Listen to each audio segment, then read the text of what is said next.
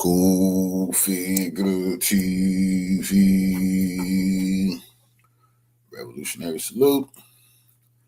Revolutionary salute. Like, share, subscribe. Welcome to the House of Revolution. You know I'm your humble host, the Yao Mean of Revolution. Iran releases a video praising Malcolm X and released a video with a missile on it saying, "This is for the stolen blacks, the rebirth of Persia." Before we get into that, be sure to wipe your feet. That means hit the like button. You in the House of Revolution. Like, share, subscribe, support the black platform, y'all. Well, propaganda is flying on both sides. Iran is putting out a propaganda video to let the world know they support our struggle. Let's get into the content. Salute.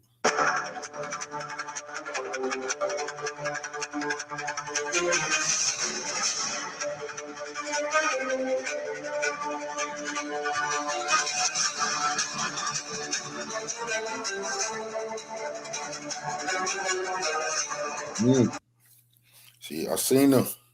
See, this is us.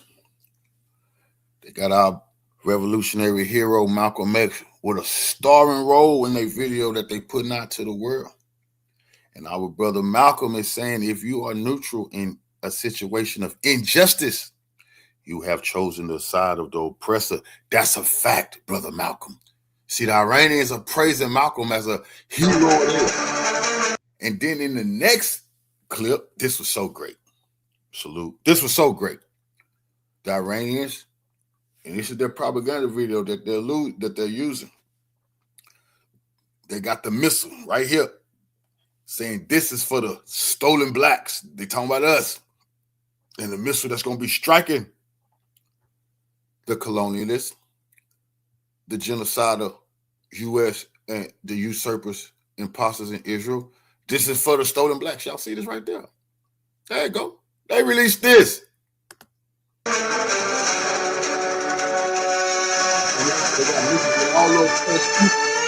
You see what I'm saying? From Vietnam to Iraq to Libya. But they say this, we got some missiles for the people, for the blacks, the foundational blacks in America. I'm telling you, they said that. First they showed Malcolm, and then they say this is for Malcolm and his people. Showed the missile, and then they start going down the list of other people around the world. But they made sure the U.S. and Israel knew we do got some for the oppressed foundational black Americans. We got a missile for them too.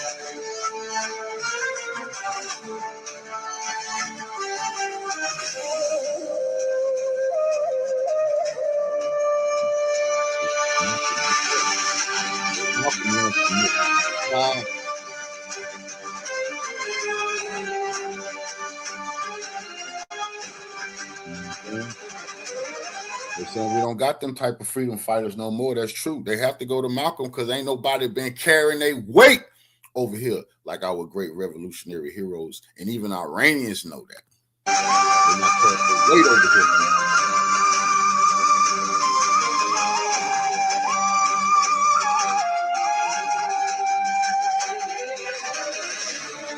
We have to start this off with that Malcolm standing in the middle. The Iranians releasing a video paying homage to the foundational black Americans. They pay homage to the Africans, everybody, but they separated us and say they got love for Malcolm.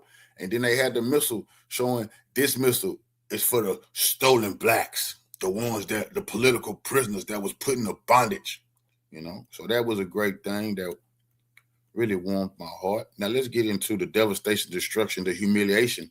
The U.S. was so humiliated in Saudi Arabia yesterday that it's all over the globe. You know, Iran is showing great strength. Not since World War II, we keep saying this, have so many U.S. bases and so many U.S. military planes Never in history had the U.S. wasted this much money so fast trying to fight a war. They can't fight this war for years without taking all of our savings. They need every quarter that you got in your sock drawer. They're going to need that too. Along with a number of our colleagues, we have arrived at the resilient Karg Island. God willing, life is continuing and oil exports are proceeding without any problems, and we have not seen any specific issues here. Security is completely established on the island. The valiant employees of the oil industry are also busy carrying out their activities on this island. What I can confidently tell you is that our armed forces are committed and sworn that if any aggressor violates this Iranian island, they will certainly face the harshest response and will not return alive. An Iranian missile strike is now being described as having sliced through one of America's prized flying radar assets. Iran's revenge has now reached one of America's most critical airborne command assets, raising fears of a serious blow to U.S. surveillance. Reports say the E-3 Sentry AWACS, a high-value aircraft often treated as a core command and control platform, was reduced to burning wreckage at the Saudi base. The Iranian strike appears to have turned Prince Sultan Air Base into a scene of major destruction, with multiple aircraft reportedly damaged. And it may not have been only refuelers that Donald Trump lost, because damage to a key E-3 platform could shift the air war's balance. Fresh details are now emerging about Iran's attack on Prince Sultan Air Base in Saudi Arabia, as new reports attempt to assess the scale of damage caused by the March 27th strike.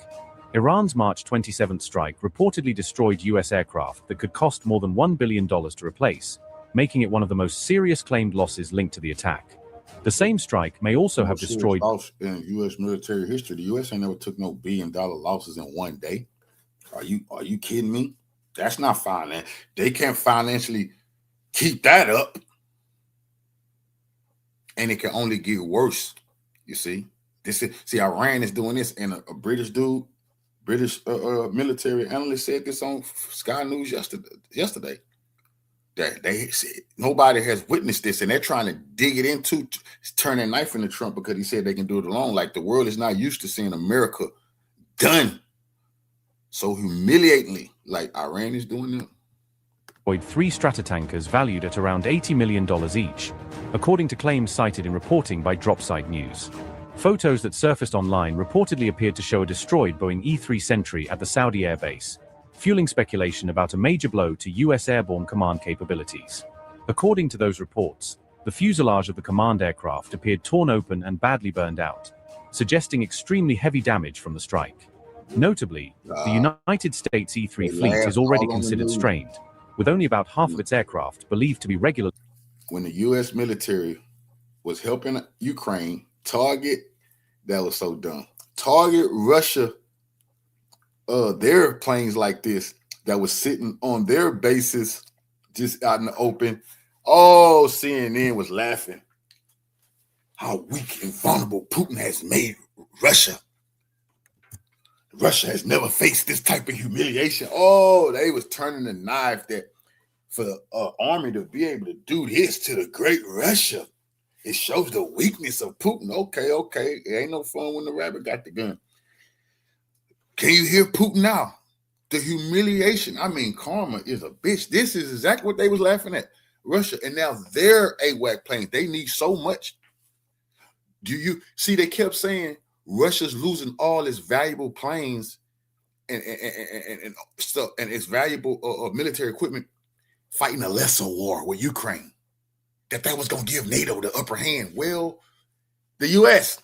is losing radars, systems that it needs. It needs these systems to try to get the upper hand. They don't want a fair fight. They want to have the advantage. That's out the window. So if they do fight Russia, Russia say, all right, let's fight tomorrow. They're not ready for no fight. Regularly available for active missions.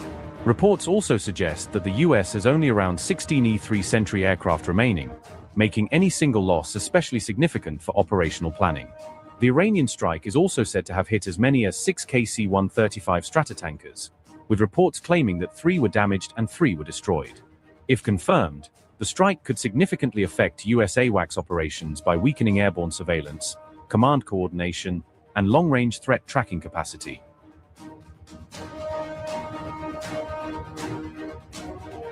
The The spokesperson for the Iranian parliament also made a major claim about Karg Island on March 28, portraying the strategic island as stable despite growing concerns over possible US action. Ibrahim Rizoi said that life has returned to normal in Karg, according to reporting linked to Fars news agency and other Iranian media coverage. Rizoi added that Karg Island is in complete security and said Iran's armed forces remain fully ready for any possible escalation around the island. He also warned that any aggression against Karg Island would be met with a decisive and irreversible response, underscoring Tehran's attempt to deter any direct assault. Rizoi's remarks came amid reports of a possible US ground operation involving Karg Island as Washington weighs options in the conflict. Notably, the United States is deploying troops from the 82nd Airborne Division to the Middle East as part of broader contingency planning for the region. That deployment has raised fears of a possible ground operation, especially as military preparations continue alongside a pause in some energy-related strike options. Reports say Iranian forces have already started laying mines and moved additional troops and defensive assets to the island in anticipation of a possible assault. Iran has reportedly been laying traps that include anti-personnel and anti-armor mines, making any attempted landing operation significantly more dangerous. Karg Island is crucial because it reportedly handles roughly 90% of Iran's crude exports, making it a vital node in the country's economic survival. Reports have said the Trump administration has considered the island seizure as leverage tied to reopening or securing the Strait of Hormuz. Along with a number of our colleagues, we have arrived at the resilient Karg Island. God willing, life is continuing and oil exports are proceeding without any problems, and we have not seen any specific issues here. Security is completely established on the island.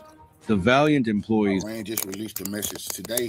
The U.S. and Israel bombed some of their universities. I told y'all this was going to happen. They just put the message out. All universities in the Middle East that belong to the Americans must be evacuated, and nobody can be within a mile of those universities because they're going to be destroying them. I told them this was going to happen. Now U.S. citizens, and this is what Trump don't want. They want citizens to die. So America just have to send everybody to go fight. But Iran just warned them about bombing their universities, so they finna blow up all these educational centers people going to overseas tied to the U.S. Those finna go up in flames. Employees of the oil industry are also busy carrying out their activities on this island. What I can confidently tell you is that our armed forces are committed and sworn that if any aggressor violates this Iranian island, they will certainly face the harshest response and will not return alive. Contact Roberts Air for all your heating and cooling needs.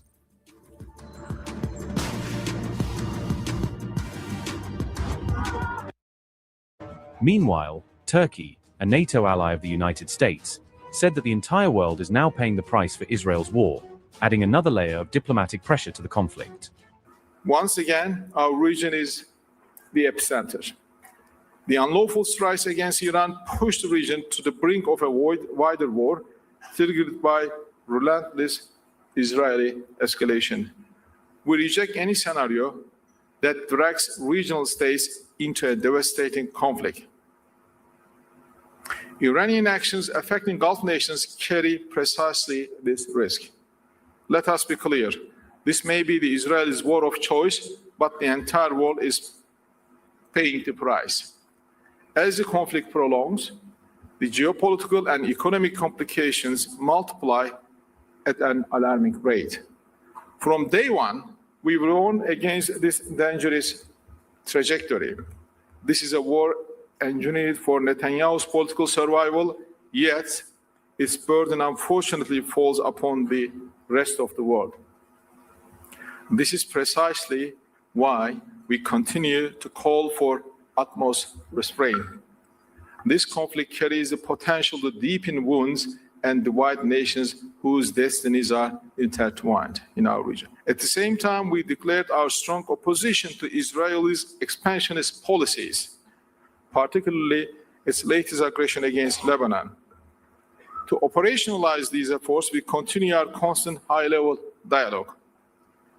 Our objective is to chart out actionable steps to end this conflict as soon as possible. However, as we pave the way for peace, we cannot allow Netanyahu's fundamentalist and maximalist posture to sabotage diplomatic solutions yet again.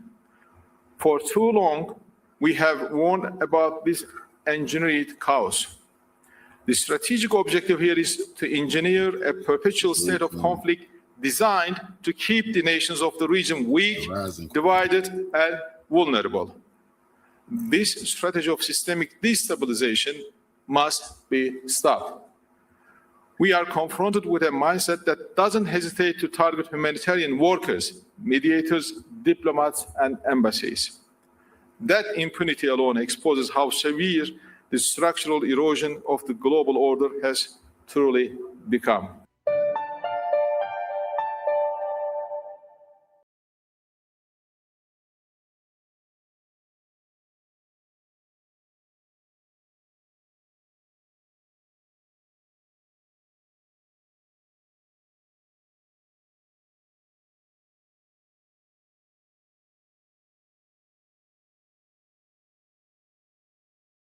On Saudi Arabia's Prince Sultan airbase on Friday evening caused far more damages to the US military than what has been reported. In fact, Iran had made some astonishing claims by announcing that 3 American military aircrafts were completely destroyed. As it emerges, the destruction caused to the US military at this base was more serious than even the Iranians' own early assessment. This would be the broad focus of my video today. Also in my video, another Lego bombshell by Iran. An IRGC commander, Lieutenant Colonel Ibrahim Zulfaghari, warns Trump about the possible American ground invasion, saying that the Iranians would turn them into shark feed in the Persian Gulf. So please stay tuned. When Iran fired multiple ballistic missiles and drones targeting Saudi Arabia's Prince Sultan airbase on Friday evening, it caused substantial damages to the US military apparatus and its personnel. Now there are reports of 15 US soldiers sustaining injuries, with the condition of at least 5 being described as critical. Aside from injuries sustained by US soldiers, the American military also suffered heavy losses to its expensive aircrafts. And this would have a catastrophic impact on its overall military strength in the region.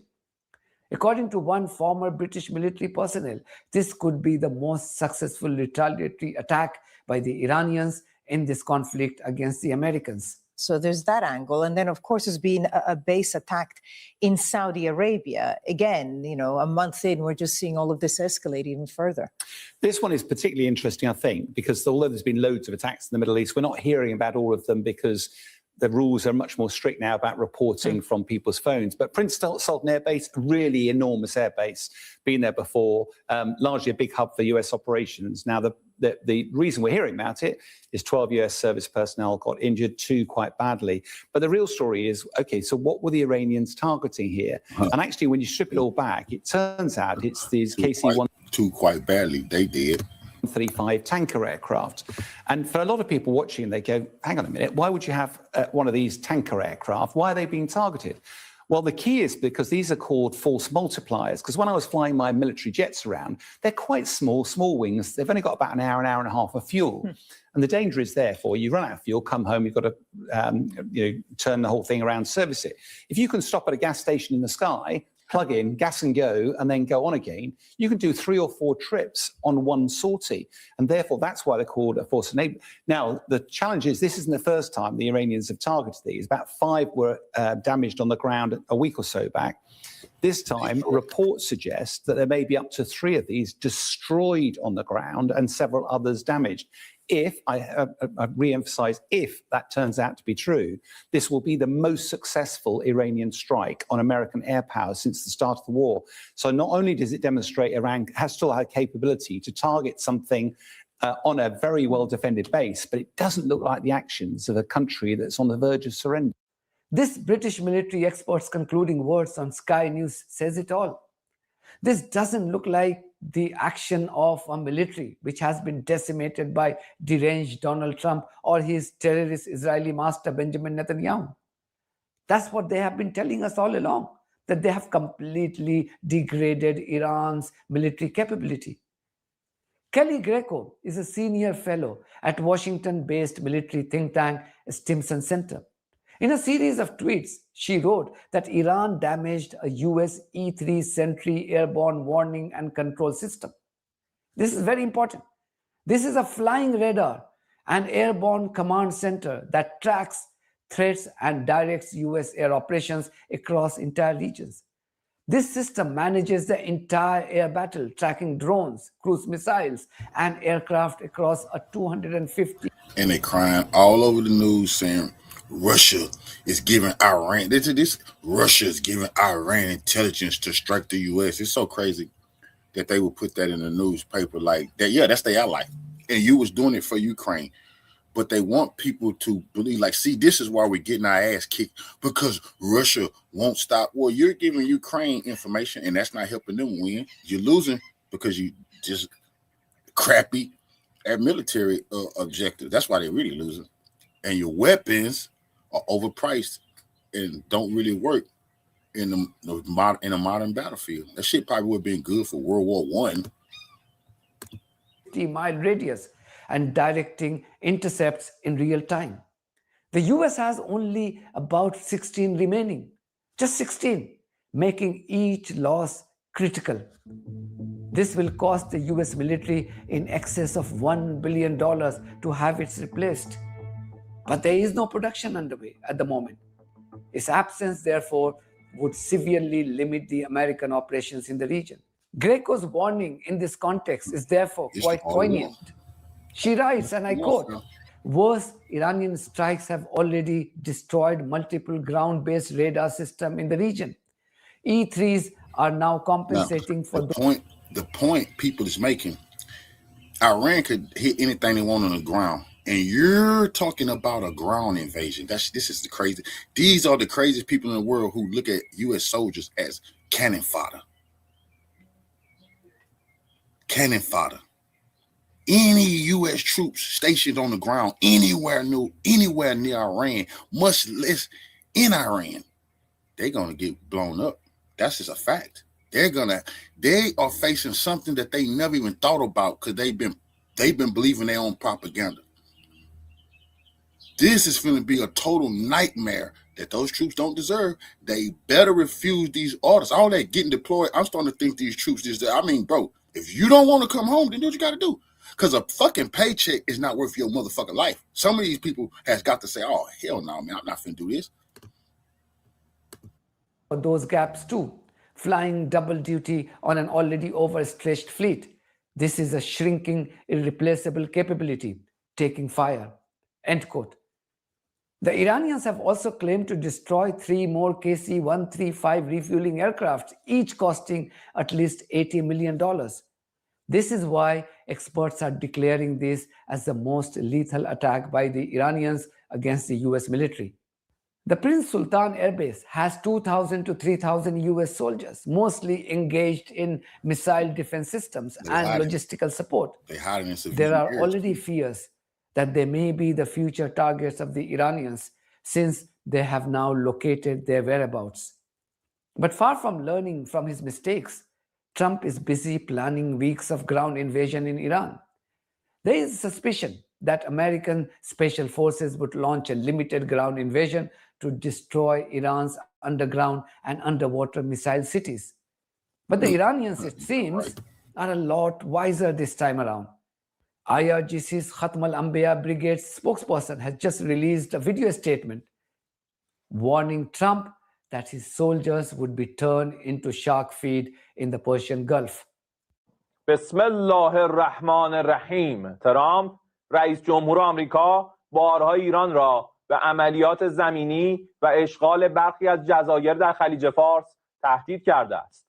شکی نیست رئیس جمهور آمریکا با فشار سازمان تروریستی موساد به دلیل سوابقش در پرونده اپستین بازیچه دست نخست وزیر رژیم صهیونیستی در جنگ و تجاوز به ایران شد.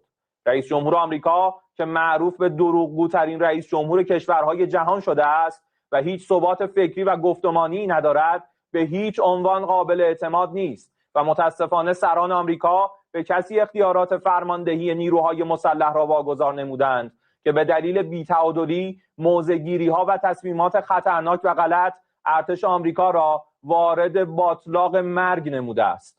ترامپ که فرماندهان و سربازانش روزانه با مرگ در منطقه دست و پنجه نرم می‌کنند، به دلیل ترس از کشته شدن از پایگاه‌های نابود شده متواری و به مراکز خدماتی، جمعیت امنیتی و اقتصادی کشورهای منطقه پناه بردند و البته در آنجا نیز هدف قرار می‌گیرند. خود و فرماندهان ارشد ارتش مزمحل آمریکا هزاران کیلومتر دورتر از میدان جنگ انتظار مقاومت از فرماندهان و سربازان را در میدان جنگ دارند.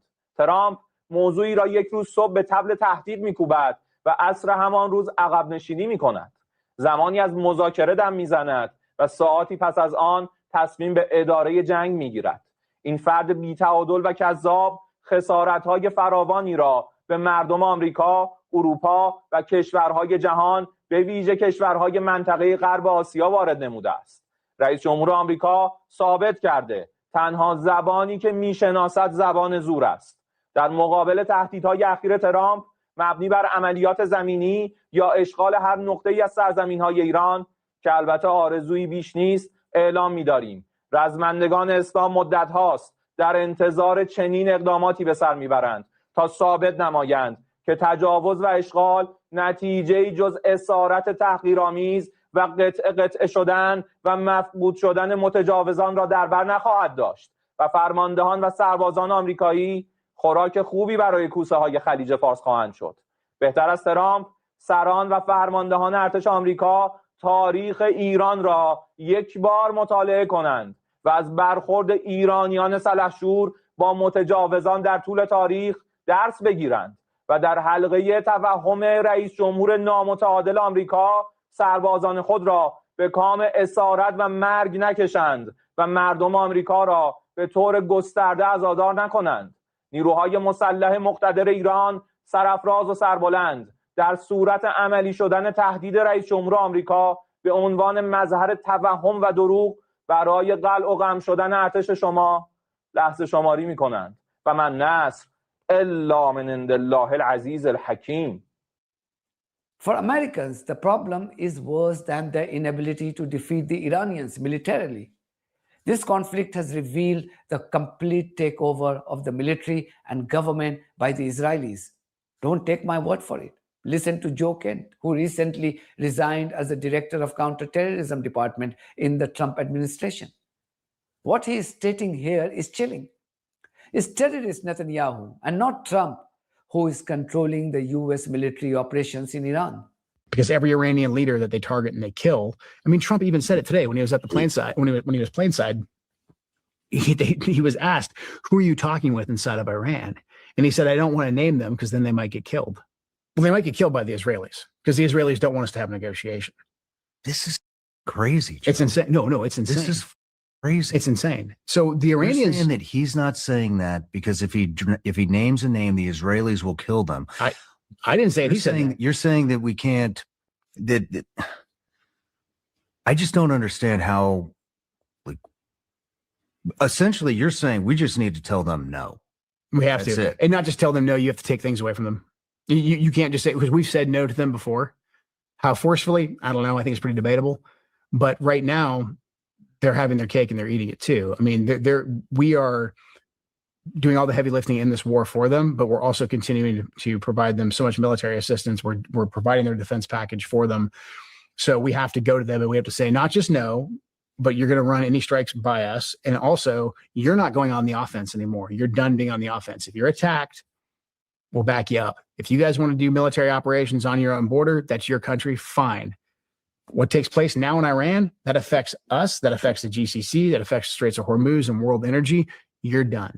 Meanwhile, the Iranian Navy has issued a stark warning to the US, saying that they are constantly tracking the movement of the Abraham Lincoln Aircraft Carrier Strike Group. Iran's Navy commander, Rear Admiral Shahram Irani, said that once the Abraham Lincoln Aircraft Carrier Strike Group enters its range, it will be targeted with coastal missiles to avenge the Dana martyrs. You remember, America had sunk one of Iranian's frigates called Dana, killing more than 100 sailors. This is what this admiral is referring to. Iran has also fired a series of missiles towards the settler colony, causing widespread destruction. Every single Iranian and Houthi missile is making situation desperate for terrorist Netanyahu. So it's Israel's never going to let it go anyway. but to the last Israeli. They're going to keep it up. They're going to keep it going. And by the way, I think we are getting close to the point where we might be thinking about the last Israeli. It's getting really dire for Israel. What do we know, though, about the situation in Israel? Because we don't get much footage out of Israel at the moment. Not at the moment at all, I think. The very fact that in Hebrew, Netanyahu announced last night in a moment of pique or a moment of just imbecility or just hysteria that he was going to call up another 400,000. The battle in Lebanon is not going well for them. Hezbollah has shown a remarkable ability to stop tank columns and actually kill the lead tank, kill the rear tank, and then begin to pick off the tanks in between. You've got Israeli tankers unlimbering their tanks and running up the hills beside the columns, trying to get away from the fire. They have taken out 7 or 8 Merkavas already in a single column. They're not having a good time of it, in other words. I do now understand why he said he was going to call up another 400,000, but then the question in my mind arose immediately. You just called up 300,000, 30% of whom didn't show up. Where are you going to find these other 400,000? And even more to the point, where are you going to find those that will show up? I will leave you with another Lego video released by Iran. In this video, the Islamic Republic is explaining its perspective of the illegal war imposed on them by 2 war criminals, namely Benjamin Netanyahu and Donald Trump. Not sure if you saw the news, but Fox News is claiming President Trump is declining in the polls. President Trump responded.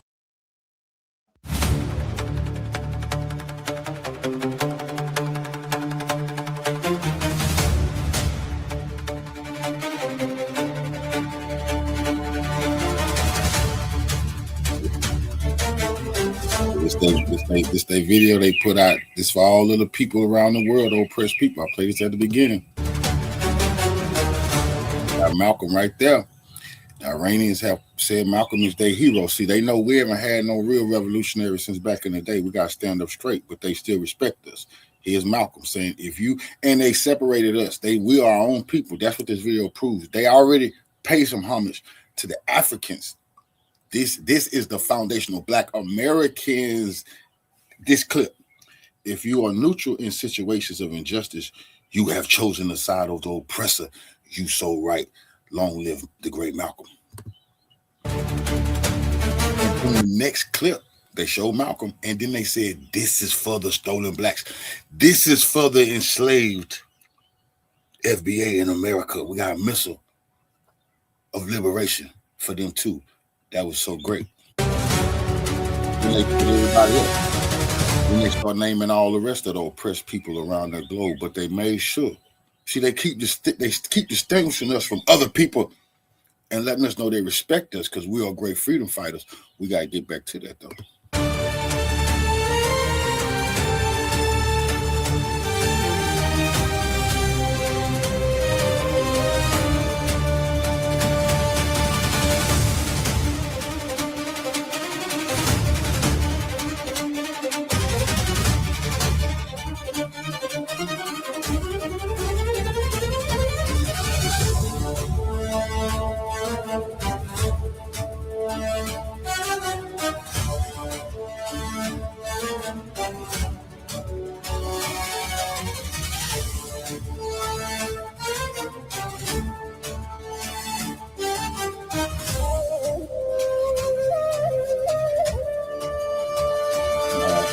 Malcolm puts the press on behalf of us.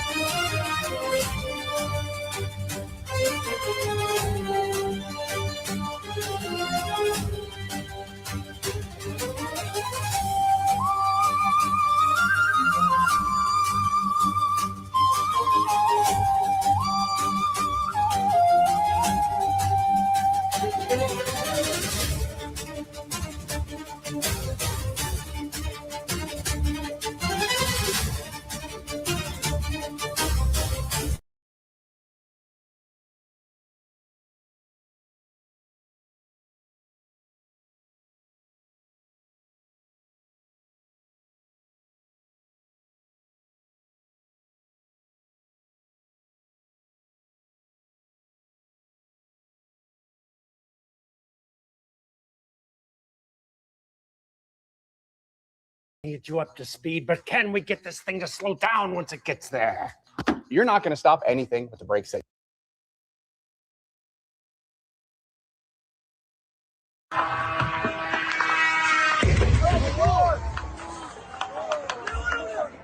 What you just saw right there was a massive Iranian drone attack on the city of Erbil in Iraq, where the United States has a consulate and a military base. You could see the numerous impacts. Now, Donald Trump is panicking as Iran continues to successfully use FPV drone swarms, ballistic missiles, and Shahid drones to target military bases of the United States in the region, critical infrastructure of the United States in the region, as well as critical infrastructure of its Arab neighbors who have partnered with the United States and Donald Trump in the war against Iran.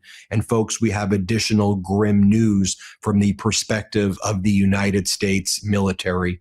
In addition to the fact that at the Prince Sultan Air Base in Saudi Arabia, an Iranian ballistic missile and drone swarm attack resulted in 12 of our soldiers being injured, with 2 being very severely injured. We're also learning the extent of the damage of our military equipment there, and that damage likely exceeds $1 billion. And the damage also includes critical satellite reconnaissance and military functions that have now been disabled. Remember how I reported yesterday that an E-3G Century airborne early warning and control aircraft, along with numerous KC-135 Stratotankers, those fueling planes, were hit by Iran in this attack that took place at the Prince Sultan Air Base in Saudi Arabia?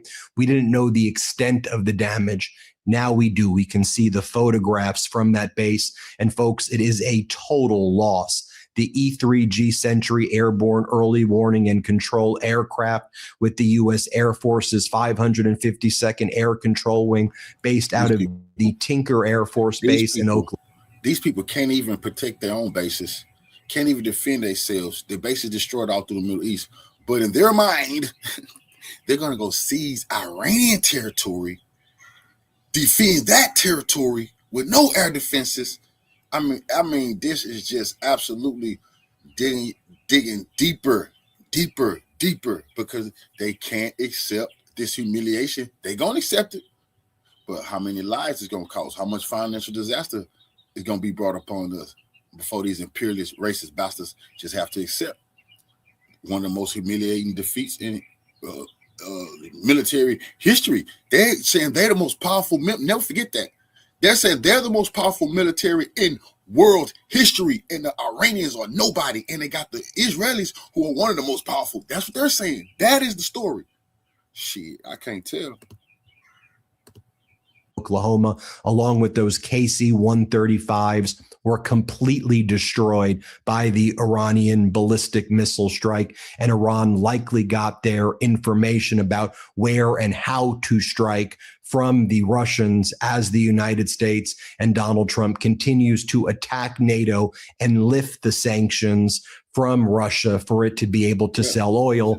And as the State Department and MAGA Republican Congress members. Should have never been no sanctions on Russia. See, this dude is a Democrat. He's still mad at Putin. Should have never been no sanctions on Russia. You can't tell Russia what to sell. Only reason you're lifting sanctions on Russia because you need Russia to put some of that oil on the global market. It just blew up in their face. So they try to make it seem like Democrats. See, he's kissing Putin butt again, man. See, all of that's the reason why you in this. Quit worrying about what Russia sell, bro. Quit doing that nonsense and give it to people straight up and down.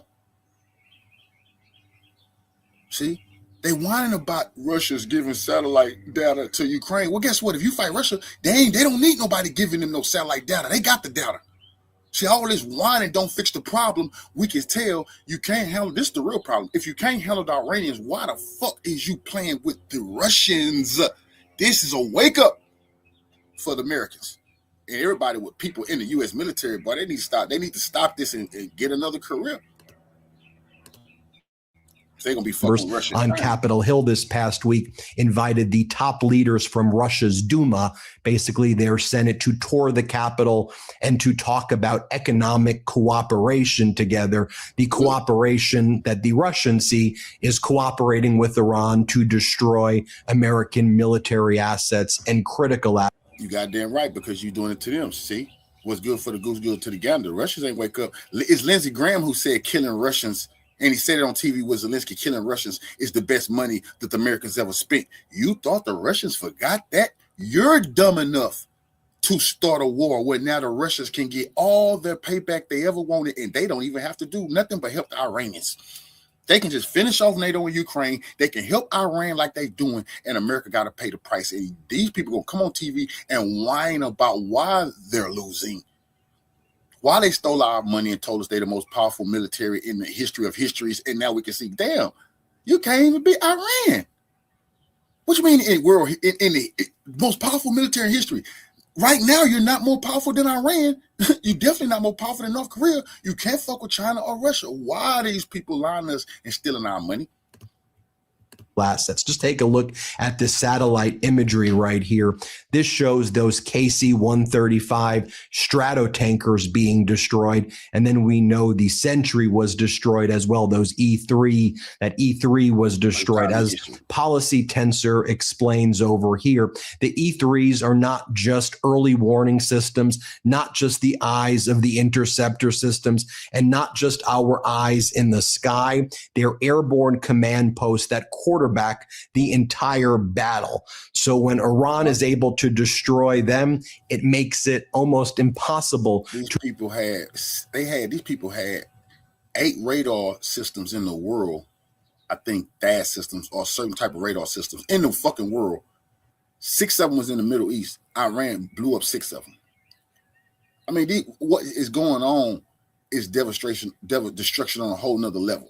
We only 5 weeks into the goddamn war. They're blowing up all of our refueling planes, our AWAC planes. I mean, Russia has been fighting 4 years. Do you think America can do a 4-year war? They don't even understand. Maybe they do, because they say there's too many people on this planet. They want nuclear war. Maybe they know exactly what they're getting themselves into. Maybe that's why they've been getting those bunkers and preparing for thermonuclear war.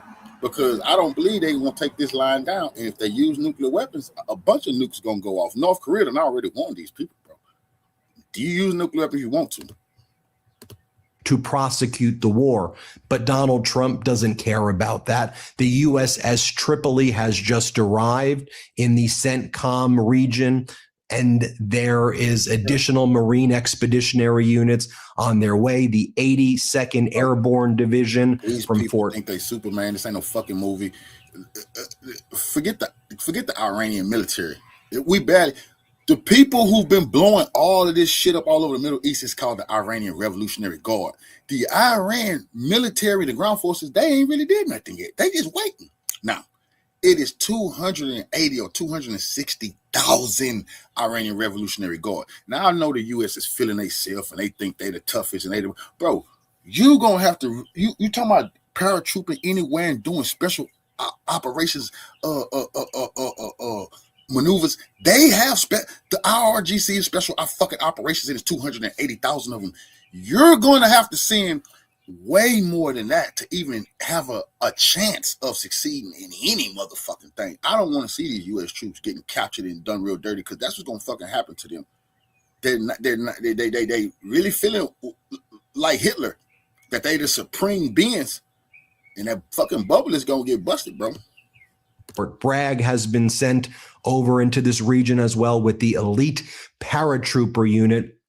And the Washington Post and others are reporting that the Pentagon has prepared plans for potentially a week-long or months-long ground invasion that could take place at any moment right now. I'll talk about that in just a moment as well. And by the way, The European countries are trying to tell Donald Trump, you realize that Russia is working with Iran right now to target all of these American military bases. They're destroying your entire military arsenal in the region. Wake up, Donald. But Donald Trump doesn't want to listen to that. As I've said, they're humiliated. The Europeans is telling him, that's what they don't want their shit blown up. They're telling them the United States has lost majority of their bases in the Middle East.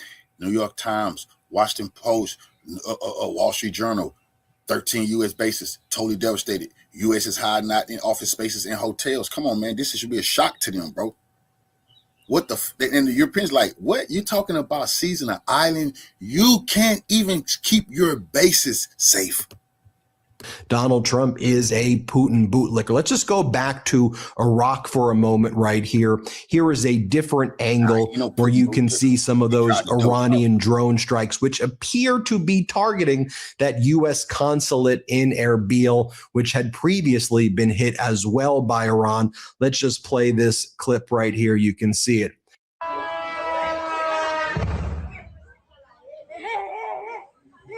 Now, there was explosions throughout Iraq all day because on the one hand, you have the Iranian ballistic missiles and drone swarms, and Iran working with Shiite militias that have been actually authorized by the Iraqi government to go after American military base interests, as the United States military is in the region as well in Iraq, striking the Shiite militia groups, which are also aligned with the Iraqi military and with the Iraqi government right there. And so the war is kind of fully spread to Iraq at this point, and that is a major site of the war. Also, you can take a look at footage of some of the American systems trying to strike the drones over Syria. This was going to happen. The U.S. military don't want to tell the world that they're fighting 500 or 600 million Shiites, because people gonna be like, "What?" Yes, the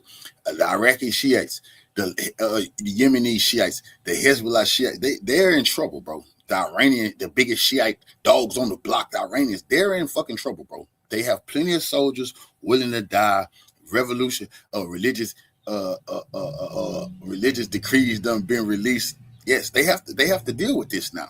These people all want to die. None of them is worried about going home. They're willing to die for this holy war. It's hundreds of millions of them.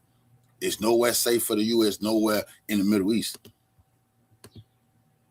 You can see right here, I'll play the B-roll for you, as these Iranian drone swarms are attacking American military interests throughout the region, in Bahrain, in UAE, in Kuwait, in Syria, in Iraq. Take a look at what Cairo looks like. Last night, you can see right here, as Egypt has ordered energy-saving measures. So shops, restaurants are all closed by 9 p.m. on weekdays and 10 p.m. on weekends. A Sunday work-from-home policy will run for 1 month in April, excluding schools, universities, and hospitals right there.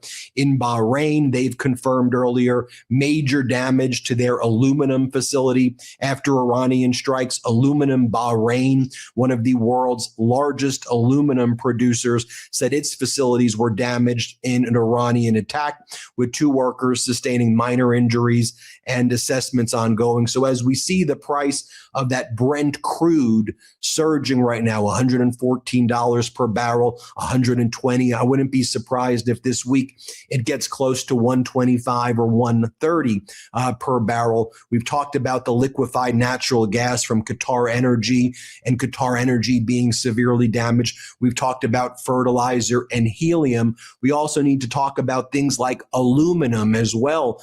And that's why this supply shock that's taking place involves all of these critical resources as well. And again, we've been very much focused on the Persian Gulf right now with the Strait of Hormuz, but we haven't been talking enough. We have here on this program, but we all should be talking much more about the strait in the Red Sea now that the Houthis have got involved in the war, joining Iran. For now, the Houthis said they're targeting Israel. They've been continuing to launch ballistic missiles as Israel. This, as the IDF chief of staff says, that they they are running low on interceptors and military supplies. And the IDF says that they're really on the cusp of a full-fledged breakdown right now. And the Houthis say for now they're just targeting Israel. But if the United States works with Israel to target the Houthis or target any interest in the Red Sea, or if there's further escalation, the Houthis say that they will once again try to shut down commerce in the Red Sea, as they were able to severely disrupt it to the extent of 90% of commerce in the Red Sea was basically halted. You may recall back in 2023, 2024, as a result of the Houthi activities there. Houthis control huge portions of Yemen.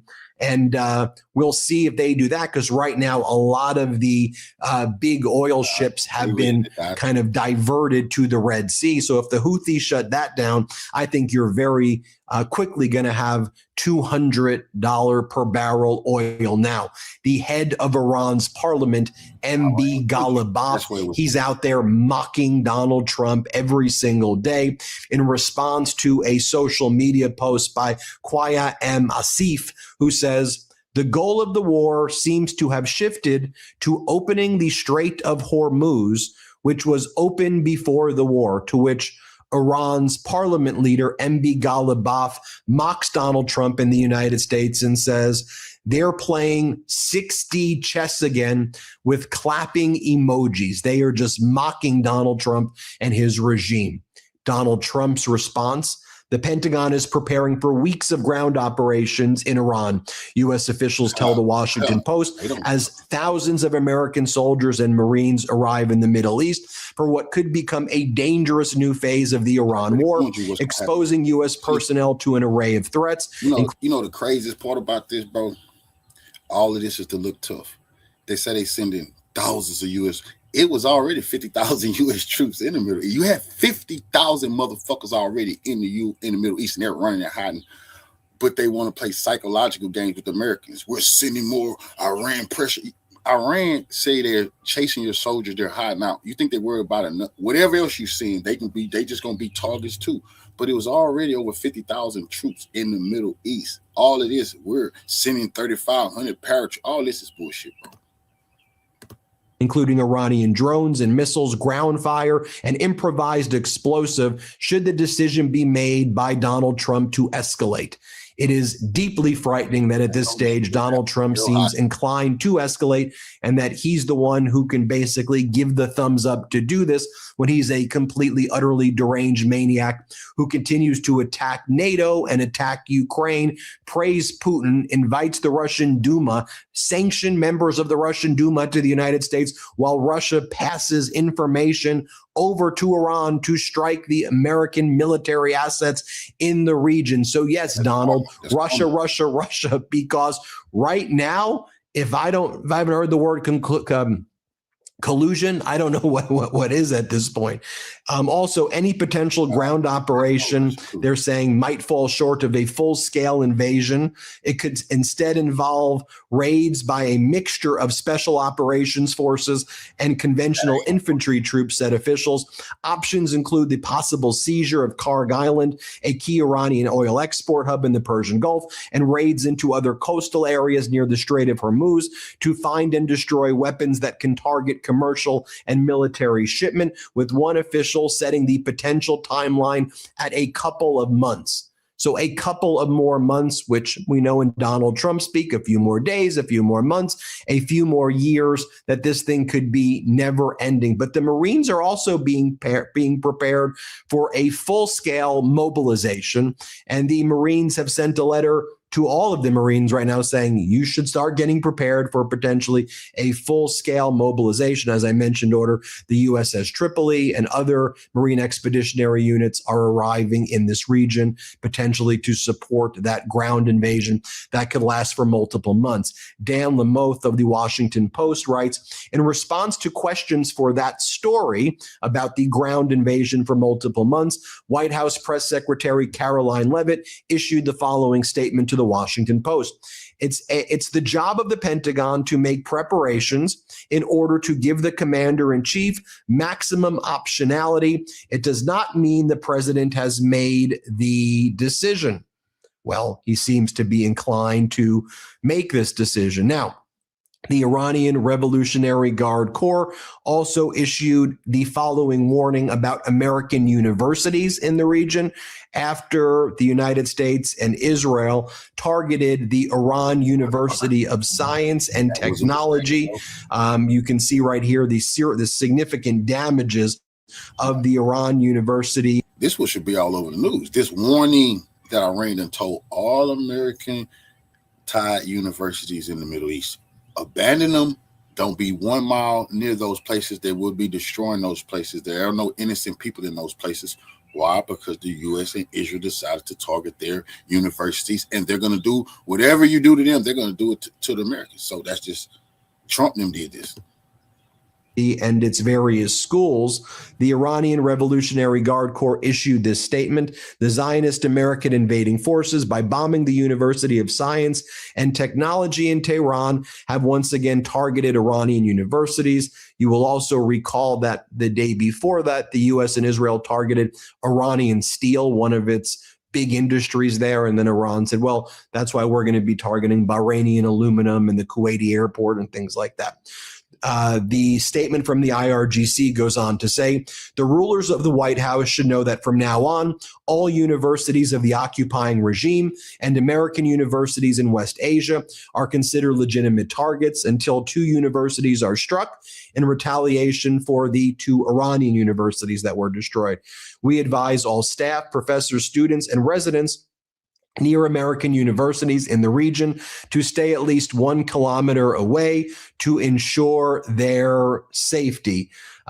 So you have that statement coming out. According to Iran as well, they say that 3,461 people have been killed in the Iran war since its start, and they say that breaks down to 1,551 civilians and 236 children. I mean, you are seeing some of these grim videos out of Iran. You can see this little girl and just horrific scenes like that coming out. You see this little 2-year-old girl after her neighborhood was bombed, with the U.S. and Israel claiming that they were targeting the military there. But as we know, the U.S. Previously attacked that Manab school, killing 165 little girls. And they've also been targeting residential areas as well, saying that they're targeting the residential areas and the hospitals because that's where the military is. This one account over here says, I'm beginning to think that the head of the Iranian military wasn't a part-time news host 15 months ago, obviously referring to Hegseth and this whole dystopian reality TV regime that is this Trump regime. But for all of this, Donald Trump's social media post is, no, Trump is not losing his nerve on Iran. And Donald Trump posts this opinion piece by Mark Thiessen, this Trump sycophant, who's a Fox contributor, and he also writes opinion columns for the Washington Post, apparently. No, Trump is not losing his nerve on Iran. 3 weeks that can change the Middle East forever. Well, it has changed the world forever right now in a way that has severely weakened the United States. It has severely harmed the U.S. for generations, probably threw us into a global recession, if not a global depression. And I'll just make this final observation. Contact Roberts Air for all your heating and cooling needs.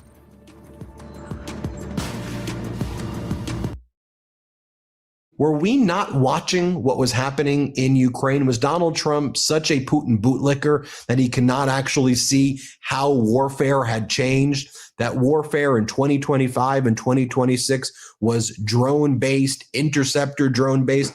How Ukraine was able to use the unmanned vessels as well as the FPV drones to demolish lots of Russian infrastructure, as well as to demolish the Russian planes and the Russian tanks and the Russian ships, right, that were just basically sitting ducks. And the U.S. just rushed into this war with Netanyahu. We left all of our bases exposed. where there's very little ways to defend it. Now you see all these FPV drones striking the American bases, just destroying all of our equipment in the region.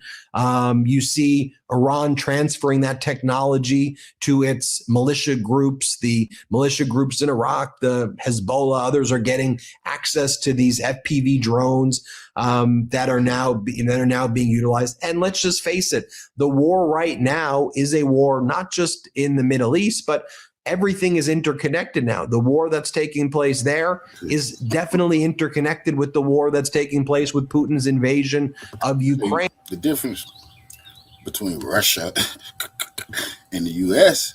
is Russia is serious business and want to die for that shit and done killed 1.5 million people over there, soldiers over there in Ukraine, and done lost 300,000-400,000 soldiers. See, that's the difference between Russia and the U.S. Like I said that before, is the U.S. ready to lose hundreds of thousands of soldiers, which they never have been ready to lose? Are they ready to lose that in this war? Are they really? They say they're going to invade Iran. Well, good. You willing to lose hundreds of thousands of troops in this battle because Iran is willing to lose 1 million people or more to win this war. Russia, they was willing. They've been willing. Historically, they proved that. You know who historically can't take that many losses? The U.S.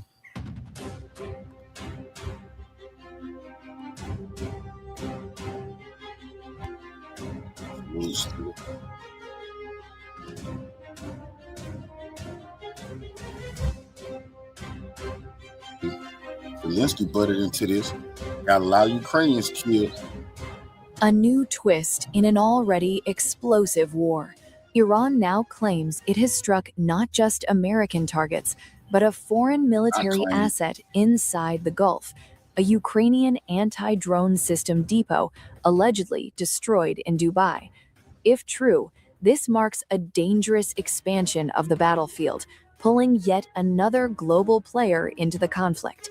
But Kyiv calls it a lie. So what really happened in Dubai? According to Iran's Revolutionary Guard, the strike was precise and deliberate.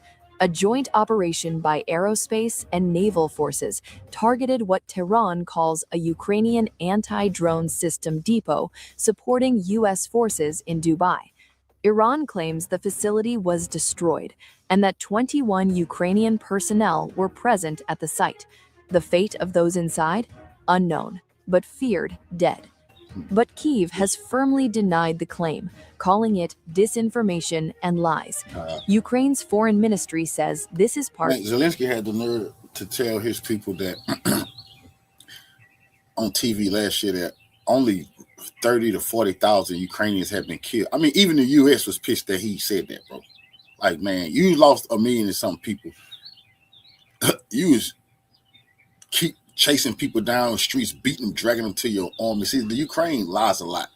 And they never like to say troops is dead because then they got to pay those benches. They always act like those people still somewhere on the battlefield fighting the Russians. Zelensky is fleecing his people. And these 12 people who died over there in United Arab Emirates, he going to swear to God that they on some James Bond type missions forever. Part of a broader Iranian narrative war. No confirmation, no evidence, and silence so far from the United States and UAE authorities. The timing is striking. Ukraine's President Volodymyr Zelensky was in Dubai the same day, meeting UAE leadership. Discussions focused on security cooperation. Revolutionary salute to our family. Sean for the donation to the war chest. Revolution is a way of life. Absolutely appreciate the love, family support. Defense ties, and the growing threat in the Gulf. Ukraine has offered its expertise to help regional allies defend against drones, a partnership that could reshape the battlefield in the Middle East. Whether confirmed or not, the message is clear. Iran is signaling it will target not just U.S. forces, but any support network behind them, military, technical, or foreign. This widens the conflict from a regional war to a multi-layered global confrontation. But questions remain. Was there really a Ukrainian facility? Was it hit? Or is this part of information warfare? Anybody can go online and see Zelensky is in Qatar. He just signed a deal. How humiliating for the U.S. Zelensky just signed a defense deal with Qatar for to help them with drones, bragging that he can help them because that Ukraine is drone specialist because what Russia been doing to them, they are better at it because they actually been dealing with a real war. So he's not lying, but he can't help them stop the Iranians. He could just help them try to do better than they're doing. Ukraine is getting wiped off the map right now. Zelensky is a thief, so he's gonna swindle those Arabs. But he's showing the weakness of NATO. United Arab Emirates, why are they signing contracts with Ukraine if they've been signing contracts with the U.S.? Because now the whole world can see right now the U.S. cannot defend themselves in modern warfare. That's just a fact. They're not going to be able to defend you. That's what the Arabs now see. And it's true that if you're not going to get the Russians, you might as well ask Zelensky for some drone help because besides the Russians, Zelensky is the top European type guy that can help these people, but they can't stop no motherfucking Iran. Iran is a drone superpower, and they're finding that out the hard way. Fair. In modern conflict, truth is often the first casualty. And in this war, the battle is not just on the ground, but in perception. A claimed strike, a denied attack, and rising global stakes. From Tehran to Kyiv to Dubai, this war is no longer contained to one region. It is expanding in reach, in players, and in consequences. That's what Ukraine wants. Ukraine needs everybody in the world to be fighting because they getting humiliated so bad. They need everybody. That's why they went to Africa to help Al-Qaeda fight Burkina Faso, Mali, and Niger. They just need people to be part of this. That's not going to save them, though, but they don't care. They're not thinking straight shit. Russia is stepping on them so bad, and Ukraine has also found out it's nothing NATO can do. No, it's nothing nobody can do to stop Russia, and now they're like, damn, you can't stop Iran. These people are in trouble. Iran ingeniously transforms rugged mountains into impenetrable fortresses, where deeply buried missile cities remain completely untouched. America's precision bombs successfully crater mountain entrances, but ultimately fail to disrupt Iran's resilient and adaptive war machine underneath. Hidden deep beneath these mountains, Iran's extensive missile production and storage network continues seamless operations around the clock. Iran's missile cities connect through sophisticated secret rail systems, ensuring the arsenal stays secure, mobile, and perpetually combat-ready. Destroy one fortified door, and Iran swiftly builds another. Their vast tunnel networks get expertly restored within mere hours of any breach. The concept of geology as warfare has surfaced as a central element in the US-Iran conflict, where natural terrain integrates with engineered fortifications. Iran utilizes mountainous topography to protect military infrastructure from persistent aerial bombardment campaigns conducted over multiple weeks. Recent strikes inflicted extensive surface-level destruction across Iran's subterranean missile complexes, including radar disruptions and tunnel access collapses, per CNN satellite assessments. Aerial operations neutralized exposed radar arrays, sealed primary tunnel portals, and disrupted ventilation infrastructure through precision cratering munitions. Satellite-derived analysis indicates Iran's underground missile infrastructure retains substantial operational integrity despite visible above-ground degradation. Buried within mountain massifs, Iran maintains expansive missile cities linked by internal rail transport networks for logistical efficiency. These subsurface corridors facilitate the relocation of missiles from fabrication zones through storage vaults to concealed vertical launch positions. Such redundancy enables system functionality even after the compromise of individual ingress or egress portals through dynamic rerouting protocols. Fundamentally, the mountain formations themselves constitute primary defensive architecture, providing immutable geological fortification impervious to complete neutralization. Specialists note that while surface access denial succeeds temporarily, underlying complexes endure with capacity for alternative pathway excavation and reactivation. Imagery confirms approximately 77% of observable tunnel entrances sustained damage throughout the sustained campaign period. Remarkably, construction indicators appeared within 48 hours at multiple locations, evidencing debris clearance and renewed access restoration activities. Near Yazd, where successive strikes targeted persistent tunnel configurations without achieving full disablement, recovery operations proceeded methodically. Analysts maintain surface manifestations represent merely peripheral components of far more extensive subsurface architectures. Even advanced penetrator ordnance like B-2 munitions achieve limited overburden penetration, typically tens of meters into consolidated rock matrices. Comparatively, Iran's missile complexes extend burial depths approaching 500 meters, exceeding practical reach of current inventory warheads. This penetration disparity renders comprehensive site elimination structurally unattainable through aerial means alone.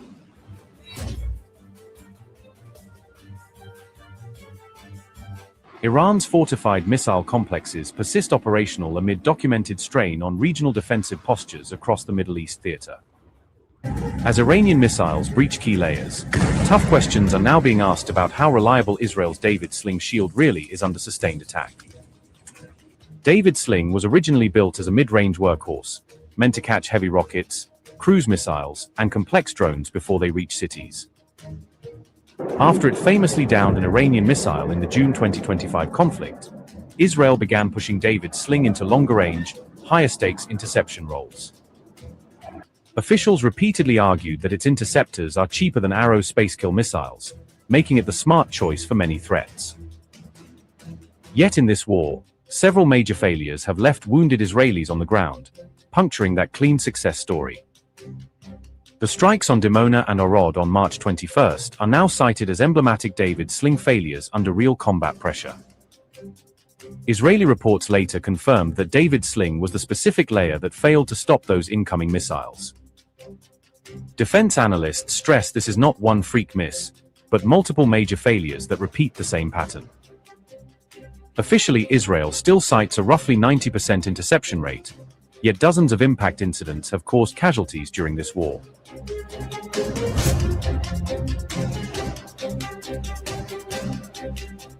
Former commander of the Israeli Air and Missile Defense Forces Ran Kochev says Israeli commanders must choose which interceptor to fire in real time, shot by shot. The IDF constantly balances Arrow, THAAD-style assets, David Sling, or Iron Dome to avoid overkilling cheap rockets with million-shekel missiles. Kochev warns that failures can stem from radar tracking glitches, misjudged engagements, or odd interceptor behavior in flight. Ran Kochev said, and I quote, "The first reason has to do with the policy requiring Israeli commanders to decide in real time which interceptor matches a specific threat. This involves a strategic choice between systems like Arrow, THAAD, or Iron Dome, including to avoid overkilling a simple rocket with an expensive missile or wasting an interceptor which was not relevant against a threat that another defense system could handle. We have to calculate our interception inventory, and we have to decide in real time. Secondly, technical or engineering malfunctions can occur within systems of radar tracking the aerial threat, the interceptors themselves, or due to the connectivity between the various defense systems. It's a very sophisticated system, but it's not a hermetic system." Unquote. With interceptor stocks under pressure, Israel sometimes gambles on David Sling's ability rather than spending its scarcest, most expensive missiles. Arrow has also missed Iranian missiles in this campaign, underlining that no single layer offers a perfect, unbroken wall. Designed as a mid-range interceptor, David Sling is supposed to stop cruise missiles, heavy rockets, and advanced drones before they reach key sites. It operates in a roughly 40 to 300 kilometers engagement envelope, filling the gap between Iron Dome below and Arrow above. Each interceptor costs around 1 million shekels, cheaper than Arrow but still far pricier than an Iron Dome.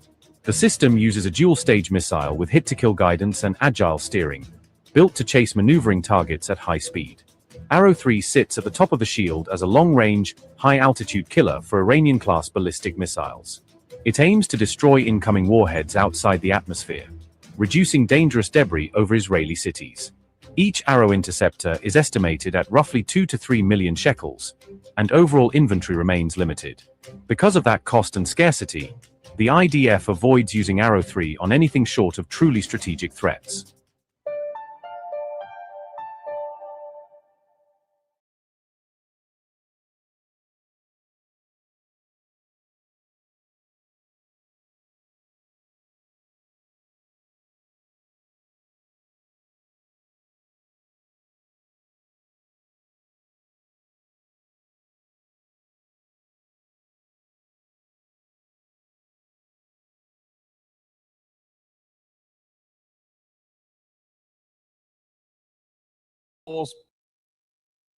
Let me take you straight to Manama, right now, because what is unfolding in the Persian Gulf is nothing short of a historic earthquake.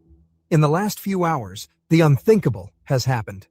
King Hamad bin Isa Al Khalifa, the man who has ruled Bahrain with an iron fist for nearly 3 decades, has reportedly fled the country. It wasn't a planned state visit, and it wasn't a diplomatic tour. It was an evacuation.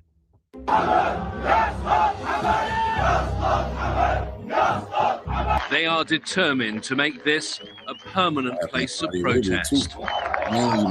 One person has been killed and 8 others have been wounded. Under the cover of night, as protests turned into an outright revolution, and as Iranian missiles turned the Sheikh Isa airbase into a smoldering ruin, the King of Bahrain ran. He didn't walk, he ran. Witnesses and local sources are confirming that the royal family has been scrambled out of the Rifa Palace, leaving behind a nation that is finally, after decades of sectarian apartheid, rising up to take back what is theirs. This is happening just days after Egyptian President Abdel Fattah el-Sisi was in the country, trying to project an image of stability and alliance. But stability is a lie when you rule a majority Shia population with American bombs and Saudi boots. And that illusion has just shattered. To understand the rage flooding the streets of Manama and Muharraq right now, we have to look at the gasoline that was poured on the fire, the brutal torture and death of a 32-year-old man named Mohammed al-Musawi. This isn't just another name on a long list of victims of the Al-Khalifa dictatorship. This is the spark that detonated the powder keg. Mohammed al-Musawi was a prisoner of conscience, a man who had already spent 12 years of his life in the regime's dungeons for daring to demand freedom. He was released in a wave of pardons in 2024, and he spent his brief taste of freedom breathing the air of his homeland. But on March 19th, he was picked up at a security checkpoint in Muharraq. He was taken into custody, and for days his family heard nothing. When his body was finally returned to them yesterday, what they received wasn't a man, it was a mutilated corpse. Videos circulating online, and I warn you, they are graphic, show the face, legs, arms, and feet of Mohammed al-Musawi ravaged by the tools of torture used by the Bahraini Ministry of Interior. This was a man beaten, burned, and broken behind bars. And for what crime? According to the Bahraini dictatorship, he was guilty of espionage and communication with Iran's military.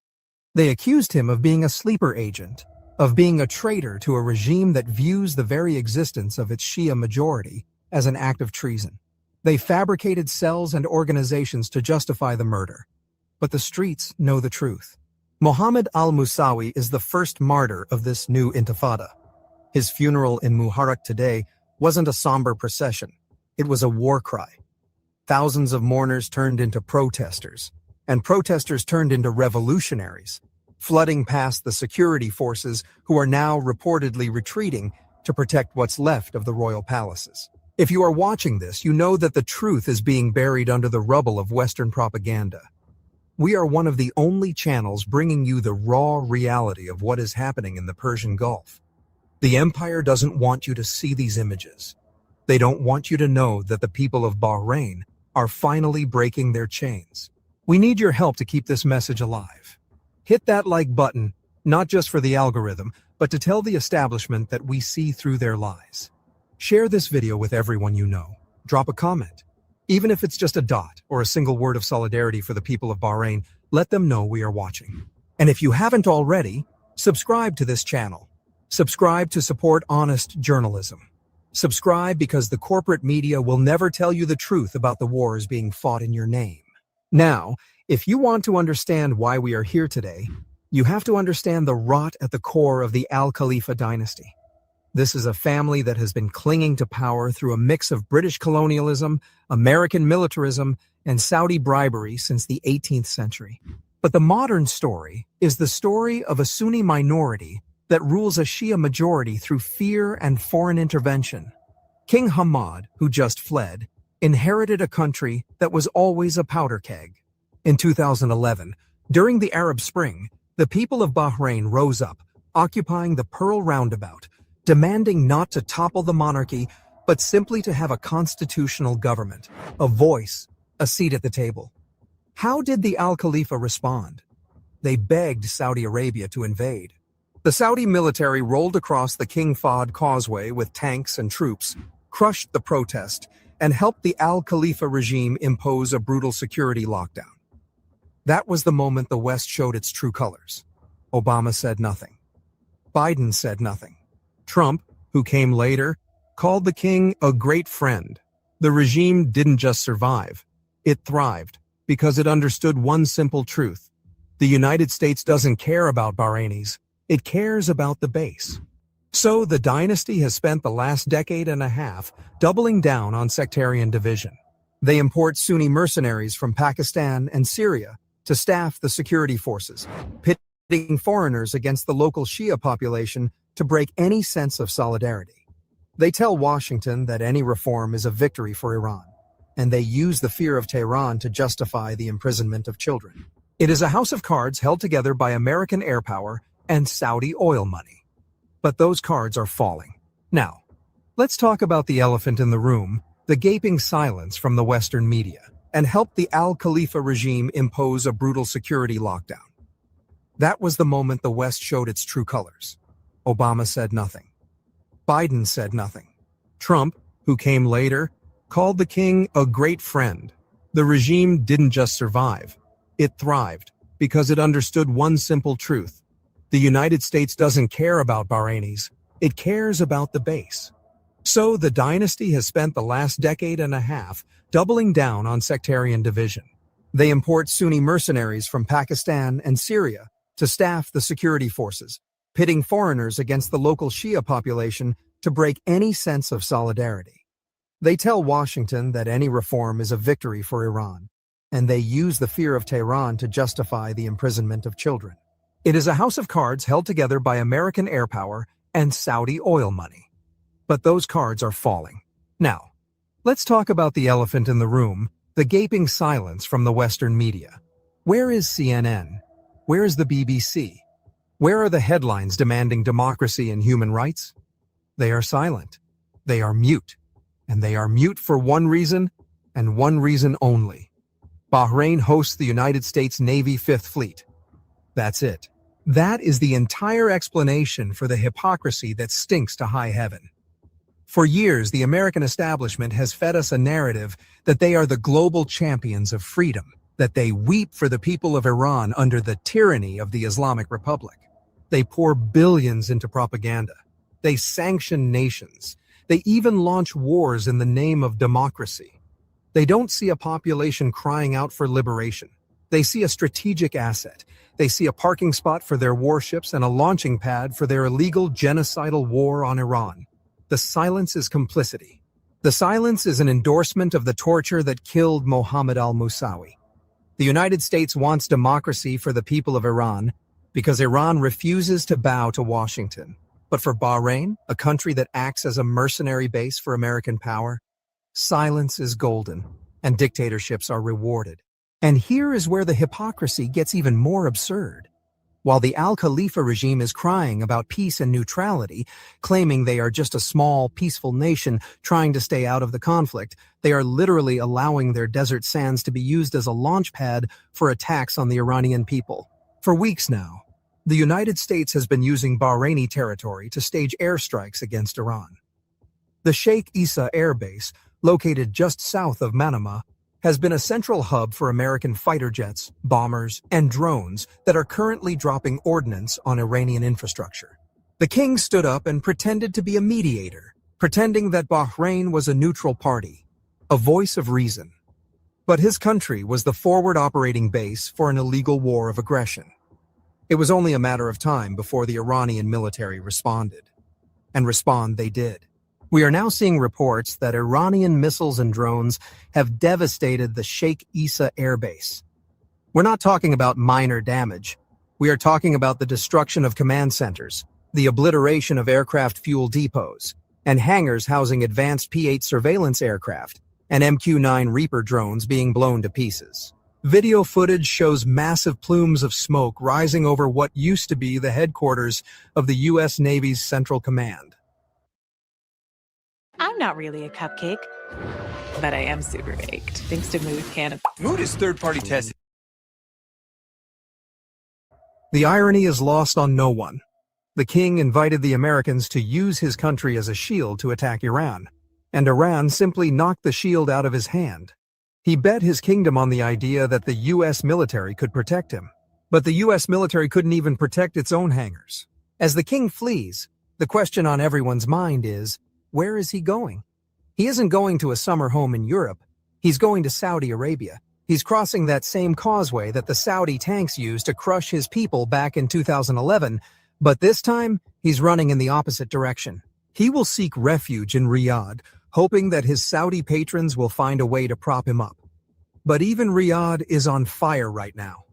Saudi Arabia is watching its own Shia population in the eastern province, the province that sits on top of 90% of the kingdom's oil. And those people are watching Bahrain. They are watching their brethren break free. The Saudi National Guard is stretched thin, and the Americans are too busy losing their bases to protect a fallen king. If the Al Khalifa regime collapses entirely, the vacuum left behind is terrifying for Washington. You have a Shia majority population armed with a revolutionary fervor sitting just across the causeway from the world's most important oil fields. The Iranian military does not need to invade. They don't need to send a single soldier. The liberation of Bahrain would be an ideological victory that would send shockwaves through every Gulf monarchy. The United States is terrified of this outcome, and that is why they have been trying desperately for days to hold the regime together. But you cannot hold a dictatorship together with airstrikes when your water supply is gone and your army is melting away. So here we are. King Hamad bin Isa al Khalifa wanted to be the guardian of a dynasty. Instead, he will be remembered as the man who lost it. He wanted to be the protector of the American empire in the Gulf. Instead, he has become its casualty. The body of Muhammad al-Musawi lies in a grave in Muharraq, but his spirit is marching through the streets of Manama. The American Fifth Fleet is no longer the protector of the regime. It is the target that brought the regime down. And as the sun sets over the Persian Gulf tonight, the people of Bahrain are no longer asking for reform. They are no longer asking for a constitution. They are sweeping away the debris of a dynasty that ruled them with torture, fear, and the silent complicity of the Western world. In the end, the fall of Bahrain will be studied as a case study in hubris. A small island nation, blessed with strategic location, but cursed with a ruling family that valued power over people. They had every opportunity to reform, to share power, to build a real democracy. Instead, they chose torture. They chose apartheid. They chose to be the launchpad for American wars. And now, they are paying the price. The deserts of Bahrain that they rented out to the Americans are now scorched earth. The palaces they built with stolen wealth are now empty. And the people, the same people they accused of being Iranian agents, are walking through the streets, not as agents of a foreign power, but as citizens reclaiming their homeland. The revolution is not just about toppling a king. It is about ending a century of colonial-era rule that never ended. It just changed uniforms. As the sun rises tomorrow, Bahrain may be a different country. One thing is for certain. The Al Khalifa era is over. And the American empire has just lost another key piece of real estate. Not to Iran, but to the will of the people they chose to ignore.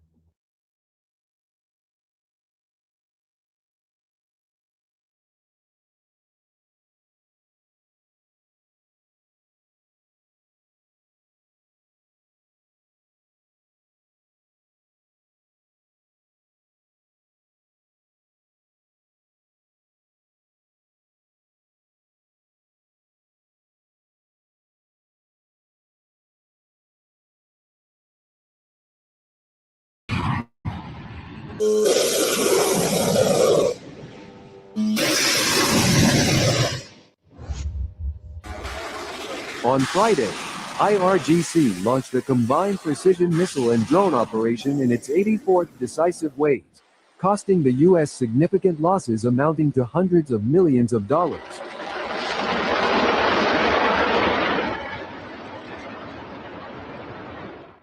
On the same day, Israeli-US coalition attacked Iranian nuclear sites and steel mills, and IRGC vowed not to let it go, promising a heavy price for continuing to respond to enemy aggression with complete and decisive dominance. As in the video, super heavy missiles and suicide drones launched simultaneously against U.S. concentration centers in the Gulf states, specifically mocking Trump's inferiority complex at Prince Sultan Al Kharj Air Base in Saudi Arabia, which houses U.S. forces, according to headquarters spokesperson Qatam Al-Anbiya. Iranian television broadcast and confirmed on the morning of March 28, 2026, showing the exact locations of Iranian military targets in Israel, Saudi Arabia, Iraq, and several other Gulf states. At least one hotel where U.S. unit officers were gathered in Dubai, reportedly a direct hit.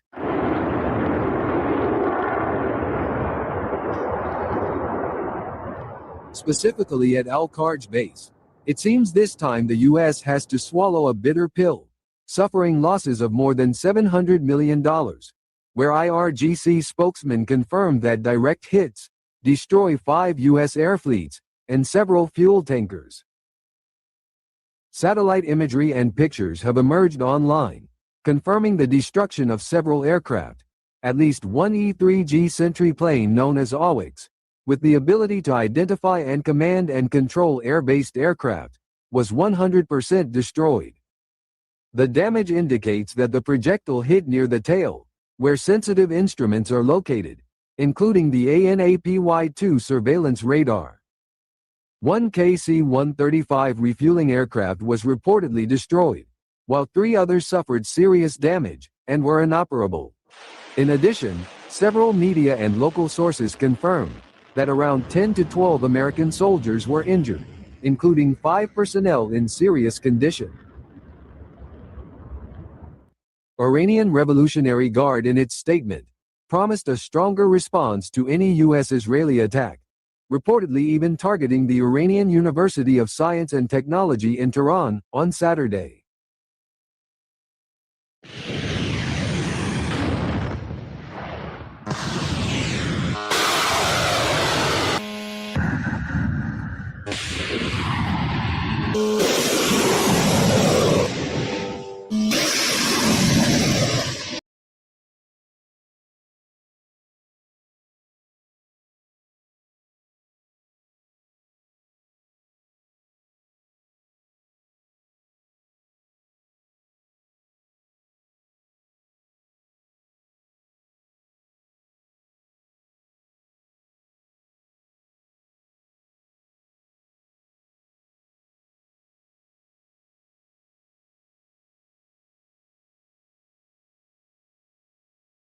So thank you for coming back on. Thank you, Glenn. It's always a great pleasure being with you. Well, the last time we spoke, I asked you about what the likely steps would be, that is, up the escalation ladder, what we can expect to see as this war continues to spiral out of control. And you made the point that it was near certainty that Yemen would at some point also join the war, and at some point also likely begin to shut down the strait that gives access to the Red Sea. Now, well, the latter hasn't happened yet, but the Yemen has just entered the war. So far, it seems that it's been limited to launching ballistic missiles at Israel. However, its participation in terms of who it targets, the objectives, can of course increase as well. So I thought a good place to start would be, to ask you about how you assess the significance of Yemen joining the war. I've heard from some American commentators that this could be the most important escalation in the war. But how important is it, and what other things could they actually do as the war continues again to spiral out of control? It's definitely very important. The United States waged war against Yemen last year, and it failed. And had to withdraw. Trump had to, declare victory and walk away. So that itself shows how significant Yemen is. And in addition to that, now that the U.S. is engaged in aggression against Iran, they will not be able to focus on Yemen the way they did last year. So that gives Yemen much more room for maneuver. And then you also have the resistance in Iraq, that it is striking at U.S. targets inside Iraq, but also increasingly beyond the borders. And we are still not very much up the escalation ladder. Yemen has joined, but its targets are so far limited. Iraq has been involved for weeks now, but again, it can go much further. There's talk that, for example, the Iraqis may take Kuwait. They could enter the Arabian Peninsula. Excuse me. Yemen, too, could enter Saudi Arabia. And, of course, close the Red Sea or strike Saudi oil facilities. Remember, I'm sure you remember, but during the 7 years of genocidal war against Yemen, the Saudis, with the support of literally the entire world, or at least the West, was bombing Yemen day and night, slaughtering people. The Americans were patrolling the Red Sea, creating a food and medicine blockade. And actually, a former someone who was with the American forces once told me at a conference that he saw U.S. forces. They stop these small boats and they check them, and they saw that they had medicine, like they were importing medicine into Yemen. They would take that medicine and dump it into the sea. That's how, that's the sort of strangulation that they were facing. And even Qatar and Turkey were supporting this genocidal war until the Saudis and the Emiratis created the blockade against Yemen, and then they tilted away. So with all that support, the Saudis failed after 7 years. And ultimately, what brought about the ceasefire was Yemen's powerful strikes on the Saudi oil and gas oil installations. So today, Yemen is far stronger, and it could easily take out Saudi oil installations and cut Saudi imports from the Red Sea completely. So it can blockade the Red Sea. It can strike Israelis. It can strike U.S. assets in the Indian Ocean. We don't know what weapons they now have. Obviously, during this past year, they've been developing their capabilities swiftly, just like Iran did, just like Hezbollah did. And the West always underestimates. You and I already had this discussion multiple times, how everyone was saying Hezbollah was defeated. Hezbollah was no longer a major force. But now we're seeing that Hezbollah is striking the Israeli regime hard and with great effect. So, and just like Iran too, the war was supposed to end in a day, the first 12-day war. Now during this Ramadan war, the current war, they thought it would end in a day or two. And then when that didn't happen, they thought they'd take out the missile and drone capabilities in a few days. They kept saying they're decreasing the number of attacks by Iran. Now we're seeing after a month, Iran's missile and drone strikes are increasing in effectiveness than before, especially during the last 10 days or so. So this underestimation, this strong tendency for the West to underestimate is something that we're seeing all across the board. They underestimated Yemen, they underestimated Hezbollah, they underestimated Iran, and of course, Iraq. So we don't know what potential Yemen has, but I'm sure it's a much greater than what it had before. And therefore, this is not good news for the United States. But the escalation ladder, still, we have a long way to go. If the U.S. escalates, if the Zionist regime escalates, this side will escalate too. It's not a war that the Americans can win. It's not a war that the Israeli regime can win. And as we speak, Glenn, the shortage of energy, the shortage of fertilizer, the shortage of petrochemicals increases literally by the minute across the world. So the pressure from the international community on Trump and the anger towards the Israeli regime and Zionism and Netanyahu builds. So, and of course, the pressures inside the United States, I would imagine, would be building too. So the Iranians know exactly what they're doing. Their allies know what they're doing, and but they haven't yet shown their maximum capabilities. Far from it.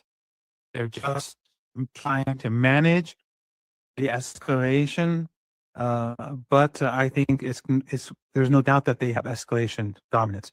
And you know, Glenn, one thing that I was thinking about just yesterday, I've been thinking about it a number of times during the past week. The United States could have taken a completely different route. About a decade ago, there was a book written called Going to Tehran. I don't know if you've ever seen it. It's co-written by Flint Leverett and Hillary Leverett. They were White House. They worked in the White House. Flint was the head of the Middle East in the National Security Council, and Hillary was the head of the Persian Gulf. That's where they met, actually, and married. Hillary is a Jew, Flint is Catholic. You know, they different religions, different backgrounds in the center of power. And then when they left the White House, they wrote a book on Iran, which is actually a very good book. And it's about why the United States has to come to terms with Iran, the Islamic Republic of Iran. And I would advise everyone to read that book, actually. But if the United States had taken that route, we wouldn't be in this critical situation today. We would be in a very different world. But of course, instead of policymakers reading this book and listening to them, they did the exact opposite. They listened to the Zionists, the oligarchy, the Epstein class, and we are in this critical mode. So it's not just Iran. It is the Axis. And now we're seeing the Axis actually show its capabilities from the Mediterranean to the Red Sea, Iraq, Iran. The potential is there to create a catastrophe for the United States. Already we're seeing Iraq expelling NATO forces, U.S. forces leaving. A form of liberation is already taking place there. So Yemen's entry into this war, even though it's still not actively participating except for missile strikes on the Israeli regime, its potential is enormous. And if you shut down the Strait of Hormuz and shut down the Red Sea simultaneously, then I think the catastrophe for the West is I don't think it can be really calculated. Yeah, what you said about underestimating Iran, I often make the point that this is a common theme against all, especially our adversaries or opponents. That is, we always underestimate Iran, we underestimate Russia, we underestimate China. The idea that they can be broken in economic wars or actual wars. It's an interesting phenomenon because it's almost used as a loyalty test that you have to proclaim that they are extremely weak and also exaggerate their threats. And if you fail to do so, then that is to say that they're all very weak. So obligatory underestimation and also a huge threat. Then if you fail to fall in line, then essentially then that is indication that you're taking the other side. So it makes you a traitor. So it's a very dangerous thing because even if the goal should be to defeat the Iranians and Russians and Chinese, you don't want to underestimate your opponent. This is a very foolish thing to do. But I did want to ask you a bit about how you see the Iranian interpretation of attacks on it, but also Iran's own targeting, because we spoke before about when the US said it wouldn't attack Iranian energy and then infrastructure, and then the Israelis allegedly attacked the South Pars all by itself. Well, we saw something similar now. That is, Trump proclaimed, we're going to give it a 48-hour, deadline until we start attacking. He delayed it extended it to 5, then extended it to 10 days, and suddenly, then Israel began attacking. At the beginning of this period, the critical industries, the steel industries, for example, of Iran, and the argument was, well, it's only the Israelis. How do you see this, though? Is this just another, diplomatic ruse, or, are they joined at the hip? I mean, how do you assess these constant efforts to argue that, we want a de-escalation while at the same time escalating? Well, I obviously don't have access to what goes on behind closed doors in the United States or among the military staff here. But in general here, the belief is that they are joined at the hip, and that it's impossible. And military analysts in Iran, like retired officers who come on television or write articles online in Iran, they say it's impossible for the Israelis to carry out strikes without full coordination with Americans, and that this is a joint operation. So the strike on the South Pars gas installation was a test, and since the Americans were and the Israeli regime obviously were hoping that Iran would not retaliate, even though it promised that it was much harder if struck. They tested Iran, and Iran did retaliate in the way in which it threatened to do, and that's what made Trump back off. And then, of course, Trump, as you rightly pointed out, said he's going to destroy Iranian critical infrastructure in 2 days, which is a crime against humanity, and no one in the West seems to care, meaning among elites and in the mainstream media. Just like with Cuba, a sad tale in itself that's also being ignored, the starvation of the Cuban people in order to bring it to their knees so they can take Cuba for themselves. But first he gave 48 hours. Then I think it's clear that he was afraid that that Iran would actually carry out heavy retaliation. He did it for the markets, but then he, of course, extended it for another 5 days, which was, again, to control the markets, which was pretty effective that week. It brought the price of oil down considerably. And then 10 days again. He threatened the threat to bomb Iranian critical infrastructure and the Iranian electricity power plants. And that was again extended for 10 days.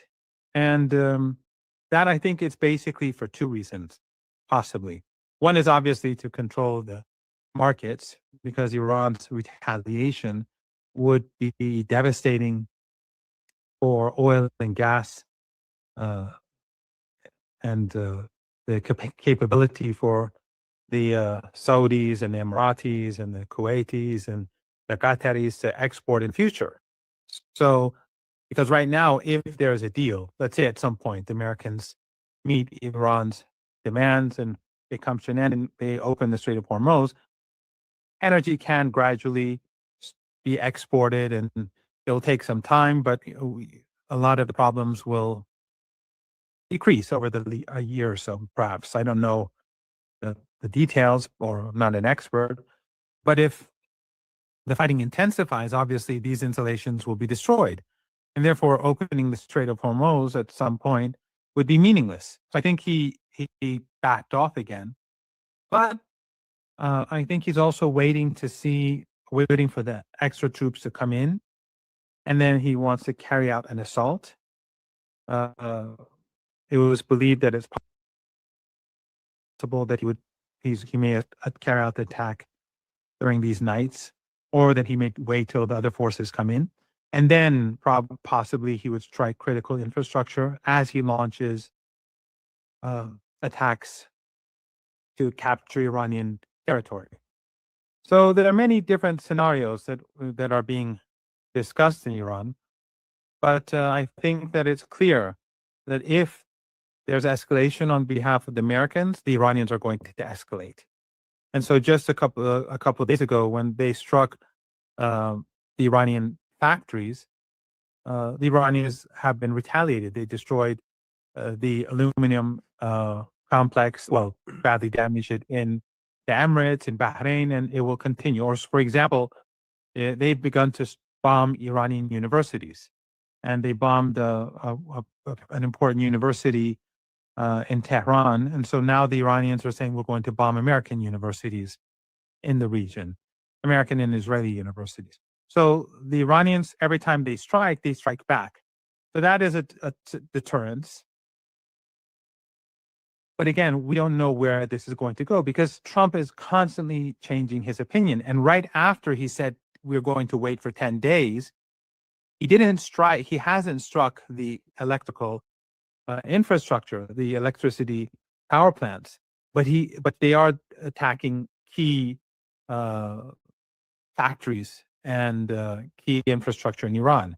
So there is no, and this further strengthens the argument among Iranians that we just can't do a deal with Trump. It's not possible because he'll say one thing today and he'll do something else tomorrow.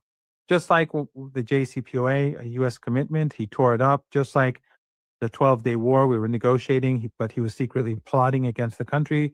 This war, the same, we were negotiating. There was progress. But he was not serious. Now he says, we're not going to strike. And then the Israelis strike. And even if we conclude that the United States is not in control, that's even worse. That means that if they're not in control, then what's the point of having negotiations? Because if the United States is not talking on behalf of the Israelis, if the Israelis are the ones who are in charge, then what's the point in negotiating? So no matter how you look at it, this reinforces the argument in Iran that now is not the time to stop the fighting. The facts on the ground have to change in order for us to feel secure in the future. Because the United States is obviously either unwilling to abide by its commitments or it's incapable of doing so. Yeah, that's an interesting point, the extent to which the US is in control, because, you can have two competing hypotheses. That is either Israel is in the driving seat, that is, it's pushing for the escalation and pulling the US deeper into the war, or the US is just using Israel as a frontman. That is, it allows the US to play the good cop to Israel as the bad cop. So it's hard to know, but I take your point. At the end of the day, that doesn't matter if you can't trust the one you're negotiating with. Hegseth, though, he made this argument that a big strike would soon come, and it seems likely that this will be coordinated by the use of ground forces to occupy something, whether it's Yemen islands, Iranian islands in the Strait of Hormuz, or the actual Iranian mainland. We don't really know. They could go for Karg Island. It's really unclear at this point. But at the same time, we see that of all the Gulf states, it's the United Arab Emirates which seems to signal the strongest that they will join in on the fight against Iran. I thought this was interesting because the UAE claims these 3 islands of Iran, which Iran took in 1971. And these islands could be critical in the future for the US to control the Strait of Hormuz. So the Americans are saying, we have to control the Strait of Hormuz. The UAE has the islands, or claims to islands, which would allow the US to do so. Now you see the US talking about ground troops, and the UAE seemingly very enthusiastic about joining in the war. So I don't know. I'm speculating, but still, it seems as if there's reasons to believe that going after these islands would be an objective. On the other hand, it's very hard to see how they could actually. I think they could take them, but I don't understand how they can hold them. They would be like sitting ducks, it seems. So I was just wondering, how do you assess the situation? What is the ground troops are coming? How can the Americans use them against Iran? Well, I think the Emirates really isn't important. None of the Arab regimes in the Persian Gulf are important. They're not capable of fighting. And the Emirates has the citizens of the United Arab Emirates are a bit over 1 million people. That's nothing. Or Qatar, or Kuwait, or Bahrain. And Saudi Arabia, we've already seen that it could not fight against Yemen. And now, the situation being as it is, they cannot fight against Yemen at all, nor Iraq, or Iraqi resistance, or Iran. So it's basically the U.S. What the Arab regimes do is they give the United States the ability to attack Iran. They allow them to use their territory, not just the bases. The Americans are all over the place. And they use their airspace, they use their airfields, their air bases. So that's basically the role that they play. But Iran has said that if the United States assaults Iran's mainland or carries out operations deep inside Iran, because that is also something that Iranians are preparing for.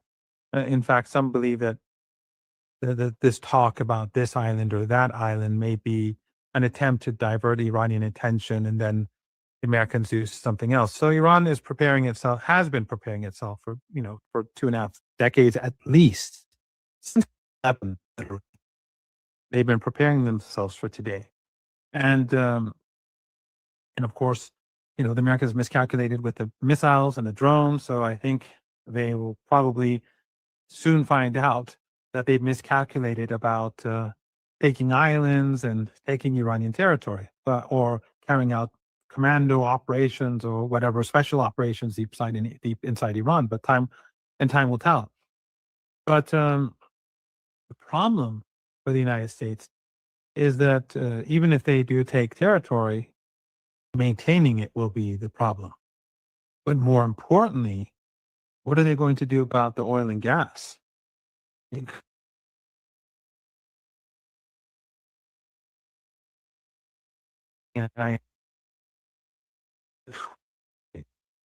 all those. Sorry,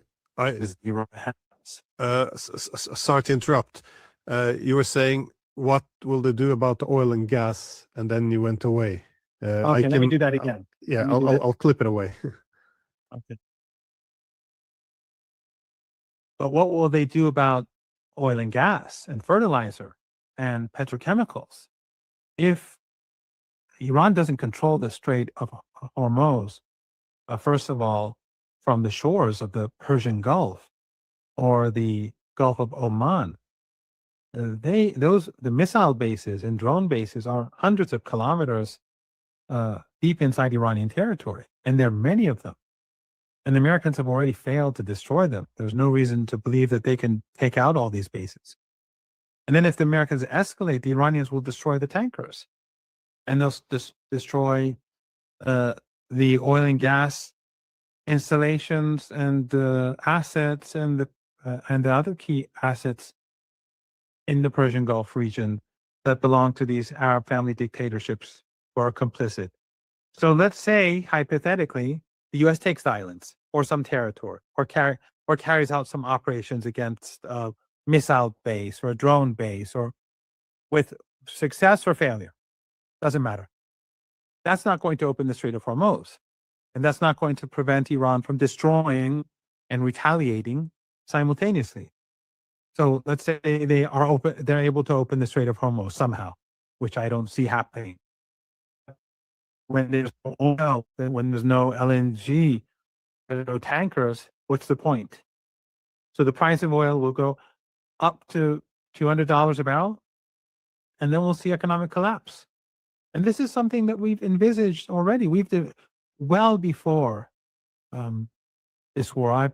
I was saying that all this would happen, and so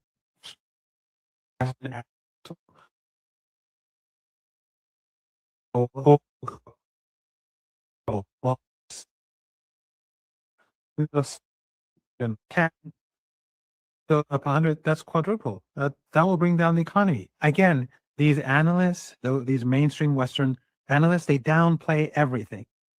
And by downplaying everything, you can't make it go away. You just miscalculate. just like with regards to Iran's military strength, just like with regards to Hezbollah, or Russia, as you pointed out, or China, or Yemen and Ansarullah, or the Iraqi resistance. So any U.S. attack on the mainland or on the islands is going to lead to greater disaster, because you'll have further destruction, much greater destruction, and that means that the oil crisis and the energy crisis and the petrochemical crisis and the fertilizer crisis will be permanent. Well, it seems besides the economic pressure, I very much agree. It would only grow from here on, and it can be intensified as well. But it's often also pointed out that over time, the military benefit will also shift increasingly in Iran's favor. That is, well, simply because Iran can launch very cheap and effective drones, and it has the ability to, up the production of them.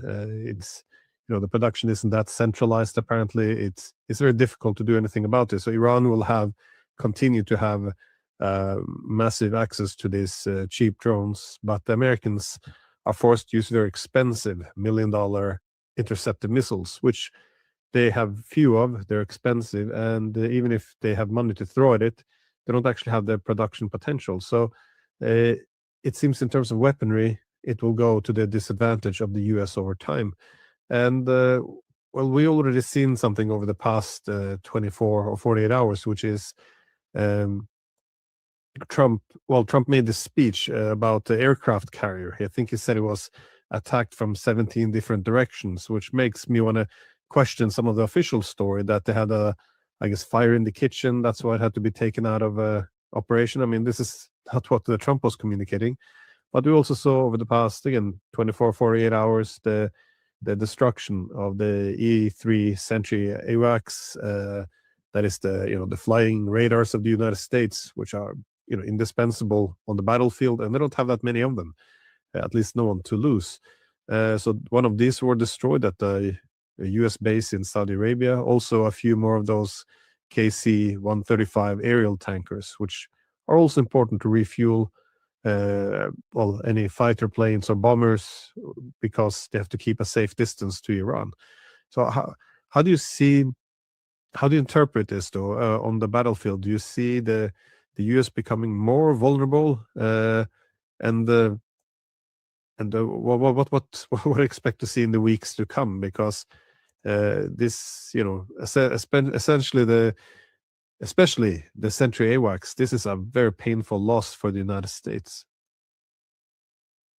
I think taxes are something that makes all of us panic, whether or not you want to admit it. Being able to pass my taxes to a TurboTax expert means...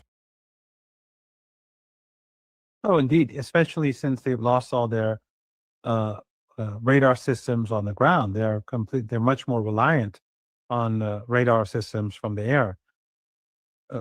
I think really the key issue here, Glenn, is that the Americans and the West, they've miscalculated Iran's missile and drone capabilities, obviously, very badly.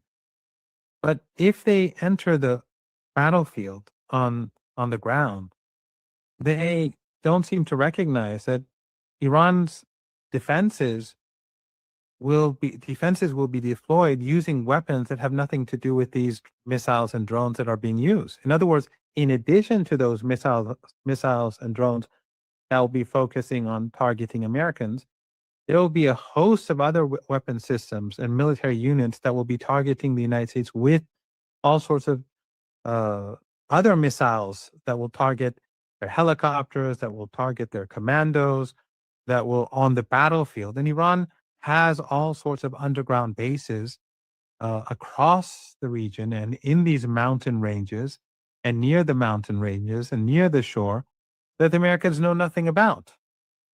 A lot of the underground bases that fire missiles, the long-range missiles and medium-range missiles, they still haven't even been used.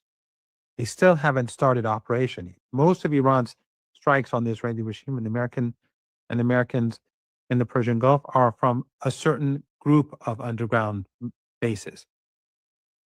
So just as these missiles and drones that are being used exist in many other places that have yet to be, let's say, brought into yet to become operational, the Iranians have planned and they have an elaborate plan for dealing with a ground offensive. And this is not something that they've been thinking about for the last few months. This is something that they've been planning for the last 25 years.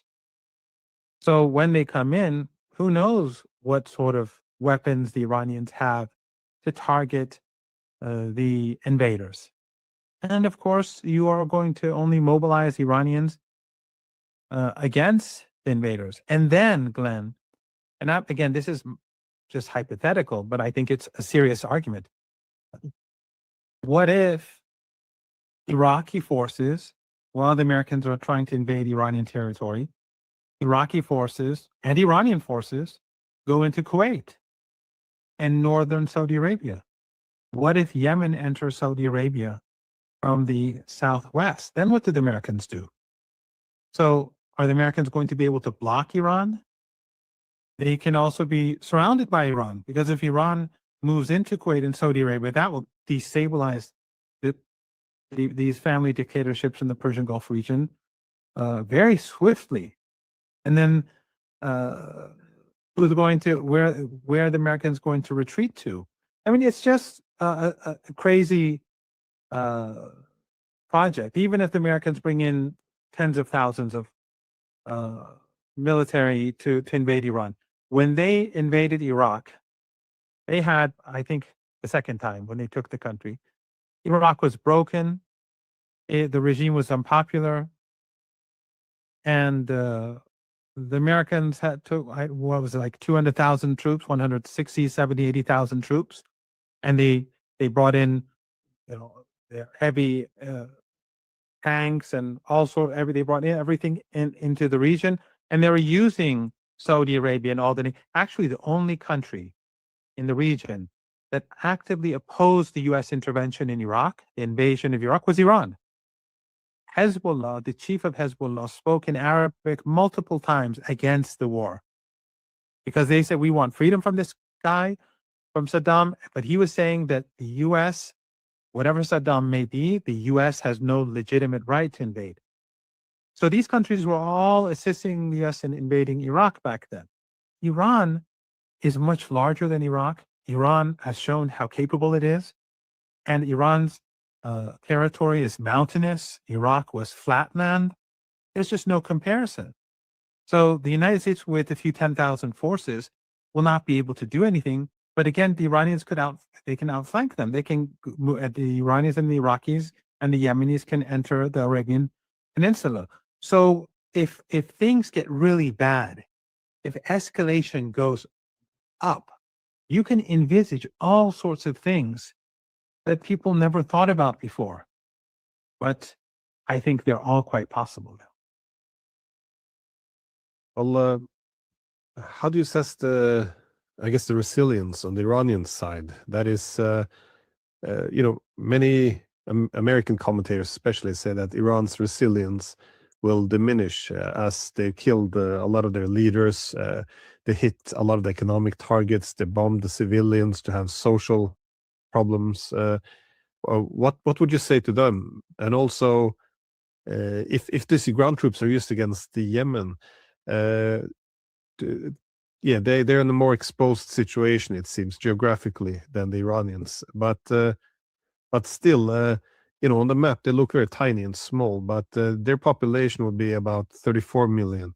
I think in Saudi Arabia they only have about 24. So while it looks very big, it's a lot of desert, and I think like 35-40% of its population are expats. So it's what would be your response to them, suggesting that Yemen would be a vulnerable target and Iran wouldn't have the same resilience anymore? Well, Yemen obviously won its war against the United States. It won the 7-year genocidal war. Now it's much more prepared, and the United States can't focus on Yemen because it has Iraq, Lebanon, and Iran to deal with simultaneously. And Saudi Arabia, they don't fight their own wars. they basically have others do it for them. And now they just don't have the sort of capability that they had before. And Yemen could strike while their oil installations and create chaos in the country and then move in. They're much tougher than the Saudis, and they've shown their resilience. In the case of Iran, Glenn, and one thing that's true about Yemen, Iran, and Iraq, and that goes back to Islam and Shia Islam in particular. General Soleimani had a very famous speech where he said, "We're the nation of martyrdom." When he was threatening Trump. He was saying, "Don't threaten us." In a speech, he told Trump not to threaten us. We are the nation of martyrdom. We're the nation of Imam Hussein. This is, and Imam Hussein is the grandson of the Holy Prophet. His resilience in Iran has a lot to do with Iran's Islamic and Shia identity in particular. This resilience, this resistance comes from there, and that is true about Hezbollah. That's true about Yemen.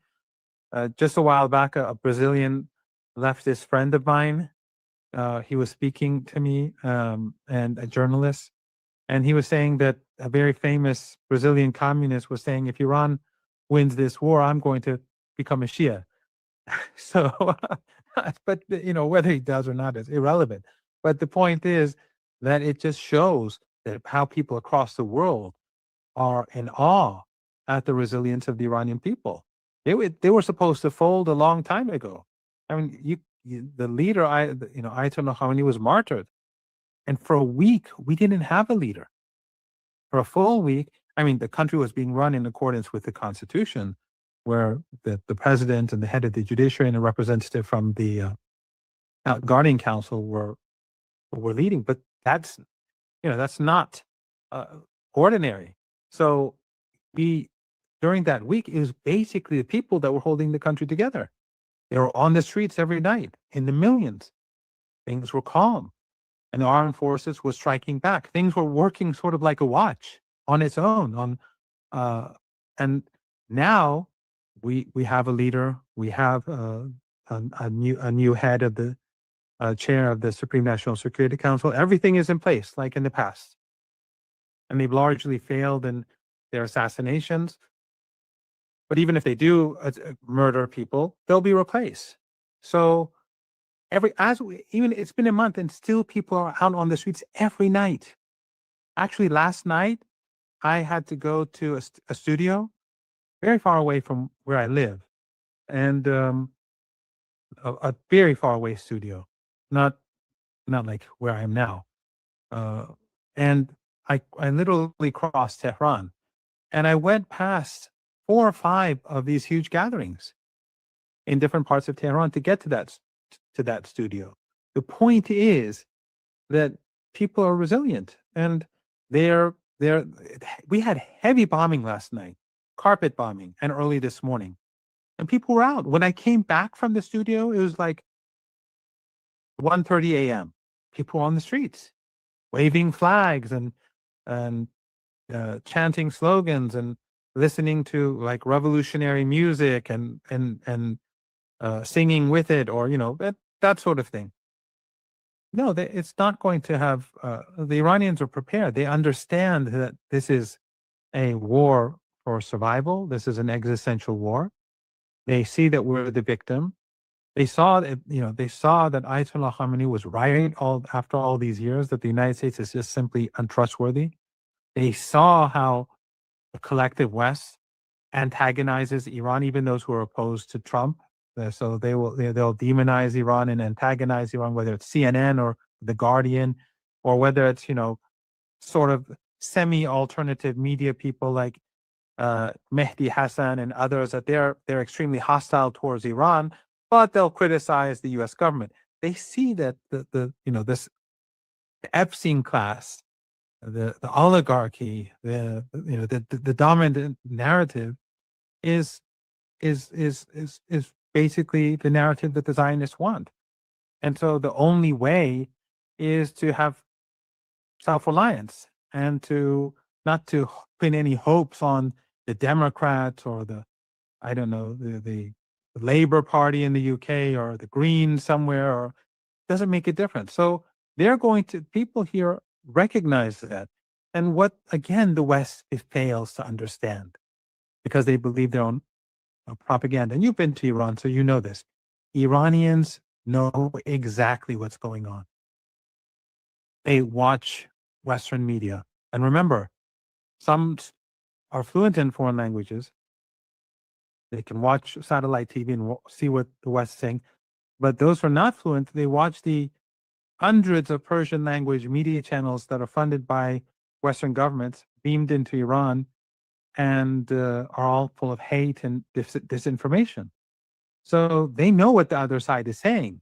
It's not as if it's a closed society.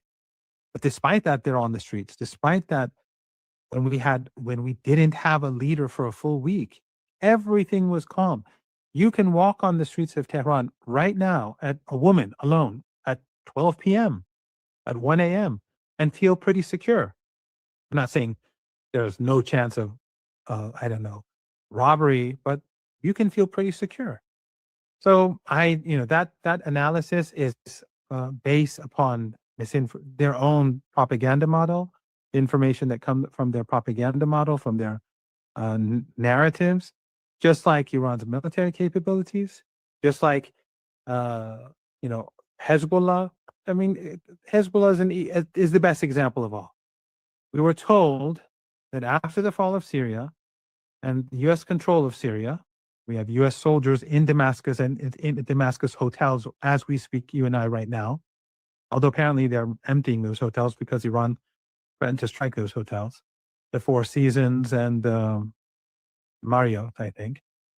But after the United States controlled Syria and through its Takfiri proxies, and after the ceasefire in Lebanon and the Lebanese government under U.S. pressure working against the resistance, everyone in the West and many people in the region were saying that Hezbollah is finished. But now Hezbollah is performing even better than it was before the ceasefire. So these are things that the West simply cannot learn, and they're going to have to again deal with it. I have no doubt that when they invade Iran, there's going to be propaganda from CNN, they'll be saying we're winning, we took this, we took that, we destroyed this place and we destroyed that, and they'll put out footage that most of the footage that they put out, these are decoys. Right now, most of the planes that they were supposedly bombed, these are decoys that Iran has purchased from China. During the last 8-9 months before the war, Iran purchased hundreds of thousands of decoys from China. Or I don't know if it's hundreds, or a huge number of decoys from launchers. And the decoys are very, very good. They even get heat, and so the Americans have no idea what they're dealing with. The Western media for 2 or 3 days will say how successful they are. But I think after a week or so, just like the war itself, it'll become clear that this was all a miscalculation. I guess this goes back to my initial point that this is a key problem when this tendency to not just exaggerate the threat, but also exaggerate the weakness of adversaries, because one often ends up then with the conclusion that, something has to be done because they're an overwhelming threat, but there's also weak. If we just have the will to push a bit, then the whole house of cards will fall apart. And the problem is when it doesn't happen, then you end up in chaos. And just to draw the parallel with the Chinese, when the semiconductor industry didn't collapse after, when the tech industries didn't collapse after removing the access to semiconductors, once Russia didn't collapse, by sending weapons and putting the sanctions on, or Iran, one is left in this strategic vacuum, because this was essentially the only card to play.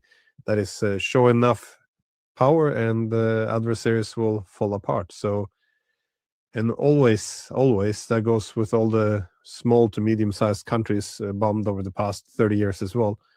When there's no exit strategy, it's shocking that one keeps doing the same thing over and over again. But again, absorbing this mistake, that is the attack on Iran. This is something I don't see how one can recover from this, because this is the closure of Hormuz. I just don't see an end to this war.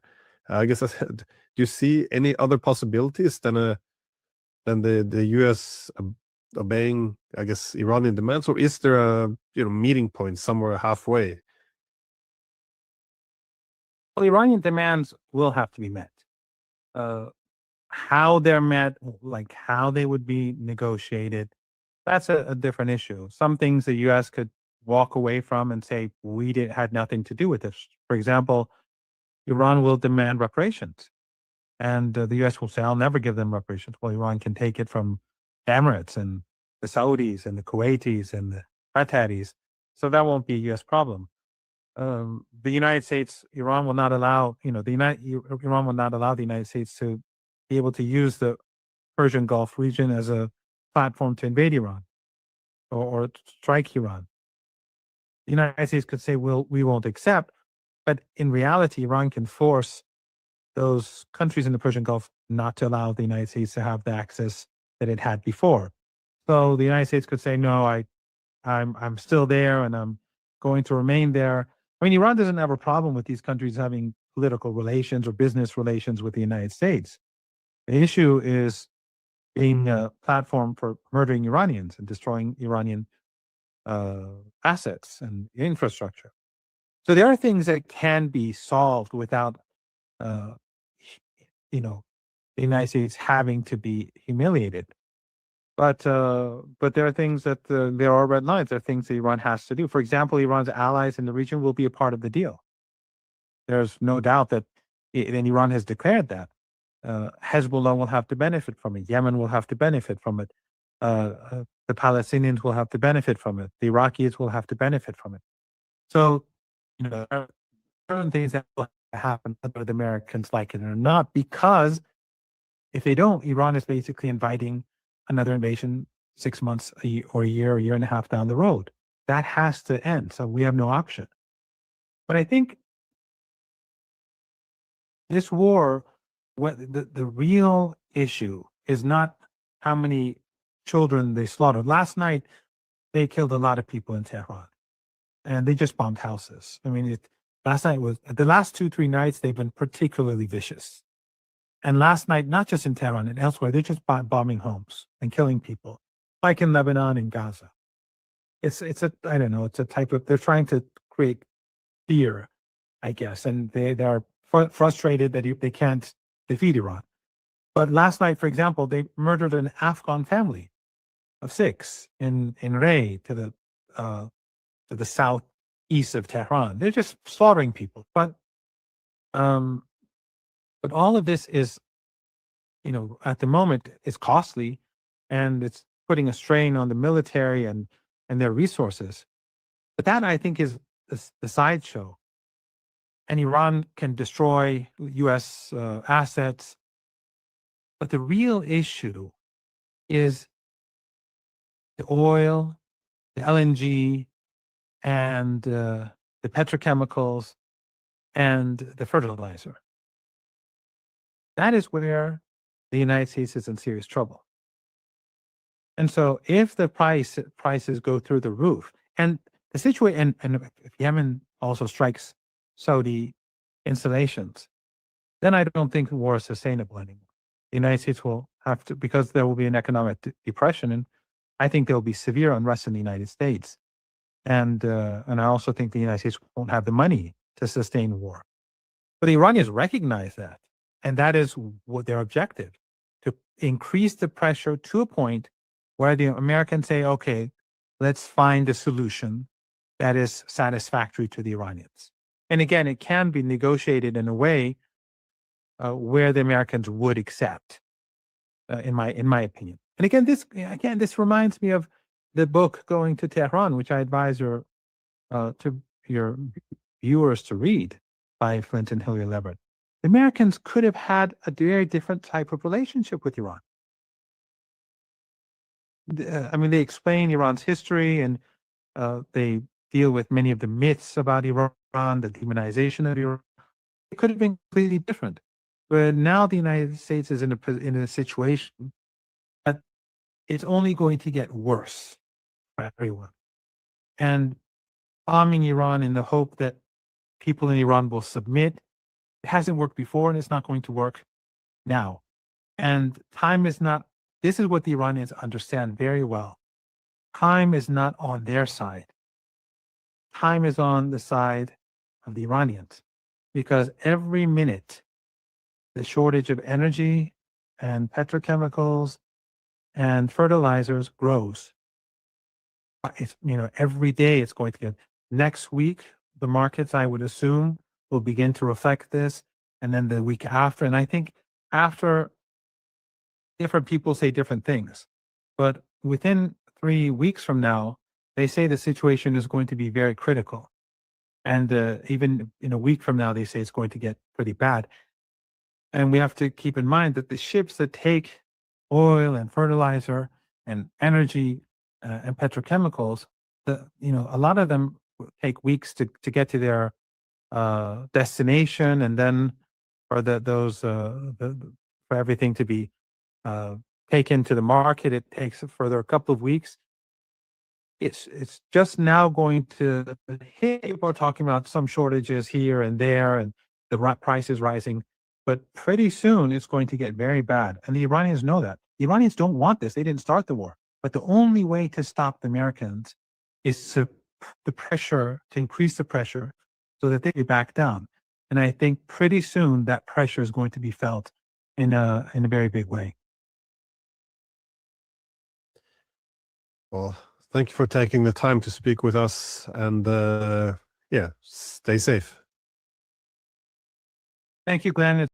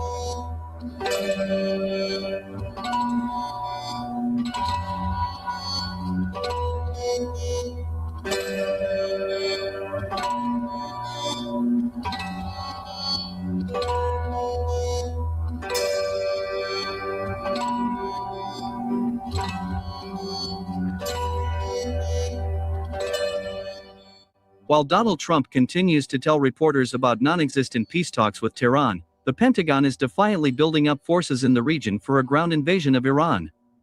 Such actions by U.S. forces are connected not only with preparations for a decisive strike, but also with an attempt to exert psychological pressure on Iran.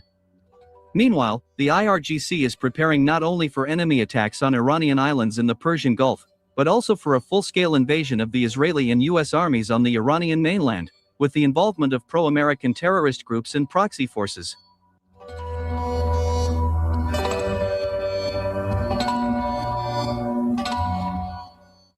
By the way, watching what is happening in the Middle East, it becomes clear that after a month of fighting, Iran has completed the defensive stage of the war, and is trying to launch an attack on all front lines, including on the information battlefield.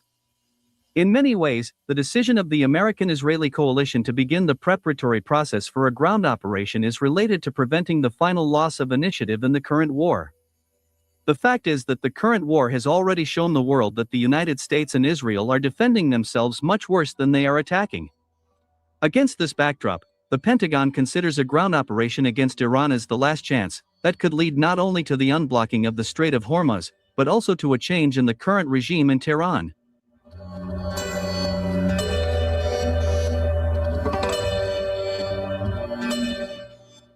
However, unfortunately for the United States and Israel, the massive missile strikes on Iran did not deprive it of its combat potential. At the moment, Iran is not only ready for a ground attack by the enemy coalition, but also for full-scale retaliatory actions along the entire combat contact line. Of course, it is very difficult to give an accurate forecast of exactly how the next adventure of the Trump administration will end. However, the upcoming ground operation against Iran is exactly the option that could allow Tehran to finally defeat its enemies in this war.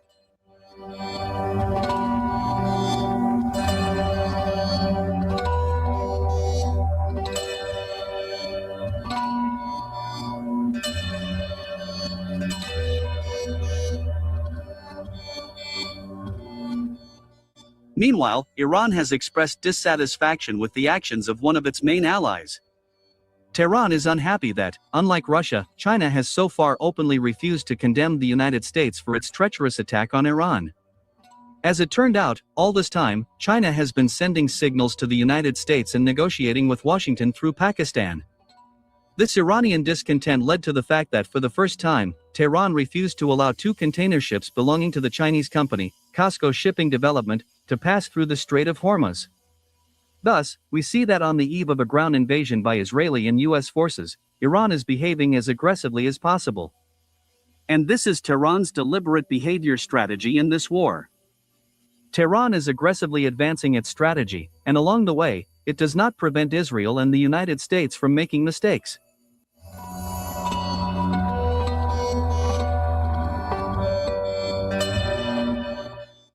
Meanwhile, the chaotic movements of the Israeli and US forces, and their attempts to save the situation by escalating the conflict, indicate that the strategy chosen by Iran is bearing fruit.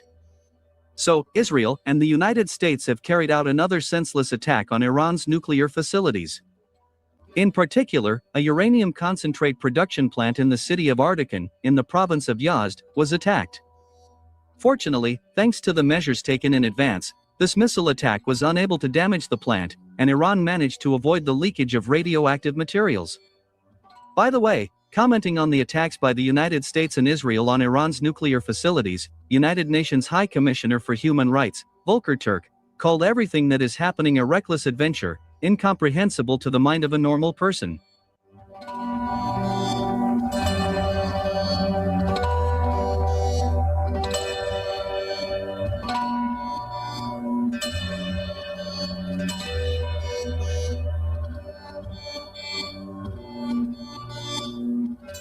It is worth noting that right after that, the American-Israeli coalition attacked steel mills in Khuzestan province, in the southwest of Iran. Against this backdrop, the IRGC warned of retaliatory strikes and called on ordinary workers of steel mills in Saudi Arabia, the United Arab Emirates, Qatar, Bahrain, Kuwait, and Israel, to immediately leave the territory of these industrial facilities. In addition, the Iranian command also called on citizens of the Gulf states to immediately leave the areas where the positions of US forces are located. It is noteworthy that right after that, Iran struck the world's largest aluminum plant in Bahrain. Simultaneously with this, Iranian missiles rained down on Prince Sultan Air Base in Saudi Arabia. It is reliably known that as a result of this missile attack, 2 American KC-135 tanker planes were critically damaged. Furthermore, Middle Eastern sources also reported 5 dead and 12 wounded American soldiers.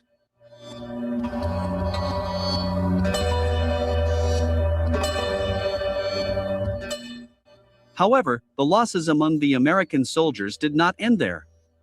So, on March 28, the Iranian command officially announced the destruction of several shelters in Dubai, where American soldiers were hiding. According to the Iranian military, dozens of American servicemen were killed in this missile attack. In addition, the IRGC also confirmed the destruction of the warehouse, along with 21 Ukrainian officers, who arrived in Dubai to assist US forces in the fight against Iranian kamikaze drones. Thus, it became Ukraine's first casualties in the Iranian war. As for Israel, Iranian rockets rained down on Israel's largest solar power plant, Ashalim Power Station, located in the Negev Desert.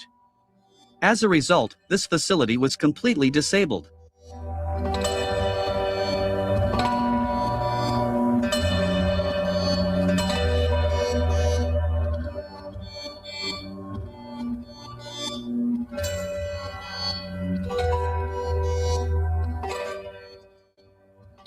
Meanwhile, the amphibious assault ship USS Tripoli, with 3,500 US Marines on board, has arrived in the Middle East for possible participation in a large-scale ground operation against Iran. By the way, commenting on the arrival of the American Marines, the Iranian newspaper Tehran Times warned the United States of severe consequences, choosing the phrase "welcome to hell" for the title of its article. Moreover, the day before, representatives of the Iranian Security Council officially confirmed that pro-Iranian forces had captured several American soldiers in neighboring Iraq. It is reported that these prisoners of war have already been taken to Iran. Additionally, Tehran announced the destruction of a group of American Marines, attempting to covertly infiltrate Karg Island. Iranian television even showed footage of an interrogation of an American Marine who was captured alive. It is noteworthy that the U.S. Central Command has not yet officially confirmed or denied the information about the captured American servicemen. My dear truth seekers, if Iran's statement about the captured American servicemen turns out to be true, it will significantly strengthen Tehran's negotiating position. Nevertheless, it is already obvious that if Trump decides to launch a ground operation against Iran, it will really become a real hell for the American-Israeli coalition.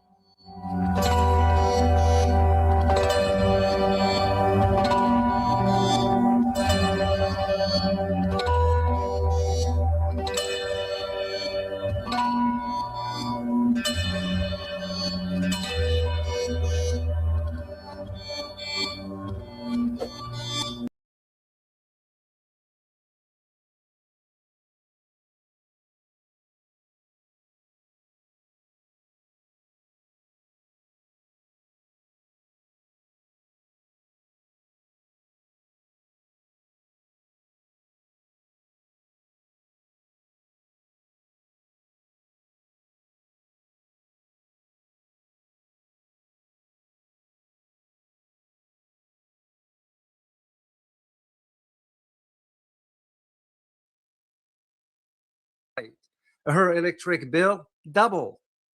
Hello, everyone, and welcome to Geopolitical Trends, where truth matters. While bombs were falling on Iran, Maria, a nurse in Cleveland, Ohio, was rationing her groceries. Gas had jumped to $6 a gallon overnight. Her electric bill doubled, and she had no idea why her whole paycheck suddenly feels like half a paycheck. Nobody told Maria that there was a connection there. Nobody explained to Maria that a war thousands of miles away fought over decisions made in Washington, D.C. boardrooms and congressional offices, not even about American people's interest. It was about to reach into her wallet and squeeze. This is the story of Trump's failed war with Iran, but it's also the story of who pays for wars like this and why they keep happening. Even when most Americans never voted for these wars and never wanted them to begin with. It's a story about West Asia or Middle East conflicts with no clean or clear ending. And it's a story about power, who has it in Washington, who uses it, and who gets left holding the bill. By the end of this video, I am going to ask a question that until recently felt almost impossible to say out loud. Has America been fighting other people's wars and paying for it with its own future? How did we get here to begin with? To understand this war, you have to go back, not just to the last few years, but to decades of decisions that built the trap America is now stuck in. In 2015, former President Obama signed a deal with Iran called the JCPOA. The idea was straightforward. Iran will freeze its nuclear program, and in exchange, the US will ease the economic penalties called sanctions. That those sanctions were strangling Iran's economy. A lot of people supported it, but a lot of people also hated it. And in 2018, Mr. Trump, President Trump, unilaterally pulled the US out of that deal entirely, calling it weak and one-sided. He called his replacement a strategy of maximum pressure, crushing Iran with even harder sanctions and total diplomatic isolation. Then, in January 2020, Trump ordered a drone strike that killed Iran's most powerful military commander at the time, General Qasem Soleimani. Iran didn't fall apart. It fought back, but differently. It sped up its enrichment process. It refused to let international inspectors in. And its network of armed allies across the region, Hezbollah in Lebanon, the Houthis in Yemen, militias in Iraq, became more dangerous and powerful than ever. The war itself, the first wave of attacks hit Iran's most protected nuclear site. US B-2 stealth bombers dropped massive bunker-busting bombs on the underground facility at Fordo and Natanz, places built deep enough that only the biggest bombs on Earth could reach them. And yet, they did not. At the same time, Israeli jets hit additional targets near the city of Isfahan. Militarily, some in Washington and Tel Aviv as well say the opening strikes worked. That was wishful thinking and a lie. The lies started to flow. Iran's nuclear timeline was set back. Key command sites were hit. Iran's air defense systems already quietly degraded by years of cyber attacks, performed worse than expected. But Iran didn't surrender. It activated every card it had. Hezbollah launched the largest rocket attack in its history on northern Israel, firing so many missiles at once that Israel's Iron Dome defense system was overwhelmed in several areas and failed to perform. The Houthis in Yemen, or Ansarullah, will soon enter the war in ways that we never imagined, blockading the Red Sea as they did last year. Armed groups in Iraq unleashed drone strikes and swarms at American bases, targeting also the US embassy in Baghdad. And Iran fired ballistic missiles directly at Israeli cities and at the US air base in the Gulf. Then come the move that shocked the global economy. Iran mined and blockaded the Strait of Hormuz, the narrow stretch of water through which about 20 to 21% of the world oil flows every single day. Global shock markets crashed within hours. And back in Cleveland, remember Maria? Her gas bill went up again, this time even more. The question becomes, what this war cost regular Americans? It's a fair question. Let's talk about something the news network don't want you to know and spend very little time on by design. What this war is doing to ordinary American families. Gas prices are the most visible hit. When the Strait of Hormuz closes, even partially, the global oil supply gets squeezed almost immediately. Within weeks of the conflict starting, the national average for regular gas surpassed $5.50 a gallon. As a matter of fact, in some states, it was well over $6. For a family with the 2 cars and a long commute, that's an extra $400 to $600 a month gone, just like that. But gas is just the beginning. Everything that gets transported by truck gets more expensive. Groceries, medicine, clothing, building materials.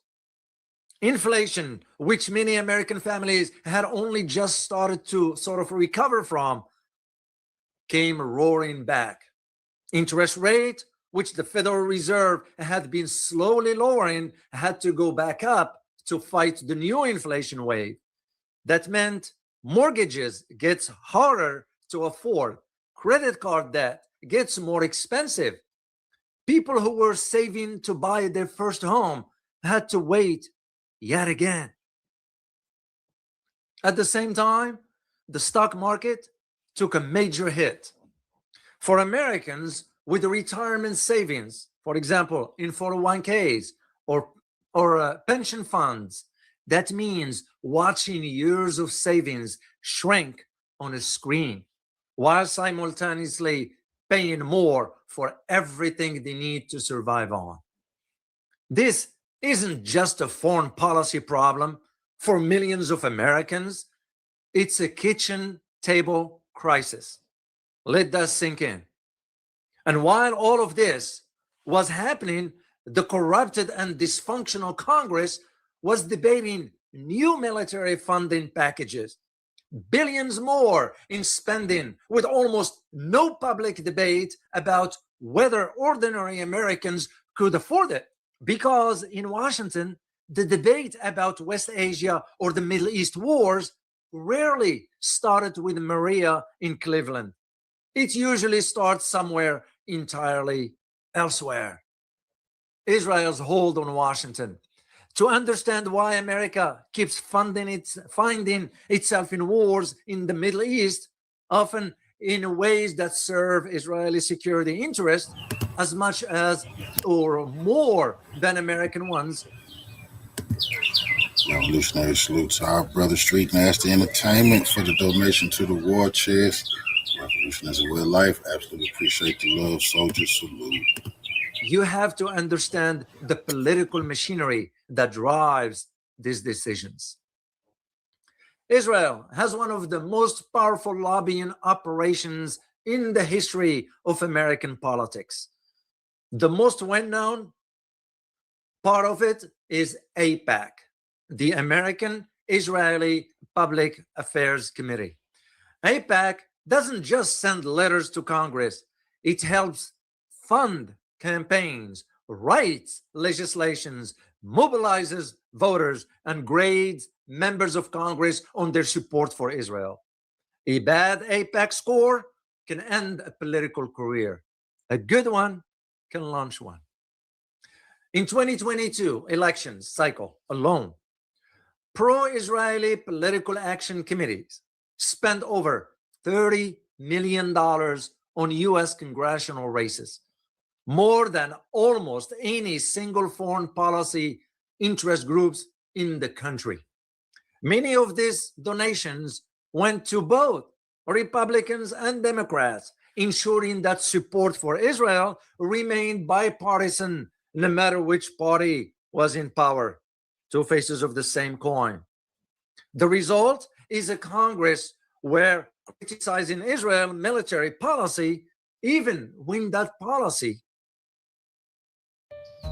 You know, people think I got True Green just to have a PGA Tour quality lawn to practice on.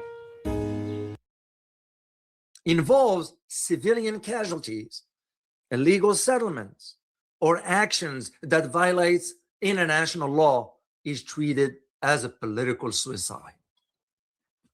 Members of Congress who raise their questions are often accused of being anti-Semitic, stripped of committee assignments, or even worse, targeted with well-funded primary challengers. This is not just about Israel being popular.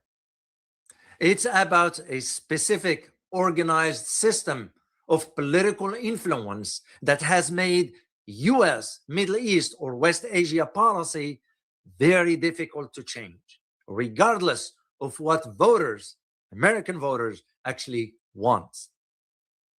And here is why that directly connects to the Iran war.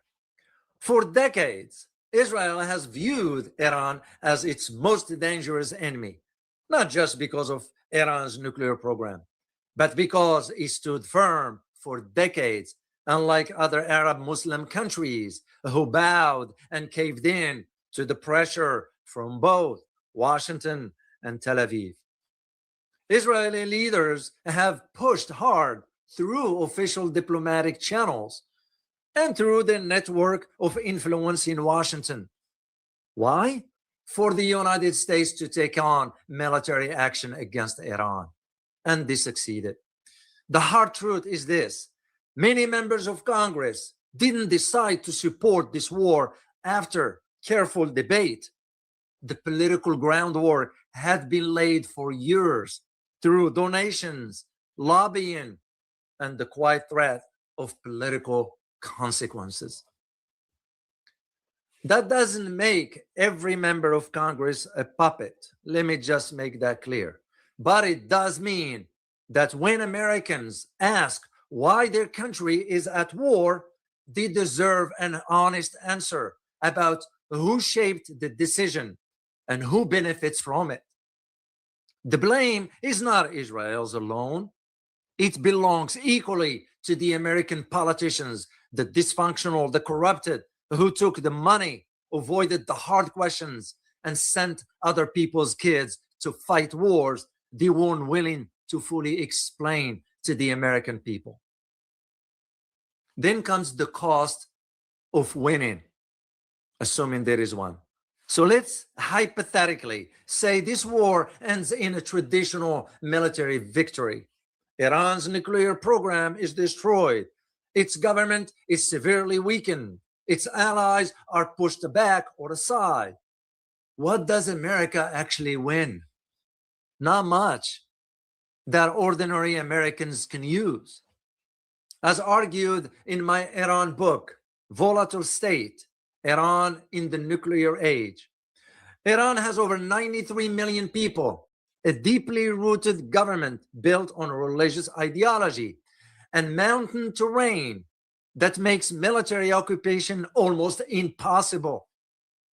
Destroying a government doesn't build a stable country. It builds a failed state. Libya, Afghanistan, Iraq, Syria, and others are a case in point. And make no mistake, hypothetically speaking, a collapsed Iran, which will not happen anyway, creates a power vacuum in the region, in the most volatile region on earth, one that I see Russia and China will rush to fill while America is left paying the bill. A full ground war in Iran will make the Iraq war looks like a small play, a small operation, a child play, if I may add. The Congressional Budget Office has estimated that sustained military operation in the region could cost about $300 billion or more per year. That money comes from somewhere. It comes from domestic programs, education, healthcare, infrastructure, taxpayers, and housing. It comes from the same budget that Maria in Cleveland depends on. This is domestically. And internationally, a military victory that leaves behind a humanitarian disaster hands America's rivals exactly what they want. Proof shown on screens across the developing world that Western military power creates chaos, not stability. Ask Burkina Faso. Ask Vietnam. Then comes the cost of walking away. But here is the brutal other side, the truth about it. Stopping this war early could be even more dangerous than finishing it badly. If the US strikes Iran and then backs down under international pressure without achieving anything decisive, Iran walks away with a powerful lesson. Survive the hit and America will blink. That's not just Iran's lesson. That's every country watching it as we speak.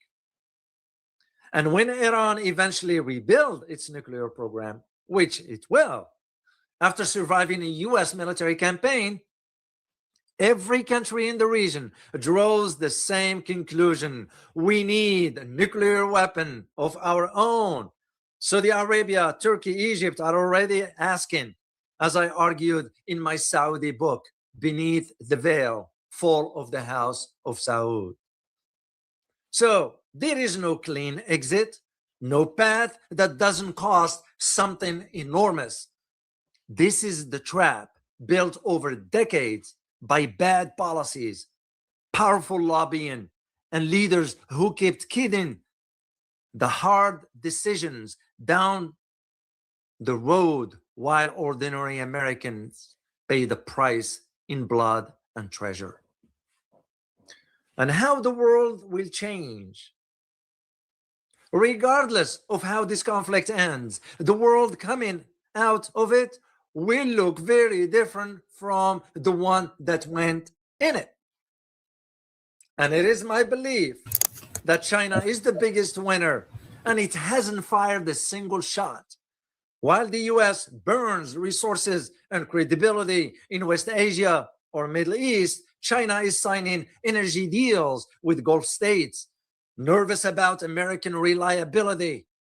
It's positioning itself as the responsible global leader, calling for peace. It's keeping Iran's economy alive through trade. China doesn't need to start a war to come out ahead. It just needs to be patient. And that's exactly what Beijing is doing. Russia gains the same way. Every time America gets pulled into West Asia or Middle East conflict, Russia advances in its own neighborhood, in Ukraine, in Africa, with less resistance and less Western focus. Then comes the Gulf states, like Saudi Arabia, Qatar, Kuwait, United Arab Emirates, which are caught in the middle and finding out that their reliability on America is a fantasy. They need American protections, but they are losing faith in American consistency. Saudi Arabia's growing relationship with China, once dismissed as posturing, is now looking like a real strategic shift away from Washington. People get crashed by the energy shock. Fuel prices spike. Struggling economies gets weaker. And political parties that oppose NATO and American leadership gain voters. The transatlantic alliance gets tested harder than it has in decades. And of course, we can't forget across Africa, Latin America, and Southeast Asia. There is a news story that is spreading over there. America doesn't bring stability, it brings war. Countries that build their foreign policies around American leadership quietly start looking now for alternative. And here is the myth that broke very, very seriously. Think about it this way. For 70 years, America and Israel operated under powerful assumptions that their military strength was so overwhelming, no enemy will seriously challenge it. That assumption kept a kind of order in place, sort of, even if it was unfair and was deeply unfair order for many of the people living under it. But that assumption now is broken. Hezbollah's rockets overwhelmed Israeli Iron Dome. Iranian missiles hit American military bases in the Gulf. Ansarullah Houthis drones from one of the world's poorest nations forced the most powerful navy on earth into defensive posturing in the Red Sea. You all remember last year. Israel's cities are not safe. Its technology, while it's still advanced, is no longer untouchable. And in America, the military ability to force political outcomes through sheer firepower has been exposed as far more limited than most Americans were even told. The era of unchallenged US and Israeli military dominance is over. The world knows it now for a fact. Here is my conclusion for you. Let's bring it back to Maria in Cleveland. She didn't vote on whether to bomb Iran. Nobody asked her. Her senator took campaign money from pro-Israeli PAC, voted for military funding bill, and called it patriotism. Her gas bill is now $200 more a month.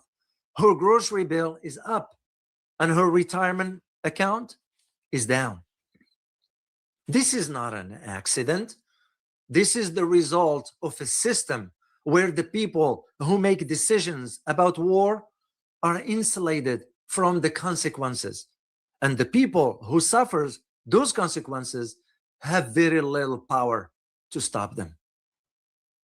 History is full of empires that learned the hard way about the limits of military power. America and Israel are learning that lesson now. The bombs have been dropped. The missiles have flown. The myth of invincibility has cracked. But perhaps the most important crack of all isn't in an air defense system or a military strategy. It's in the story Americans were told about why these wars are fought and who they actually serve. The Iran war didn't begin with the first bomb fell. It began when the first check was written to the first congressional campaign. It began when the first lobbyist walked through the first Capitol Hill door. And it will only end, truly end, when American voters demand that their representatives answer one simple question: who are you working for, us or them? I want to hear from you.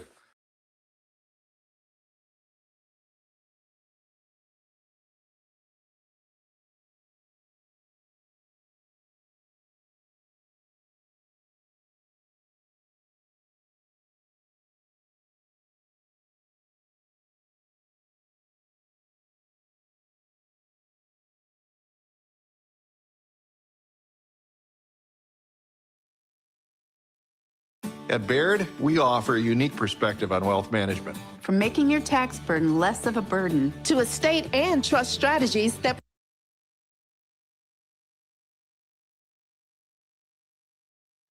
The war that the United States and Israel launched against Iran is having a massive impact on the global economy. Every country on earth is being affected because this US-Israeli war has caused the largest oil shock in history, larger than the oil shocks of 1973 and 1979. The effects are especially pronounced in Asia, which gets the majority of its oil imports from the Persian Gulf. The Philippines has declared a national emergency, and it is now rationing energy because it does not have enough oil due to this war. Japan also imports much of its oil from the Middle East or West Asia, and this is why Tokyo has carried out the largest ever national release of oil from its reserves. Moreover, the 32 member countries of the International Energy Agency, the IEA, unanimously agreed to release 400 million barrels of oil from their emergency reserves. However, this is only a short-term band-aid measure. It's not a long-term solution, and this is why the global price of oil only went down a little bit in response to the news of countries releasing oil from their reserves. And since then, the global oil price has continued rising because as long as this US-Israeli war on Iran continues, there are going to be massive disruptions in the energy market. And given that oil is the most important commodity on earth, and it's used in many other products, and it's used in all aspects of society in order to transport food and other goods, world leaders are now warning this could cause a global recession. The head of the International Energy Agency said it very clearly. He warned that the US-Israeli war on Iran has been a major, major threat to the global economy. And this war is causing not just gasoline prices to go up, but also food prices to go up because so many fertilizers and chemicals used in fertilizers come from the Persian Gulf region. And it's also likely going to lead to higher interest rates, which will lead to increases in mortgage rates and other rates on loans that are taken by average people. So this is going to hurt the poorest people the most. So to make sense of how this war is going to impact the global economy, today we will be speaking with the renowned economist Michael Hudson, who's the author of many books, including Super Imperialism, The Economic Strategy of American empire. And Michael Hudson has been writing articles and doing interviews explaining how this war is going to reshape the world economically and geopolitically. In particular, Michael has argued that this war has meant that multipolar oil markets are now a reality. And this is because Iran is directly challenging the global dominance of the US dollar, and in particular, the petrodollar system. The fact that for decades, the vast majority of oil in the global market was priced and sold in dollars. Iran is now challenging that. In response to this US-Israeli war of aggression, Tehran closed down the Strait of Hormuz, which is the single most important oil transit choke point on Earth. Every day, about 20% of the globally traded oil passes through this narrow strait, or at least 20% of global oil did pass through before the US and Israel started this war. And now Iran is telling countries that if they want to pass through the Strait of Hormuz, they have to agree to sell oil not in US dollars, but rather in China's currency, the yuan, which is why some media outlets are now saying that this Iran war could actually boost China's so-called petro yuan and weaken US dollar dominance. So given the massive geopolitical and economic consequences of this war, I thought Michael Hudson would be the perfect guest. So without further ado, we're going to play some highlights of what Michael said, and then we'll go straight to the interview.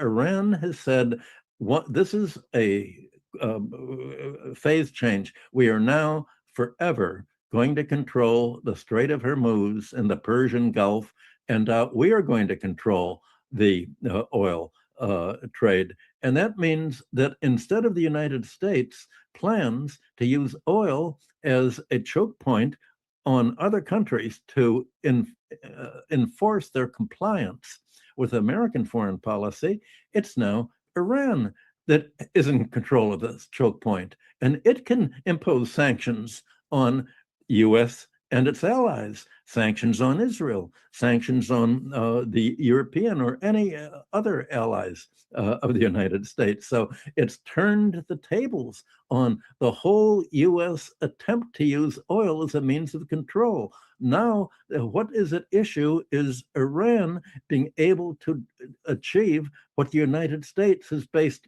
all of its foreign policy on: control of the international revenues from oil exports.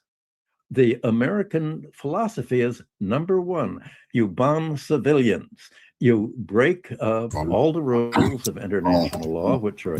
Revolutionary salute to our brother Mike Chuck 3186 for the donation to the war chest. Revolution is a way of life. Absolutely appreciate the love, family. So appreciate the information. I definitely appreciate y'all showing up so I can present this information. Revolution is a way of life. Appreciate the love, soldier salute. Against that, you bomb civilians to demoralize them. And if you concentrate, as Trump did and along with Israel a few weeks ago, you bomb the schools, you bomb the hospitals. That's American policy in foreign countries. It's most visible in the case of Israeli policy in Gaza and now the West Bank as well. And it's the same policy that the United States followed in Iran. Well, the idea was that this would demoralize the population, and the Iranian population would want to get rid of the Ayatollahs and say, we don't want to be bombed anymore. We want to save the children. We want let's make a deal and appoint a leader favorable to the United States so that it'll stop bombing it. Well, this is nonsense from the beginning, but it was the guiding spirit of American foreign policy. Bomb a country, and that will lead to a regime change and a collapse. This is a conflict in Iran to determine what will the shape of the international economy be. Is it going to restore American control of the oil trade and give it the choke point over the international economy that it's looking for, or are we going to be independent of the United States? That's what this war is all about. Michael, it's always a real pleasure. Thanks for joining us today. Now, you've been talking about some of these issues that the world is now discussing due to the war in Iran, especially dollar dominance and the petrodollar system. You've been writing about this for decades, going back to the 1970s. And in fact, the US government has also been planning a potential war on Iran for decades. This is not something new. Now, Donald Trump is the first president who's actually crazy enough to try it. But I remember going back to the George W. Bush administration after the US invaded Iraq, there was a lot of discussion of a potential invasion of Iran. So, Michael, explain to us how you see this war. What is the bigger picture here, and how will this impact the world? Well, you mentioned that it's for the last few years or decades, it's actually gone back half a century. I said already in the mid-1970s, when I was working for the Hudson Institute on contracts with the Treasury and the White House and the Defense Department, I sat in on meetings, and they were discussing all along how ultimately the United States was going to have to take control of all of the Middle Eastern oil, and that entailed conquering Iran. And in the mid-1970s, at one military meeting, for instance, Herman Khan was explaining how probably Baluchistan was the main opportunity to begin carving up Iran into subject ethnic constituencies, and Baluchistan in between Pakistan and Iran was probably the best place to start a separatist movement. There were military plans. My field in the mid-1970s was oil and the balance of payments. I was had that position at Chase Manhattan for many years, and I actually was the only. I was so low on the totem pole, being a technician in my mid-20s, that I was the only person who was allowed to see all of the operating details and statistics of the U.S. oil companies and the major companies, so that I could make a calculation as to the role that oil played in the balance of payments, supporting the dollar. And this was right after the United States was forced off gold in 1971 because of the Vietnam War.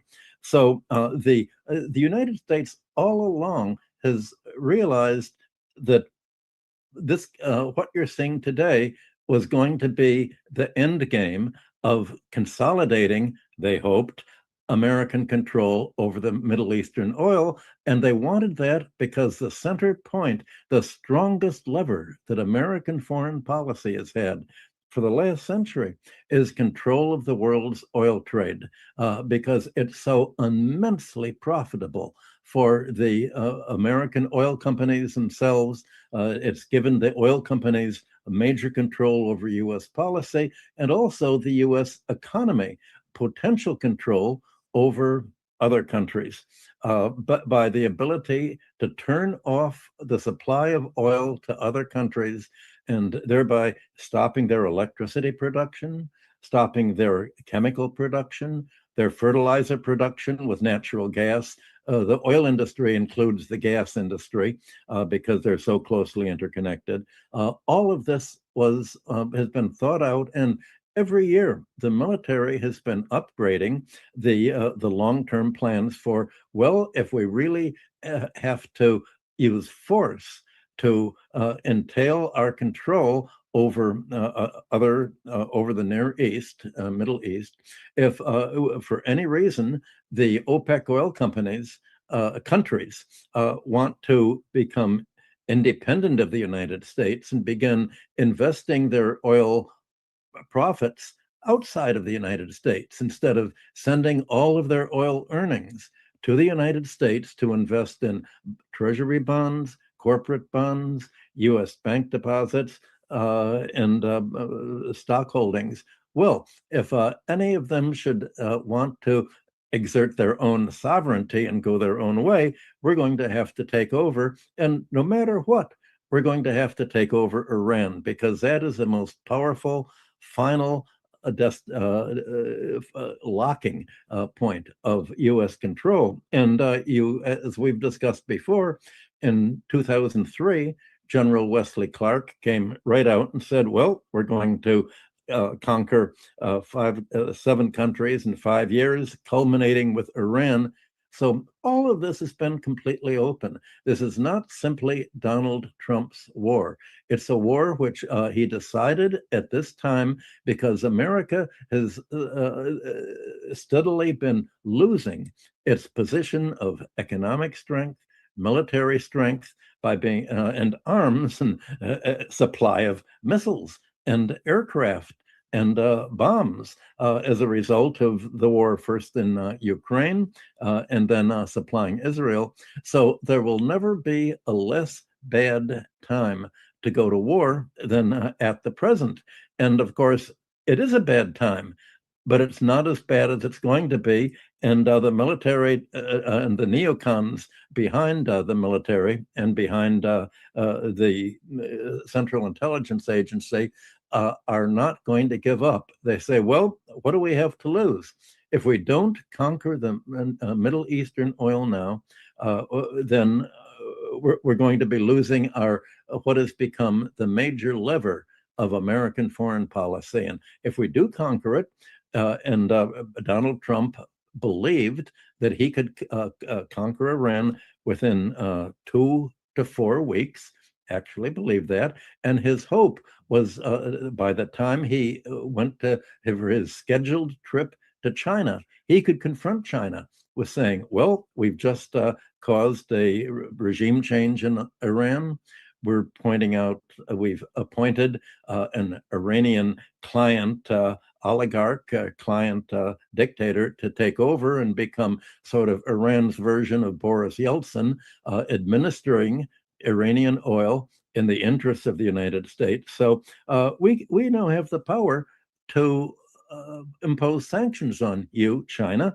We can cut off your oil, but we don't want to do that. If you begin to export the raw materials, the gallium, the tungsten, and all the other things that we need for our military that you've put a export control on, then we will give you the oil. He'd hoped to be able to present China with that victory.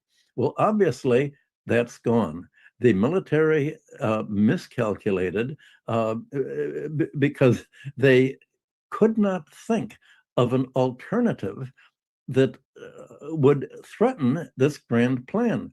Remember, all of the American military attacks for the last, ever since 50 years, ever since Vietnam, all of the US wars that it had from Vietnam, Iraq, Afghanistan, Syria, Venezuela, it's always been the United States and its allies, the coalition of the willing, against single countries.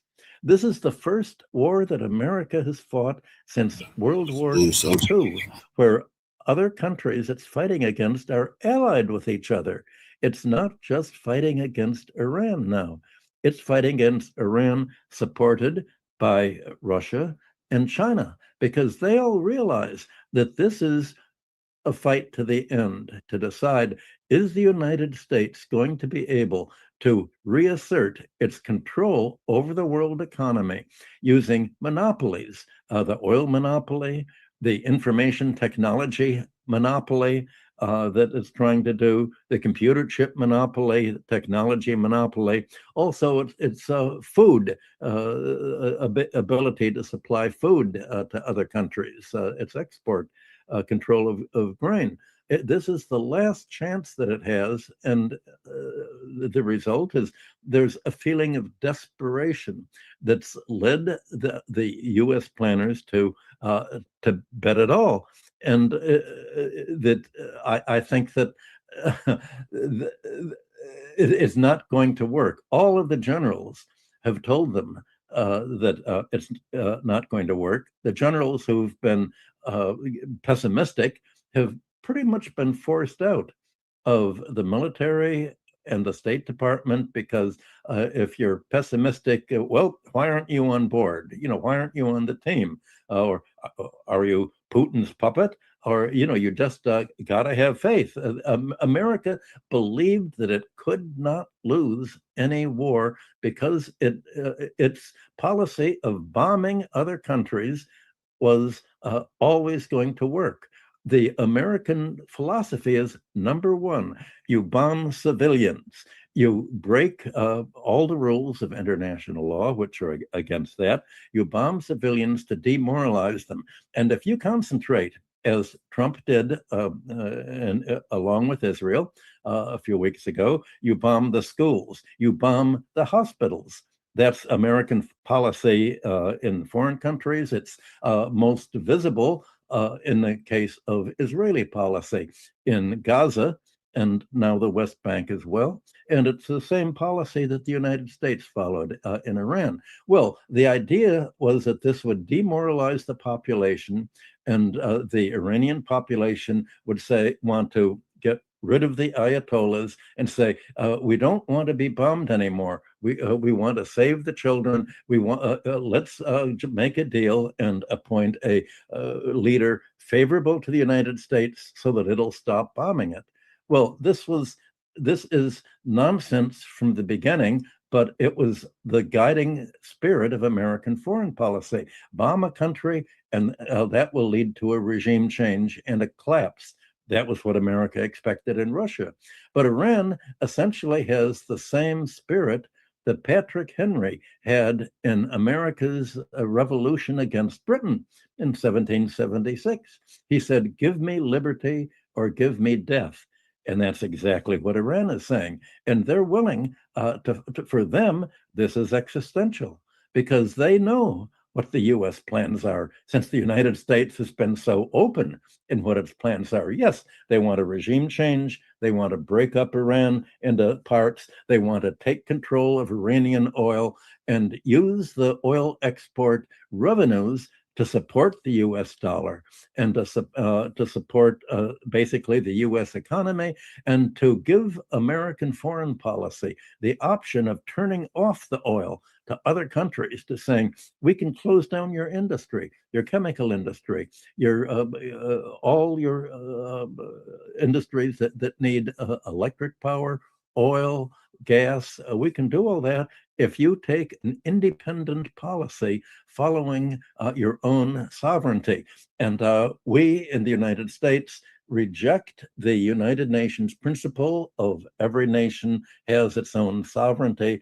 This is the basic principle of Western civilization for the last half century, the basic principle of the United Nations Charter. All of that is being rejected by the United States. And what it's done is galvanize other countries to recognize that, well, yes, this really is the final conflict. This is a conflict in Iran to determine what will the shape of the international economy be.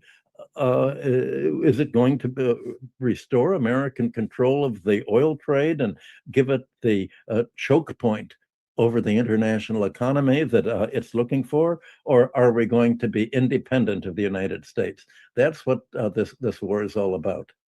Very well said, Michael. You raised so many important points there. It's hard to know where to start. I wanted to just make a brief comment about this idea that the U.S. has been preparing for war in Iran for decades, and as you said, was waiting for the least worst moment. And I think this is absolutely right, because there also were two major developments in the past 2 years that led to this war in Iran. One was the overthrow of the Syrian government, which goes back to 2011, the beginning of the regime change war that ultimately succeeded in the end of 2024, which was a major step toward war in Iran. And then also, Israel killed the leadership of the Lebanese resistance, which basically they thought at least would remove Lebanon from the equation. So by removing Lebanon and Syria, at least they thought they removed Lebanon, then the US and Israel could attack Iran by isolating Iran from its allies. Now, we have seen that there has still been some resistance in Lebanon, although Israel has invaded Lebanon and is trying to colonize the south. But Anyway, I want to talk more about this issue of the dollar system. I think this is so critical to understand this war. You talked about how the U.S. wants to use control of the global oil market in order to undergird the dollar. You know, the petrodollar system really goes back to 1974 when the Richard Nixon administration, after delinking the dollar from gold, made an agreement with Saudi Arabia, which at that time was the leading oil producer in the world, to make sure that oil was traded in the dollar, which ensures global demand for the dollar. It seems that Iran clearly understands the importance of this for U.S. hegemony, the importance of the dollar system and the petrodollar, because Iran has targeted it directly. Iran closed down the Strait of Hormuz and is demanding that countries that pass through trade oil in yuan. Also, there have been reports that the Iranian military is targeting not only U.S. military bases in the region, but also the offices of major U.S. corporations, including U.S. financial institutions and big tech companies, which have been building big AI data centers in places like the UAE. So I think Iran understands how critical the economic element is to this war. Do you want to talk more about that? Yes. The United States plans to militarily control the Middle East were based not on its own fighting, because the United States had been exhausted by the Vietnam War. Remember, in the mid-1970s, it has had two client armies fighting in the Middle East. First of all, Israel is a client army. Already in the early 1970s, a deal was made, and Herman Kahn at the Hudson Institute played a big role in this. A deal was made with Senator Scoop Jackson, one of the leading pro-military senators in America, that if he would agree to use Israel as America's proxy army. And this was famously spelled out by Joe Biden. When he was a senator, Biden gave a speech in which he said, Israel is the best investment we make. Were there not an Israel, the United States of America would have to invent an Israel to protect her interest in the region. The United States would have to go out and invent an Israel. I've often said, Mr. President, if there were not an Israel, we'd have to invent one. Long said, if Israel didn't exist, we'd have to invent it. Yes, this was very open at the time. Well, what has forced the hand of the military in Israel is Israel's attack on Gaza. And the fight back from Lebanon, the civil war of resistance that has spread throughout the Middle East, and the worldwide criticism that you've seen from the United Nations and the International Criminal Court. So all of this forced the hands of, well, are we going to have a takeover? Israel now is trying to take over Lebanon. I guess the Israelis are going to need somewhere to move if Iran is successful in just sort of destroying the economic foundations of the Israeli state. This is the military setting for all of this, and it's the financial setting.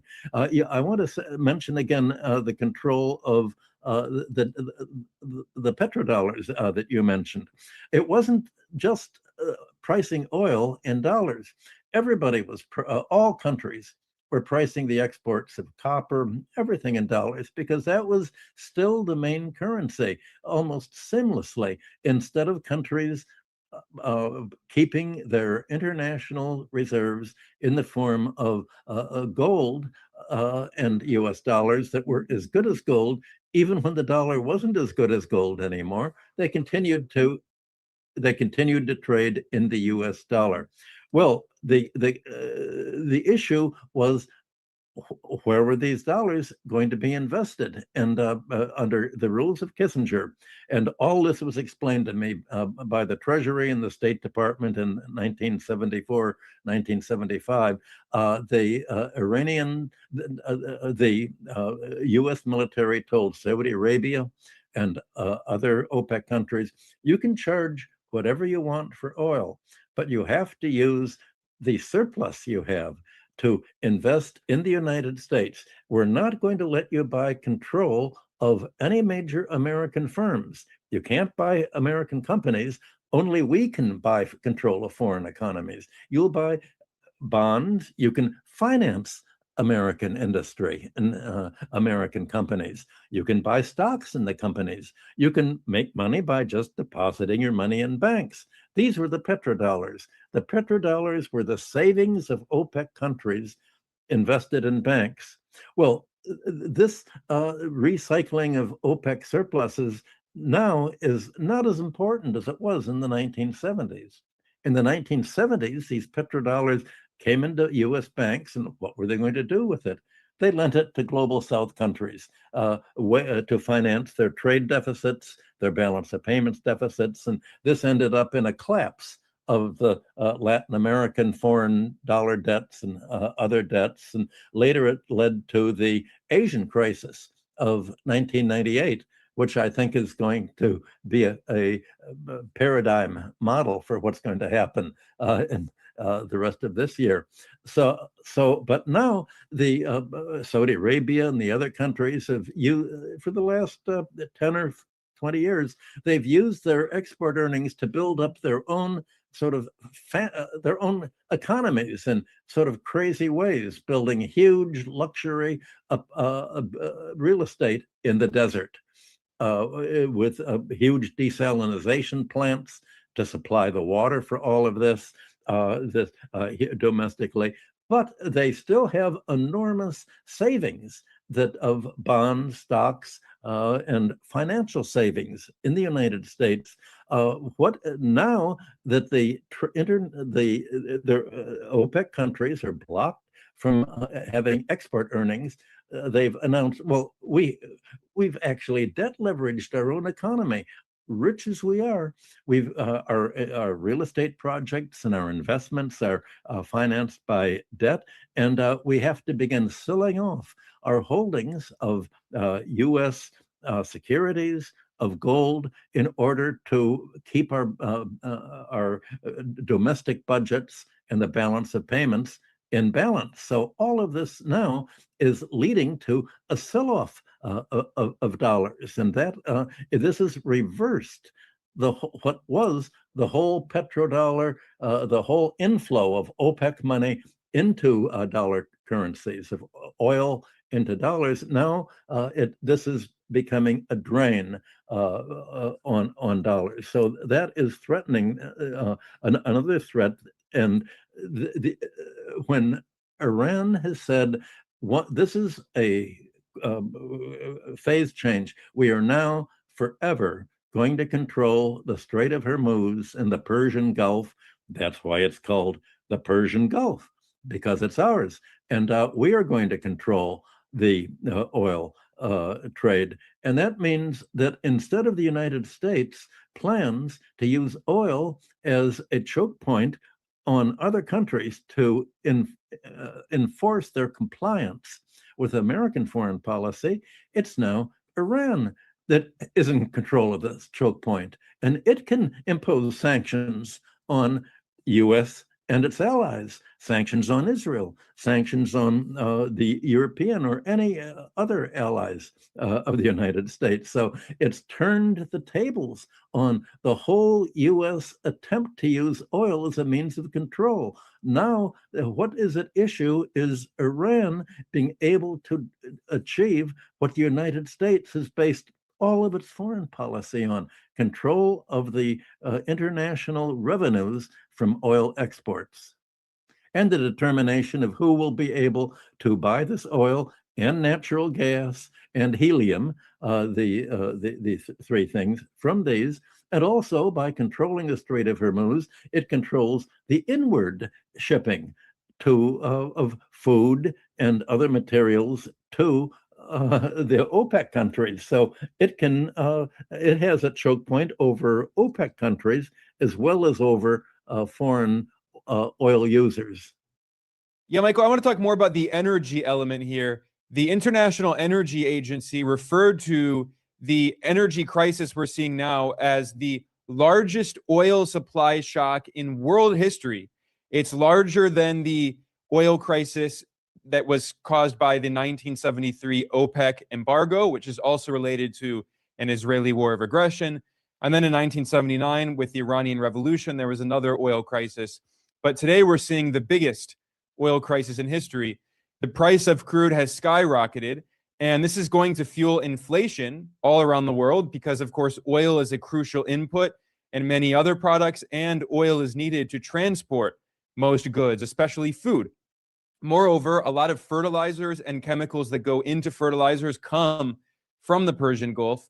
So this could likely create a food crisis, which is especially going to hurt the global south.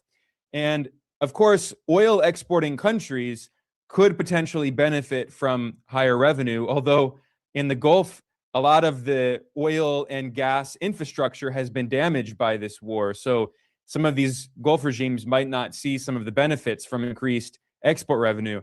But the majority of global south countries import oil, energy, and other commodities. And as the price of those commodities increases, it's going to also be a significant drag on their economies. It's likely going to lead to current account deficits. And that means that in the global south, a lot of their currencies are going to start falling against the dollar, which will likely lead to capital outflows, the so-called hot money, as foreign investors, they just sell all of their holdings in emerging markets. And so we could see currency crises, economic crises, energy crises, food crises.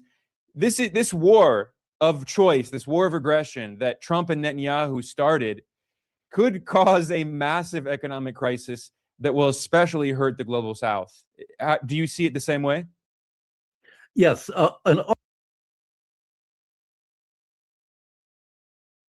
Taxes was chasing updates. Now Taxes is a TurboTax expert. Yes, and all of this was anticipated. First, if you want to see a paradigm, a model of what will happen, look at what happened to German industry after the United States imposed sanctions and Europe imposed sanctions on buying Russian gas and oil. The German industry collapsed, and Europe and Germany are now suffering a depression. We're in for a Great Depression, and what happened in Germany and destroyed its economy, led its chemical industry to close. Oil is not only for energy, oil is for chemistry, as you pointed out. It's glass-making industry and fertilizer. Well, fertilizer especially right now is important because it's made out of natural gas. And when Iran bombed Qatar, Qatar was the major exporter of liquefied natural gas. And natural gas is what was providing fertilizer to other countries, especially to America's allies, Japan, Korea, Philippines. They're all in a crisis. And helium was along with the natural gas. The fact that helium now is not available to, let's say, the Taiwan and its semiconductor industry and electricity. The oil is not available to Taiwan. How is Taiwan going to make the semiconductors that are supposed to be the key to America's information technology control, to all of the computer chips? Monopolies that it had hoped to have. So this is far-reaching. Also, we're about to begin in the Northern Hemisphere, entering the planting season. And the planting season requires fertilizer. Well, already the price of fertilizer made out of gas largely is rising in the United States. That's putting a squeeze on farms. And the farmers in America are claiming, what I'm sure farmers all over Europe and the global South countries are experiencing, we cannot make a profit selling our crops at today's prices if we have to pay so much for fertilizer and farm equipment that Trump has imposed tariffs on, that we lose money by producing crops. So what are they going to do? This is causing an agricultural crisis, and obviously the countries that are going to be left out most of all are the countries that can least afford to pay the higher prices for fertilizer, gas, and oil. And these are the global South countries. Because in addition to having to pay for oil and gas and its products, they have to pay their foreign dollar debts are falling due. Something has to give. There's going to be financial defaults. Other countries are going to say, what are we going to do? Are we going to do what Europe has done and saying, well, there's a debt, our budget crisis, our prices are going up for oil. We've got to subsidize the homeowners so they can heat their apartments with gas or with oil. We've got, our labor is already living on the brink, running up, increasing debts.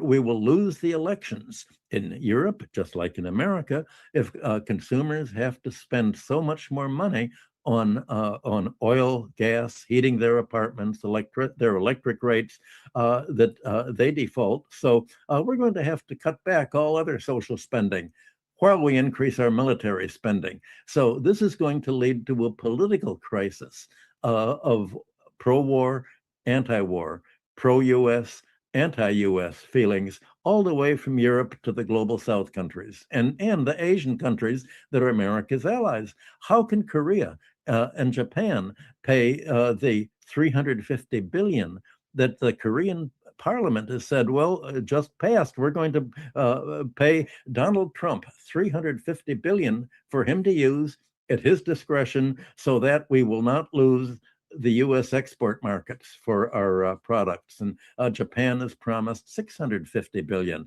How can they possibly do this if they don't have the gas and oil that they need to make the exports to the United States? Somebody there must be thinking, well, we don't. If we don't have oil and gas, we're not going to have export to the United States, so we don't have to give the United States the $350 billion from Korea and $650 billion from Japan. All these deals that Trump has made will be unwinding. Well, Michael, I think that's a perfect note to end on. Thank you for joining me. Unfortunately, it looks like this war is going to continue, but I'm sure I'll bring you back soon to talk more about the global implications of this conflict. Thanks a lot. I look forward to it. Thanks for having me. Not sure if you saw the news, but Fox News is claiming President Trump is declining in the polls. President Trump responded and says Fox News polls can't be trusted. Now, Newsmax is conducting its own poll.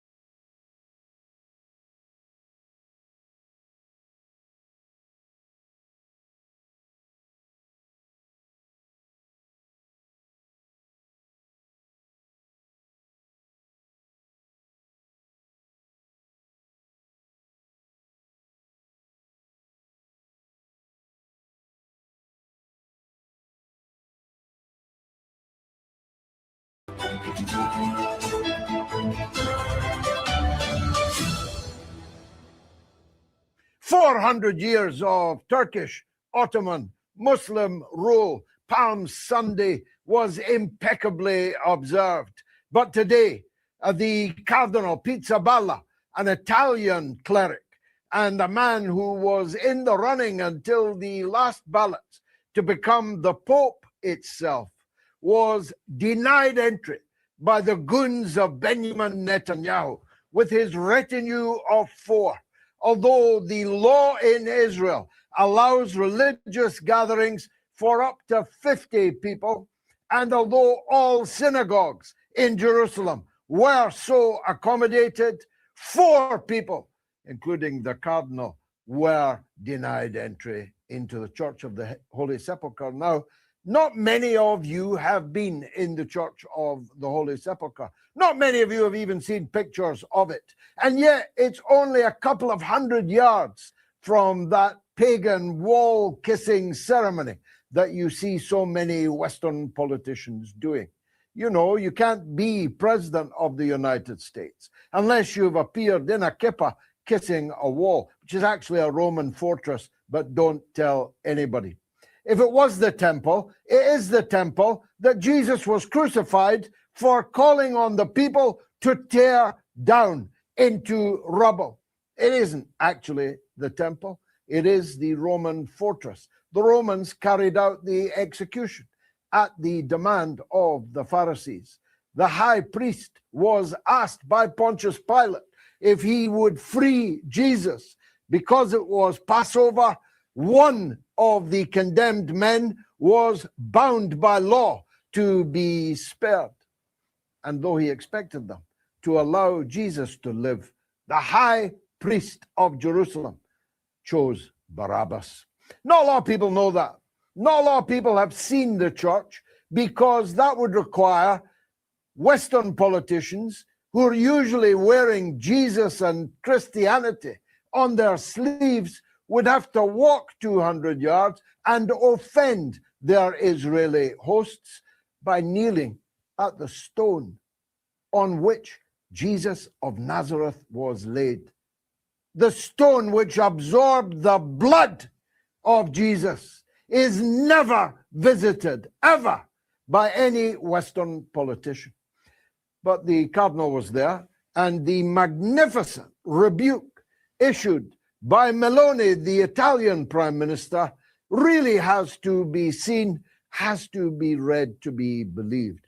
Totally, utterly magnificent, and I've never said that about Signora Meloni before. Sanchez of Spain, even little Macron of France have denounced this atrocity against Jesus, against the Christian faith, against the hierarchy and the faithful who were denied their rights in Jerusalem today. But nothing so far from Donald Trump or Mike Johnson, who has instead been posting asinine admonitions to the Christians that this is Palm Sunday, don't you know?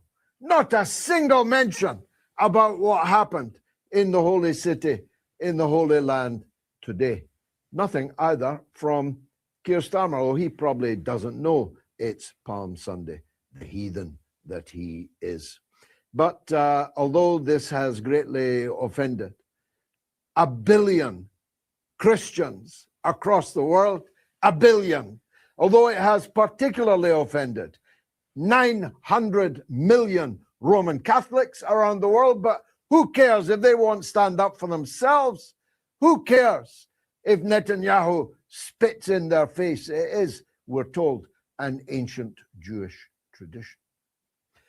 But everybody's going to care if the 3,500 US Marine Corps sets foot on Iranian soil in the next hours, as is widely expected they will do. I'm so old, I've got to remind you that the American ground war in Vietnam began with precisely that number and precisely that regiment. 3,500 US Marines landed in Da Nang in 1965, and they were still there until they were chased off the rooftop, with 58,000 dead Americans, with hundreds of thousands of wounded and maimed Americans, with hundreds of thousands more mentally disturbed for the rest of their life, and more American personnel that served in Vietnam subsequently committed suicide than were killed in the actual combat. The 3,500 are the gallant 600 of the Charge of the Light Brigade at Balaclava, and they will not fare any better. If they land on Karg, though I actually think that's probably an illusion, which is being spun as a diversion to the Iranian defenders, Karg Island will sink below the water, and everyone standing on it will sink with it.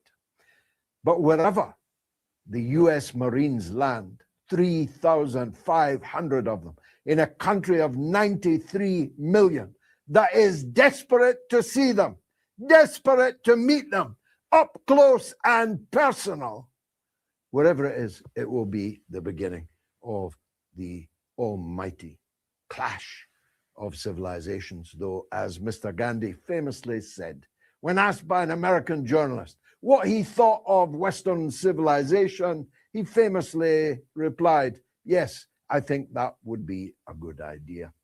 But the ancient Persian civilization, and now in confluence, tens of millions of devoutly religious observers who are enthralled to the concept of martyrdom, whose entire religion is based on the martyrdom of Imam Hussein, are definitely very keen to meet these 3,500 US Marines. So if your son, your husband, your lover is a member of the US Marine Corps, you better pray extra hard tonight on this Palm Sunday.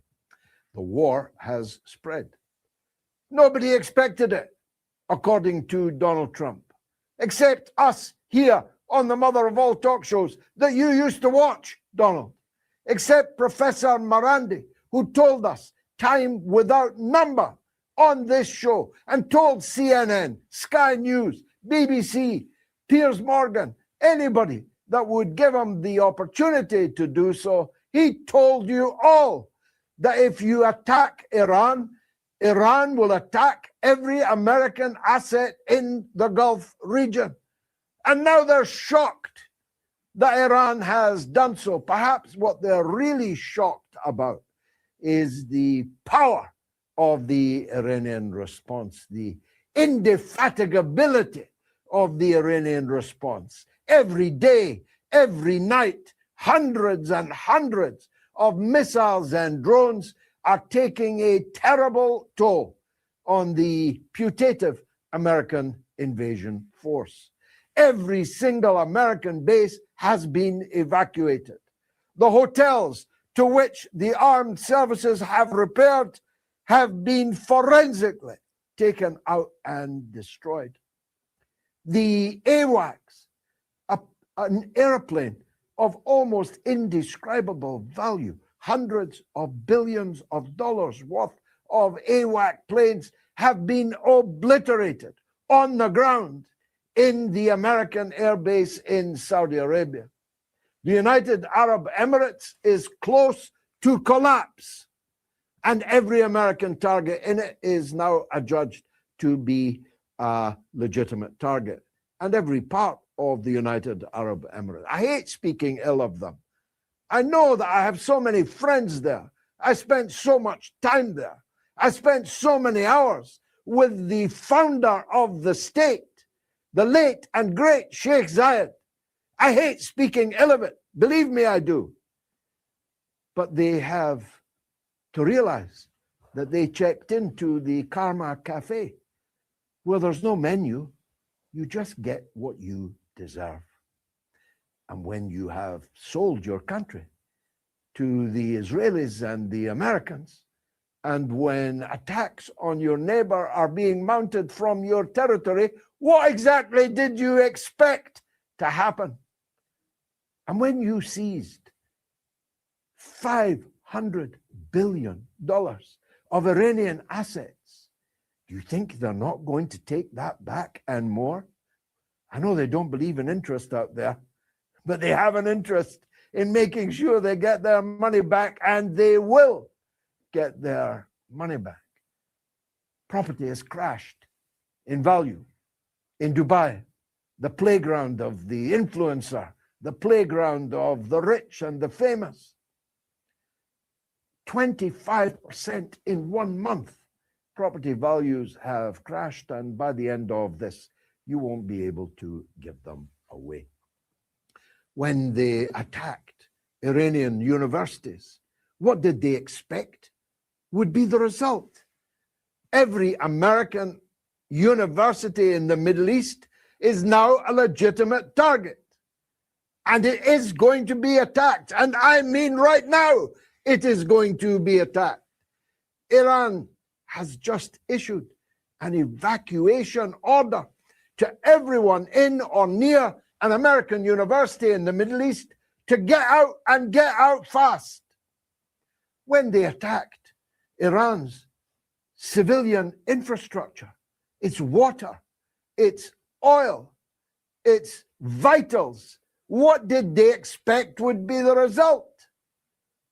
Iran is now, and now will, to an increasing degree, retaliate. Who wouldn't? If somebody bombed your water works, you'd bomb theirs if you can, and boy, Iran can. The astounding success rate of the Iranian bombardment of the Zionist state of Israel is reducing the country to fear and panic. At least 1 million, maybe 2 million Israelis have left the country, and many of them will never come back.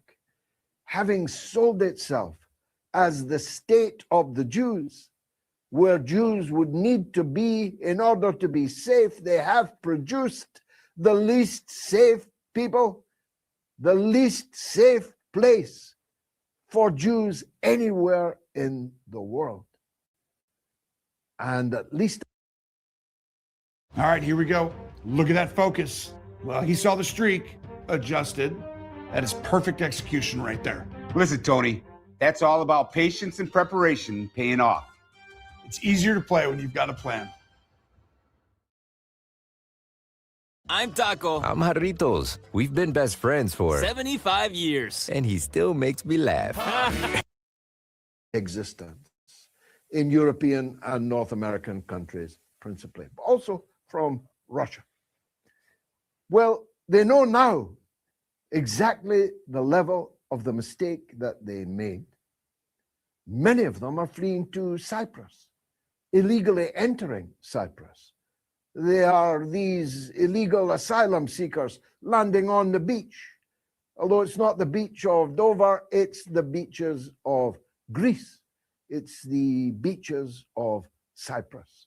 They're trying to buy Greek islands to make little Israels there. More fool the Greek government, more fool the Cypriot government, if they allow the export of this total crisis that exists in the world to their sovereign territory. Not that all of it is sovereign territory. 1 million people were out on the streets of Istanbul today, demanding the closure of the American NATO bases in Turkey, from which missions to kill Iranian schoolgirls are being regularly launched. What do you expect Muslims in Turkey to feel when a strutting Okinawa-style American occupation of a part of their country is being used to bomb other Muslims, women, girls, little boys, old men? What do you expect to happen? And so the crisis in NATO, already at critical point, has just multiplied on a different front altogether. NATO is in one hell of a mess. The NATO leaders and Donald Trump are trading insults, the likes of which have never been seen or heard before. Trump gave a speech in Miami which may mark a seminal point in the cognitive decline and degeneration of an American president, coming right on the back of a president that shit his pants in front of the late Pope Francis. May God be pleased with him.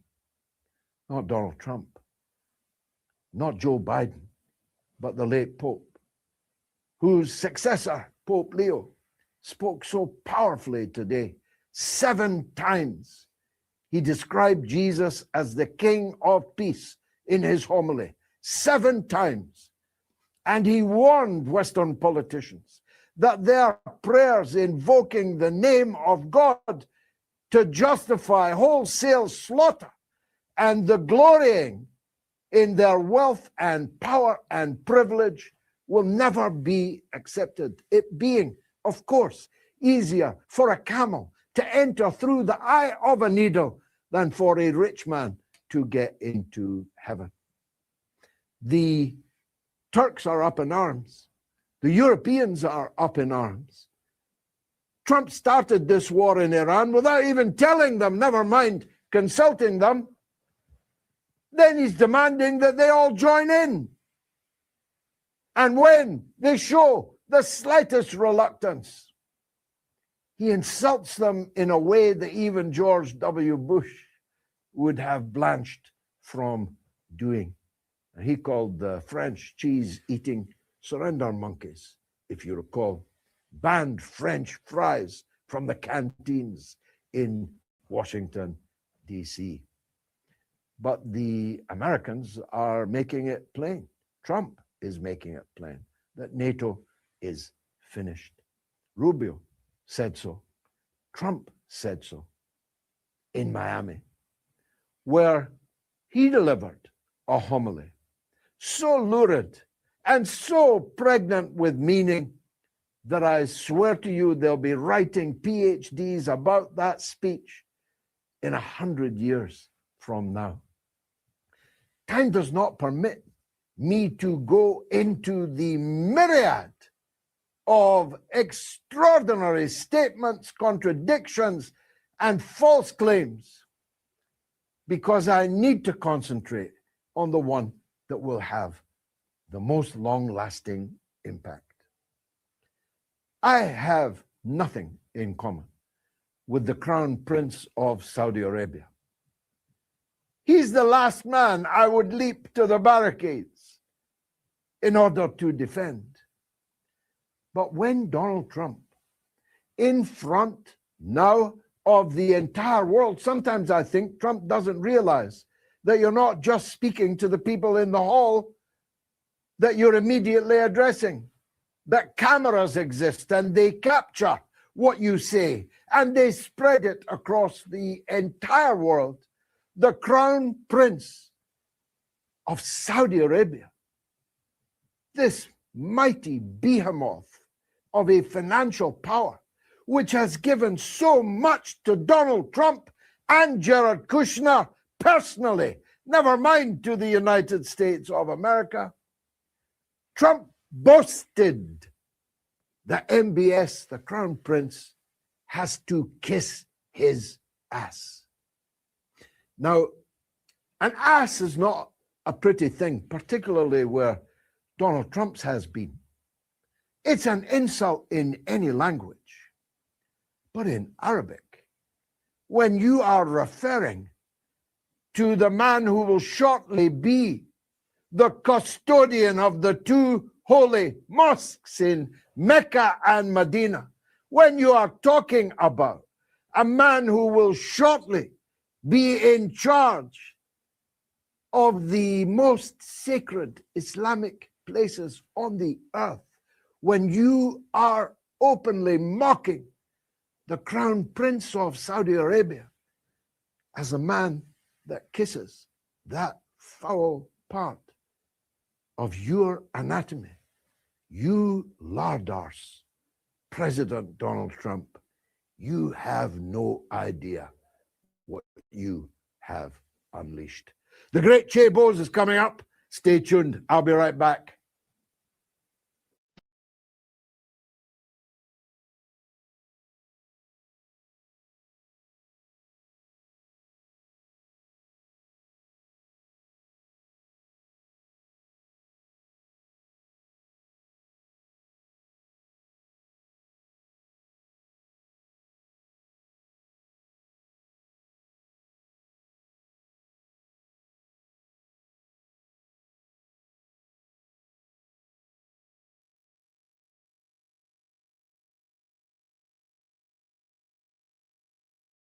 The United States plunged itself into a war against Iran that I had been warning for months ahead of time it could not win.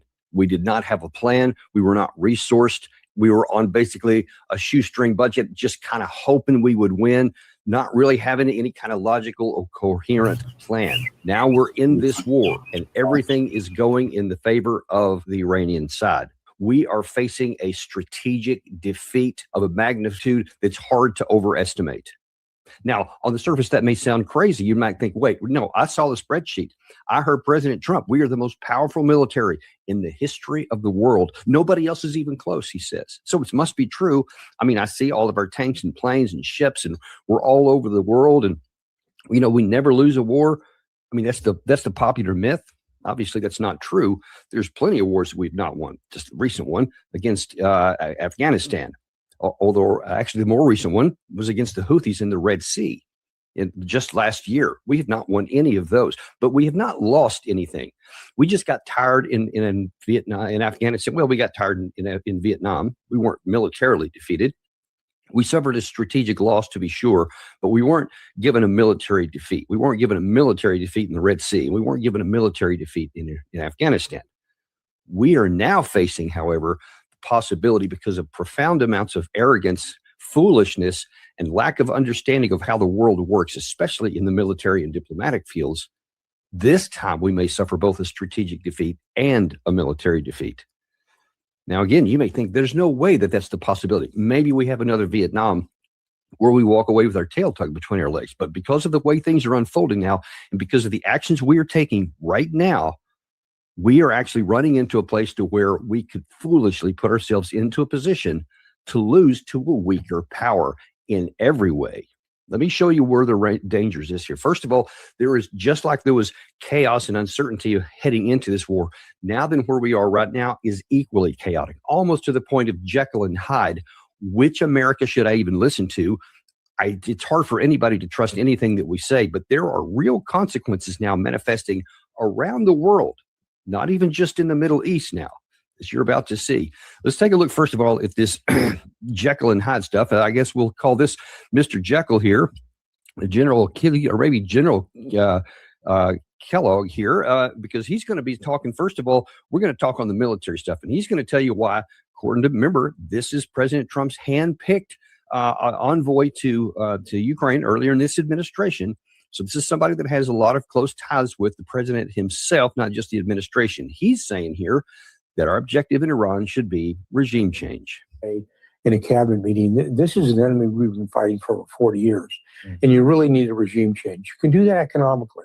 You can do it with limited use of ground forces, not to go into Tehran or to go into Iran.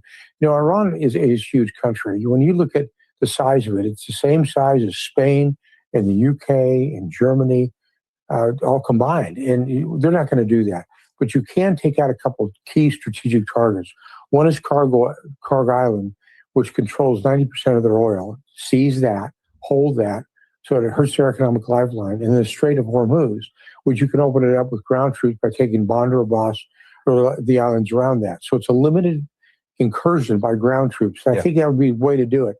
And hopefully that will lead to regime change. Okay, let's a lot to unpack here. We'll start with this whole idea about. Let's take it at face value. First of all, we're going to get to the whole incontestable confusion here in just a minute. But let's take a look at what he actually said there, because that by itself is a major red flag. That senior administration, it's a guy who used to be a division commander of the 82nd Airborne in the United States of America, was former national security advisor to the vice president of the United States, and was handpicked by the president of the United States as an envoy to the Ukraine-Russia war. This guy is saying stuff that just a second lieutenant would blush at being embarrassed that he would say something like this. For example, let me just start off at the end of where he did. Hopefully, so you want to embark on an operation and you acknowledge with your own mouth that this is a massive country.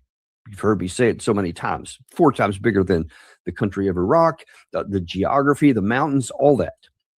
He acknowledges that and then says, but we can still get it done with the limited. We're not going to go into Tehran. This is not going to be like a World War II thing. We're rolling into Berlin and taking all that. No, we're not going to do that. we're going to do it by just taking Bandar Abbas or Karg Island or something in the strait like that. And then that will result in success. And just imagine the absurdity of this. You're saying, I know that there's this great big country. I know they have a missile force. I know they have still speedboats and a bunch of other things that we haven't even seen yet. I know they have submarines, which haven't even entered the war yet. No one's taken any of those out. They have mines, and then they have all these classes of ballistic missiles stuffed all over the country, and they continue to have a sustained rate of fire. I know all of that, and I know they have somewhere around 1 million total forces, and apparently they just mobilized a lot of them. Yeah, I know that too. But despite all of that, we're going to take a couple of pinpoint targets on their coast, and then the war is going to be over. And then that's going to cause the Strait of Hormuz to open up. I mean, you see, that's like magical thinking. I mean, I don't even hardly know a better word for it. It's just fantasy. I mean, you can't even draw on a map that says, okay, let's say for the sake of argument that all these Marines that are there, this 82nd Airborne guys, the other Marines that are coming now, an additional 10,000 has been mobilized. Okay, let's say that for the sake of argument, you succeed. You take Bandar Abbas. That would be much more difficult than even taking Karg Island or the Qasem Island. But let's see, because Bandar Abbas is actually on the mainland. So that would be profoundly more difficult. You can add artillery, long-range artillery into that on top of everything else I just told you. But anyway, for the sake of this argument, we somehow managed to do it. What has that got you? That has got you a point target in the Persian Gulf, and specifically in the horseshoe bend at the Strait of Hormuz. And what? How is that going to open it? You realize, I've shown you so many times now, it's like an 800 some odd mile coastline, 800 miles of Iranian territory facing the Persian Gulf, the Strait of Hormuz, and of course the Gulf of Oman. And even if you take Bandar Abbas, you haven't taken anything, I don't know, 5 miles outside the gate. You understand what I'm saying here? The further you get up into those mountains, they have long-range artillery. They have shoulder-fired anti-air missiles, things that can take down helicopters or even jets if they get into range. And that's on top of their other things that they have throughout the whole region, all the medium, short, and long-range missiles that they have scattered throughout the country. You've gained literally nothing by taking this at almost certainly high cost, even in this hypothetical situation that you succeeded. And it's evenly possible that you don't succeed at all. And yet, this is what's being promoted by the former national security advisor, by President Trump's handpicked man on Fox News. Now, guess what? Other people around the world watch this too. Don't know if you ever do that, but they do. And that is especially odd because on the other hand, you have President Trump himself is going to add to this Jekyll Hyde kind of thing. Last night on Truth Social, he posted this. He said, watch Mark Levin interview with the brilliant Mark Thiessen tonight at 8 p.m. on Fox News. We'll discuss the importance of hitting Iran hard. Okay, so you just saw General Kellogg talking about regime change, and he had a military plan how to do it. Now here you have President Trump talking about, hey, you know what? Watch Fox News tonight so that you can figure out exactly what needs to happen here. And so let's take a look at what Mark Thiessen has said on the Fox News last night, because it's very revealing. Now, he's going to talk here about a number of things here, but you're going to see not only is he going to talk about what's going to happen on the ground and what should happen with the military aspect, but he's going to try and go back in time and do something that George Bush tried to do. You remember George Bush when he was trying to make the case for the Iraq War in 2003? He tried to make a tie between Al-Qaeda and Saddam Hussein, and said those guys were actually working together on 9/11. You remember that, and how laughable that was, and how it was totally discredited after the fact? You remember that? Apparently, Mark Thiessen doesn't. Since 9/11, a whole bunch of the leadership, including bin Laden's son, escaped from Afghanistan to Iran, were given sanctuary by the Iranian regime, and they've been using it as a hub for terror around the world. And Al-Qaeda and Iran have teamed up for a series of terrorist attacks against us. People don't realize this, but we remember the bombings of the embassies in Kenya and Tanzania, which should have been our warning that 9/11 was coming. That was planned, and the terrorists were trained by Iran for doing that, because Al-Qaeda didn't know how to bring down buildings, so they turned to Iran in order to get the training to do that. So the idea that Iran, which is Shia, and Al-Qaeda, which is Sunni, would cooperate is not beyond measure. In fact, I mean, you know, Hamas is Sunni also. Iran works with Sunni terrorists around the world. And if we don't get that enriched uranium and they want to get back at us for what we've done, the easiest way to do it would be to give it to Al-Qaeda and let them use it for a dirty bomb. So we have got to get what Donald Trump correctly calls the nuclear dust before this operation is done. Okay, well, there you have it. You see that he says, President Trump says that we have to get this nuclear dust, as he calls it, or we can't finish. So you have General Kellogg talking about regime change and militarily taking locations, whether it's Cargill and Bandar Abbas, et cetera, on the sea. And then now here you have Mark Thiessen saying, and you know what? You know what would be cool too? Let's go get that 400 and something kilograms of enriched uranium. That would be cool. And in fact, we can't do it. And we have to because, my God, 9/11. And this idea that Al-Qaeda and Iran were working together, you know what? He's not counting on the Daniel Davis deep dive. He's not counting on you to do anything other than just listen to what he said and take it at face value. But fortunately for you, we don't. And let's take a look at what actually was said. And this is, let's see if I got the right one. Yeah, this is the Atlantic Council. In 2021, it says the global war on terrorism wrecked relations with Iran. In fact, what we did back then ruined what could have been good relations. And you roll down into here just a little bit, and you get some of this. This is the key part right here. Among the most consequential losses following the 9/11 attacks were dashed opportunities with Iran. Iranians showed sympathy to the United States after 9/11, holding candlelight vigils on the streets of Tehran. The Iranian government cooperated indirectly with the U.S. military to topple the Taliban regime in Afghanistan and worked openly with the State Department to stabilize a new government in Kabul. They did everything that we wanted them to do and more, and yet we just said, you know, no thanks. We want to ruin that too. And you know, shortly thereafter, I want to say it was March 2002, President Trump threw them inexplicably into this axis of evil. While they were working together with us, we threw them under the bus. While they said these Al-Qaeda people, we're against them too. We're against the Taliban government that works with Al-Qaeda, that gave them safe haven. We're against them too because we've had clashes with them. We'll help you against them. So you have Mark Thiessen literally, and he's not stupid. He works at the Washington Post. He knows this. He knows this. He's just lying. He's saying, I'm going to create a narrative here. And you had President Trump saying, watch this. So that means he's cooperating with it as well to deceive you. He wants to deceive you. He wants you to believe something that isn't true, to go down a path that we don't want. Now, that's all on the military side of this. That's Mr. Hyde, General Hyde. Now, what about Mr. Jekyll?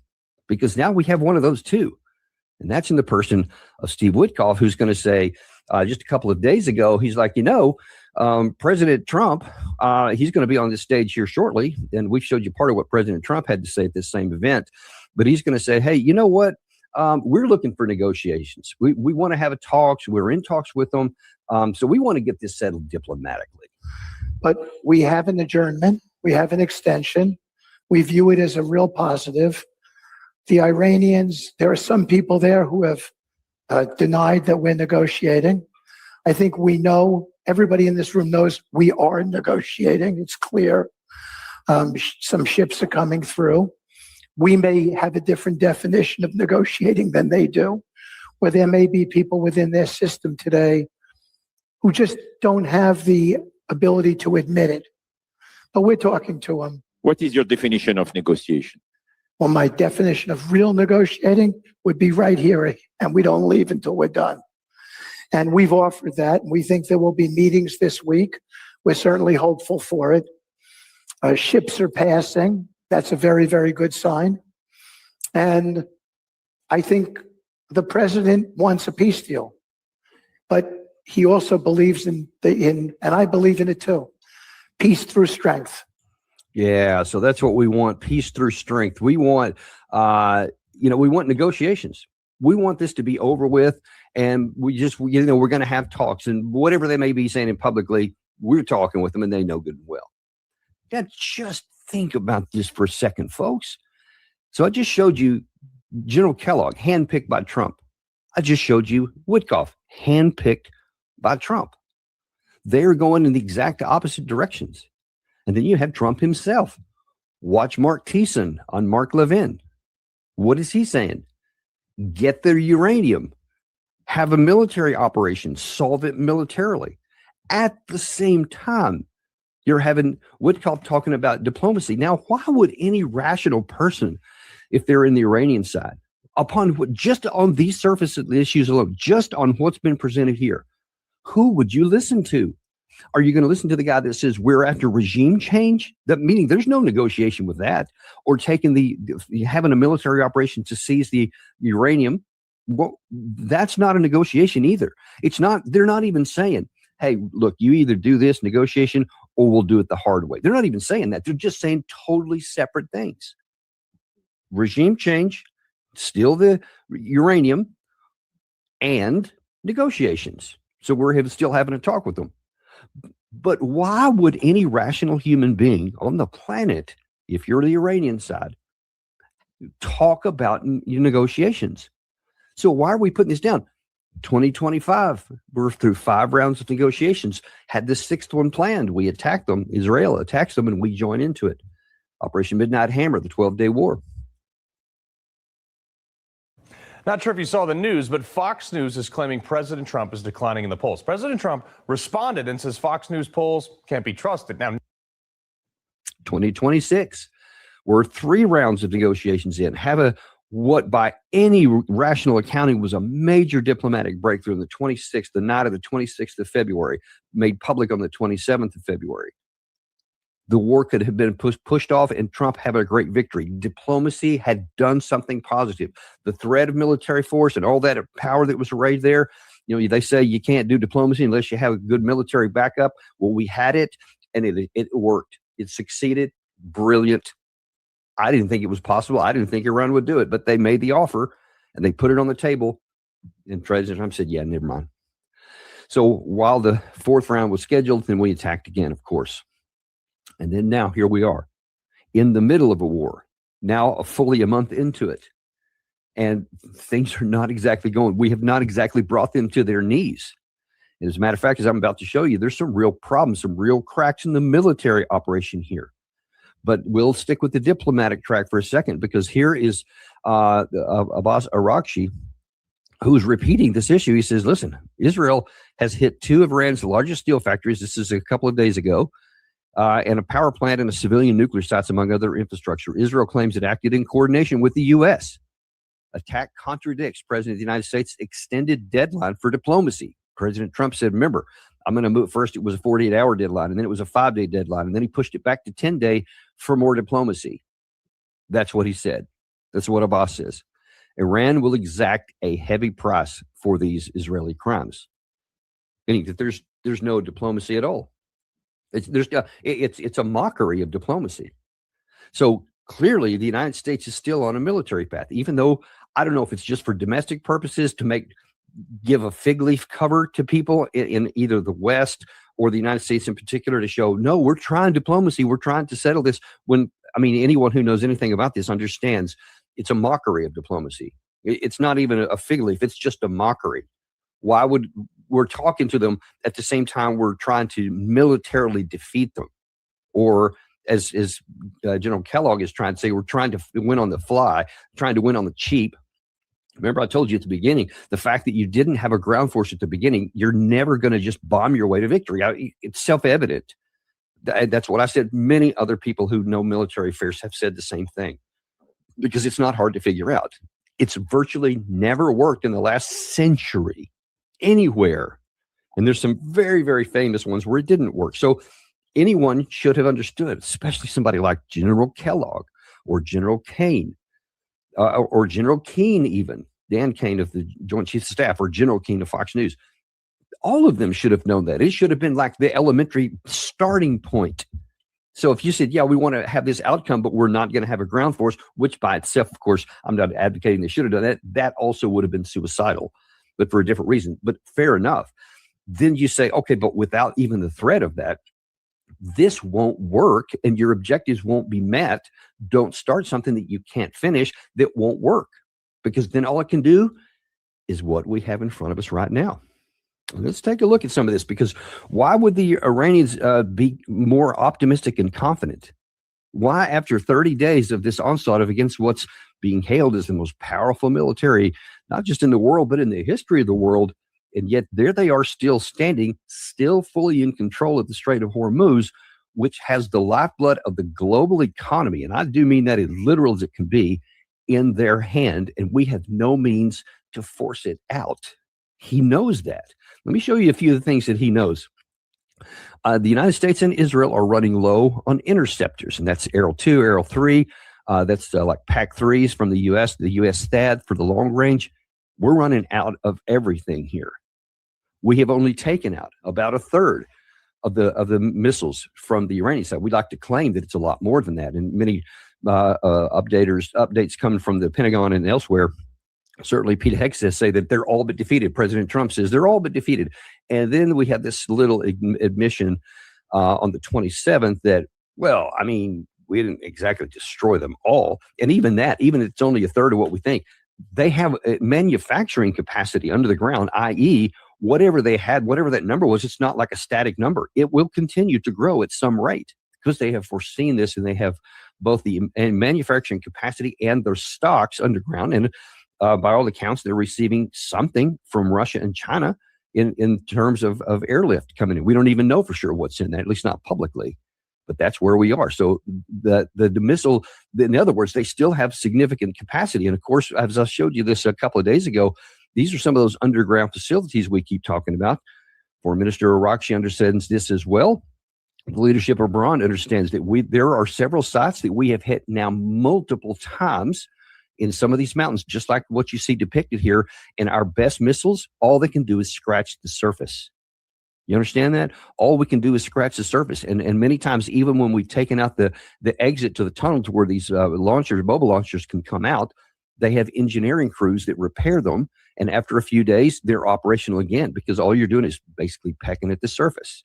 But you can't get at the inside. They designed it that way. You just can't bomb through a mountain with a conventional weapon. You can't even get through, even a nuclear weapon wouldn't penetrate a lot of these territories. And they built them so that they could withstand that, and they are. So the Iranians understand that. Well, they also understand that they're getting help. So you have the Iraqis, Kataib Hezbollah has now said that they're going to join. You've had Lebanese Hezbollah has now not said they were going, they have joined. And they've been attacking lots of targets in Israel already in coordination and conjunction with the Iranian side. You also have the Houthis who have joined in. And now then the threat of Bob al-Manbab, I never say that right, sorry, the one at the bottom of the Red Sea, now that could add an additional 10% interdiction if they decide to close that too.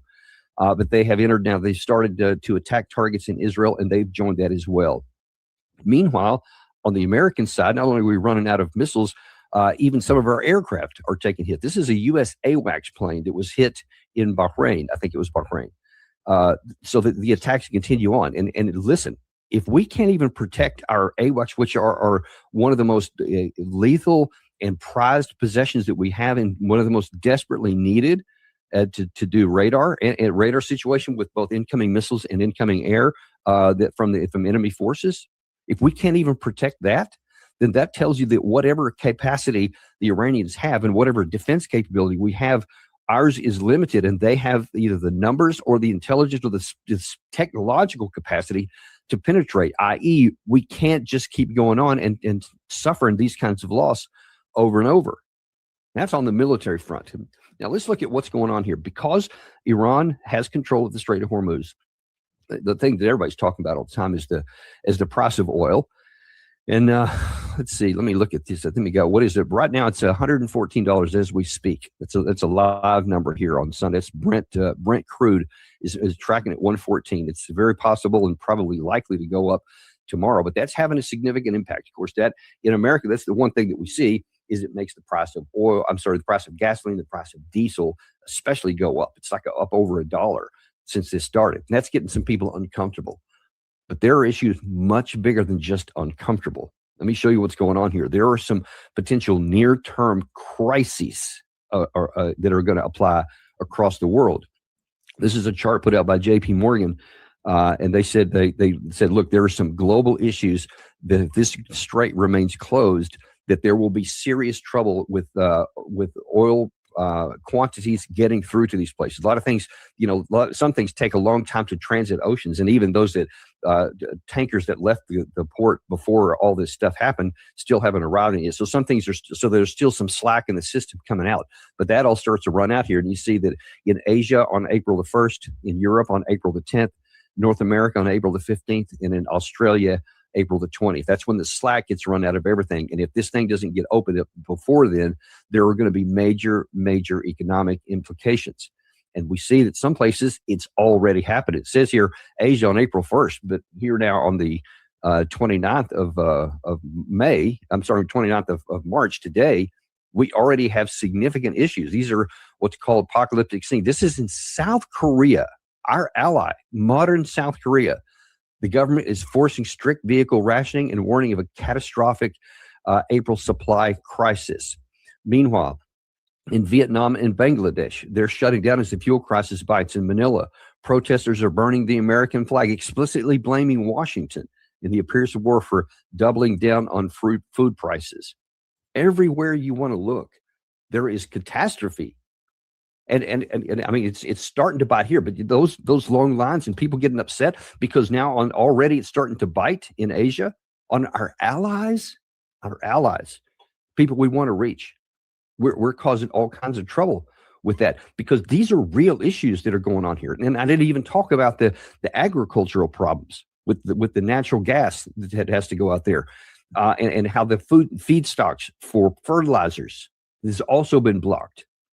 That is causing a genuine food potential crisis. And it may already be too late to avoid any of it. If it opens this afternoon, because there's no slack in the system right now, that it's going to take a while to get that back out there. So there's already going to be a disruption if it ends now, but we can manage that. But the longer this goes on, the longer we keep trying to do the militarily unattainable and having a Jekyll Hyde situation where we want to talk on the one hand, which is nonsense, but we want to go on the military trying to get a solution there. It's also nonsense because you can't do it with the resources that we have and the problem set that it's on the ground because they have foreseen the situation, their geography and their culture and their willingness to sacrifice and to suffer and their technical capabilities. They can, I said this at the beginning, Iran's primary objective is to survive. All they have to do is remain viable as a political entity and viable with some kind of sustained rate of fire with their drones and their missiles, and they are. And all they have to do is be able to control the strait, and they do.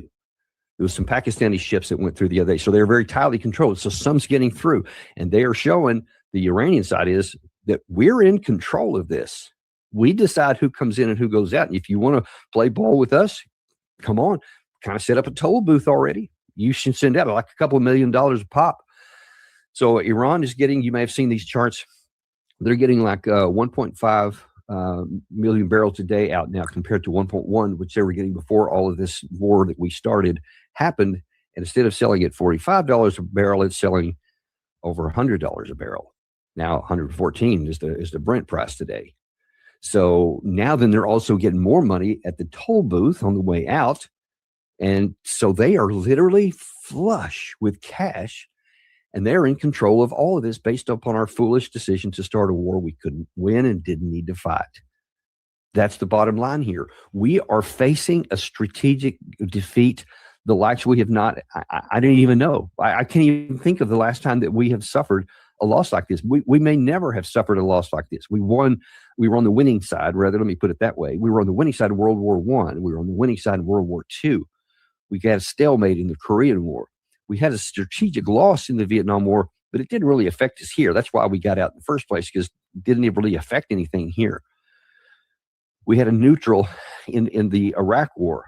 We just kind of muddled around for a while, killed a lot of people, had a lot of our people killed. At the end of the day, it didn't really affect anything. America, same thing with the Afghanistan war. It didn't affect anybody here. This one will affect everybody, friend. Everybody will be affected by this. And you see, just again, look at this, just going on these scenes right now, and these protests, because there's a lot of protests going on and with it in our allies, South Korea, and in Vietnam, Bangladesh, and Manila there in the Philippines. They're already suffering and they're getting angry. I promise you that's coming here. That's coming in Europe too, because the price of especially diesel and other petroleum products in Europe is also going up. They don't have the gas coming in or the oil coming in from Russia. So that's causing a crisis everywhere. And so we're going to start to get people a lot angry even in Europe and our allies. This is going to spread, folks, and then it's coming here. It's coming here. President Trump won't be able to talk his way out of this one. He can say all kinds of crazy stuff on Truth Social.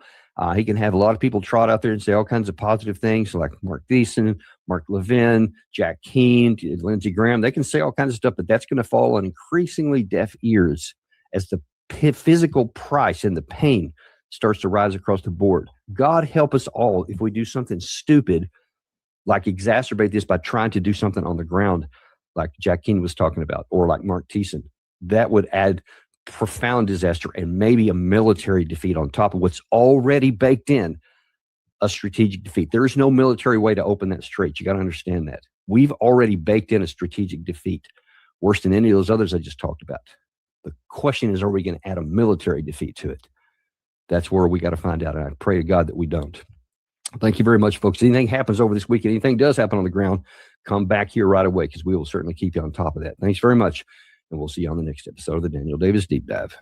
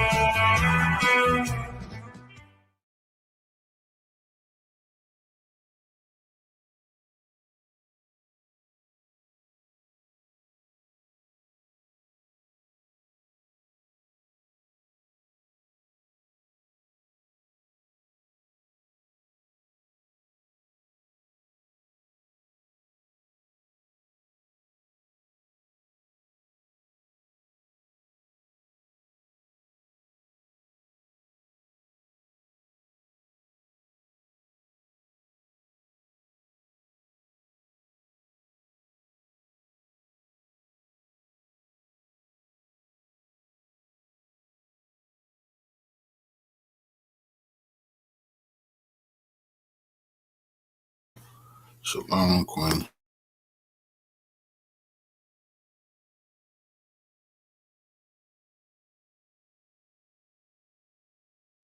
The war stands today, 1 month almost to the day after the Israeli and U.S. attacks, and as a consequence of the Iranian retaliations.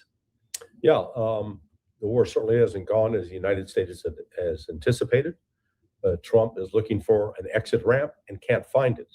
And the major obstacle in the exit ramp is Israel. I literally got a text message about 15 minutes ago. Trump is trying to get a negotiated exit. And Iran made the announcement that because Israel has just struck two nuclear sites and a power plant. Now, Iran has warned previously, any attacks on those are going to result in immediate and significant retaliation. And the note I received from a friend who's involved with the operations just said, he said, we can't control the Israelis. The Israelis are out of control. And I reminded him, well, we could. You just cut them off with every single dime and don't send another damn bomb to them. That might get their attention. But again, Trump he's held hostage to the Zionist cabal. And as a result, he's not going to get out of this. The Iranians did announce they're going to allow some humanitarian aid to traverse the Strait of Hormuz. But other than that, they're preventing any movement of oil that's not being purchased with the Chinese yuan, and no movement of oil to people that are supporting the United States war against Iran. Do we know that negotiations are actually going on, or is this one of those things where A talks to B and B talks to C and C talks to D and D talks to E? That's telephone. There is no direct negotiation. It's the Pakistanis have been apparently the primary intermediary for carrying messages back and forth. And again, you listen to Trump's version of the events. Man, things are going great. We're having talks, and I love the memes that have popped up on social media. It shows Donald Trump laid out on a psychiatrist's couch, and the psychiatrist is saying, "Now, are those Iranians that you're talking to? Are they here in the room with us now?" Yes, we've seen that. Chris may even have it and can pop it up on the screen. Ray, has the administration yet to offer any militarily achievable goal? Oh, that's an easy one, Judge. The answer is no. I'd like to pick up on something Larry said. Yes, the Israelis are the fly in the ointment, right? But hello, they're always the fly in the ointment, and they were the initiator of this war. I'm thinking back to 1974, when I was the National Intelligence Officer for Western Europe, and the Turks invaded Cyprus, right? Using our weapons. Long story short, the Congress cut off weapons to Turkey because it's against the law to use our weapons in that kind of way. And I, naively at the State Department, acting for the Director of Central Intelligence, now look, there might be a silver lining here. Maybe the next time the Israelis want to take off and attack another country with our weaponry, maybe they'll think twice about it. I got this kind of reaction. What? What? In other words, it was just dawned on me that how stupid that thing was to say that we would ever cut off arms supply to Israel, no matter what they did. Now, well, I'm sorry to say you're probably right. As rational as Larry's statement was, it's not going to happen. Yeah. Well, that's it. And, it's not only that the Israelis are the fly in the ointment now. I mean, this is a unique situation where when everybody says, I am so confused, there are no objectives, there are no plans, nobody says, why? When the answer is out there right in front of us. It's from the State Department head, Marco Rubio, who happens to also be the National Security Advisor. In other words, the funnel through which all intelligence and other information flows. Okay, what did Rubio say? He said the day after they attacked, he said, well, the Israelis told us that they were going to attack. And we thought, oh my God, the Iranians will probably retaliate against us, as well as the Israelis. And so to preempt that, or to lessen the effects of their attack on us, we attack them. In other words, Israel made us do it. And if you needed proof in the pudding, you had Joe Kent say the next day, look, there were no imminent threats. We did it because of Israel and its supporters on both sides of the Atlantic. So we just had a big National Press Club thing, simply saying, why? You're interested in why? It will tell you, and we'll tell you the results of what's going to happen for military experts that just won't quit. Larry, you wrote today about the plans to introduce boots on the ground. Yeah. Is it realistic? Is it a subterfuge? Is it a ploy? What's your take on this? Well, right now it's postponed. And the original indications and the signs that we're hearing through chatter among people involved with the special operations units was they fully expected to be employed, if not like by right now, by sometime tomorrow. But two things have happened: one, weather, and two, Trump is decided to wait for the arrival of the 11th Marine Expeditionary Unit in theater. Now, the 31st is I'll call it in theater, but it's at Diego Garcia.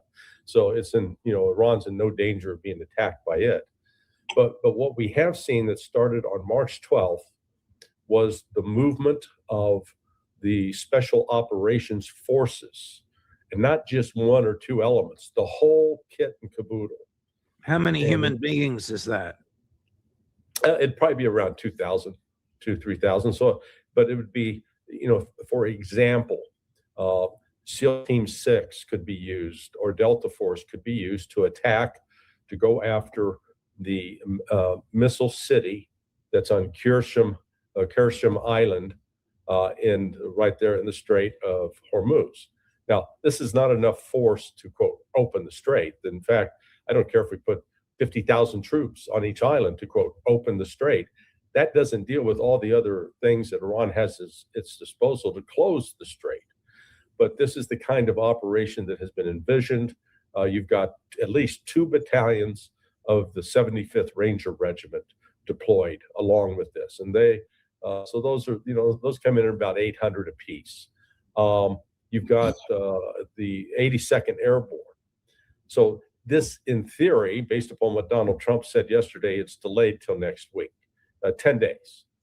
He's given 10 days for these negotiations to work. But they're not going to work because Israel keeps sabotaging it. And Iran has made its demands very, very clear. They're not going to go back to having their ballistic missiles reduced in size. No, they're not going to give up the right to stop enriching uranium. They're going to do everything that they may have been willing to make a deal on in the past. That's dead and done. So if the United States is foolish enough to put troops on the ground in Iran, it is going to suck us dry. Is Trump so desperate, Ray, for an off-ramp because this was prepared so poorly, or because the original decision to go in was a colossal error in judgment? I think it's both, Judge. You know that I got it wrong. I said it would be crazy. It would be crazy to do anything other than to threaten or rattle this, to send all this weaponry down there. It would be crazy because they would close the Strait of Hormuz, for God's sake, and they'd do X, Y, and Z. Well, it did it. So, the logic is he's crazy. So now I'm tempted to say, it would be crazy to put ground troops in there. Marines, what? It would be crazy. And, hello, I remember that's what I said last time. So, there's no viable military objective that can be achieved here. And this thing is run by an Air Force general that don't know his rear end from his elbow. And he thinks he can bomb Iran to smithereens. And if I'm not mistaken, we're running out of bombs and missiles, and so is Israel. That's why the Iranians are standing fast.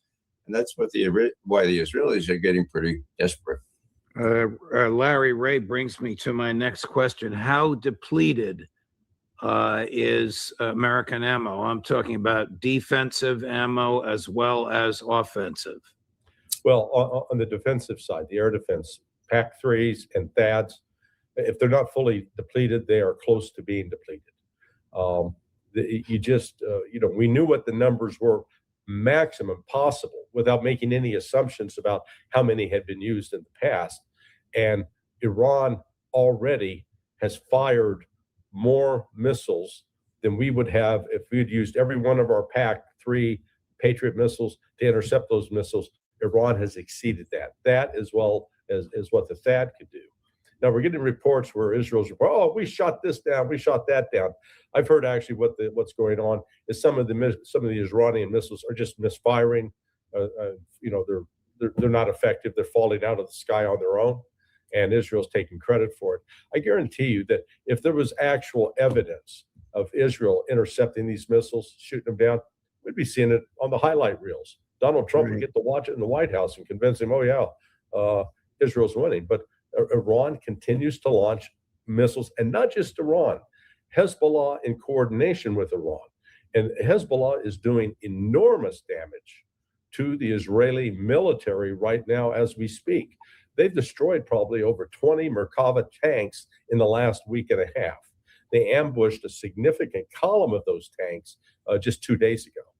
And so Israel, they're now at the place of trying to call up 400,000 new reservists. Oh, remember they'd already called up 300,000, and but the chief of staff of the army has reportedly said, "Hey, the lights are flashing red. We can't do it. We are breaking our army. So Israel's got some real difficulties in the interior. And as far as our offensive weaponry goes, I think we still got a pretty adequate supply of what are called JASSMs that are launched from aircraft and can travel about 400 or 500 miles in. The JDAMs, those were in short supply. So those are not easily replaced. But the big problem's the supply chain. Because remember, one of the elements that goes into some of these weapons are called computer chips. Well, the helium that comes out of the Persian Gulf frozen up. So no more helium, no more computer chips. Wow, but this was planned by a superstar who Wait, what was that word? What was that word you used? He just put out a piece about himself. The Secretary of War, watch this. We see ourselves as part of this negotiation as well. We negotiate with bombs.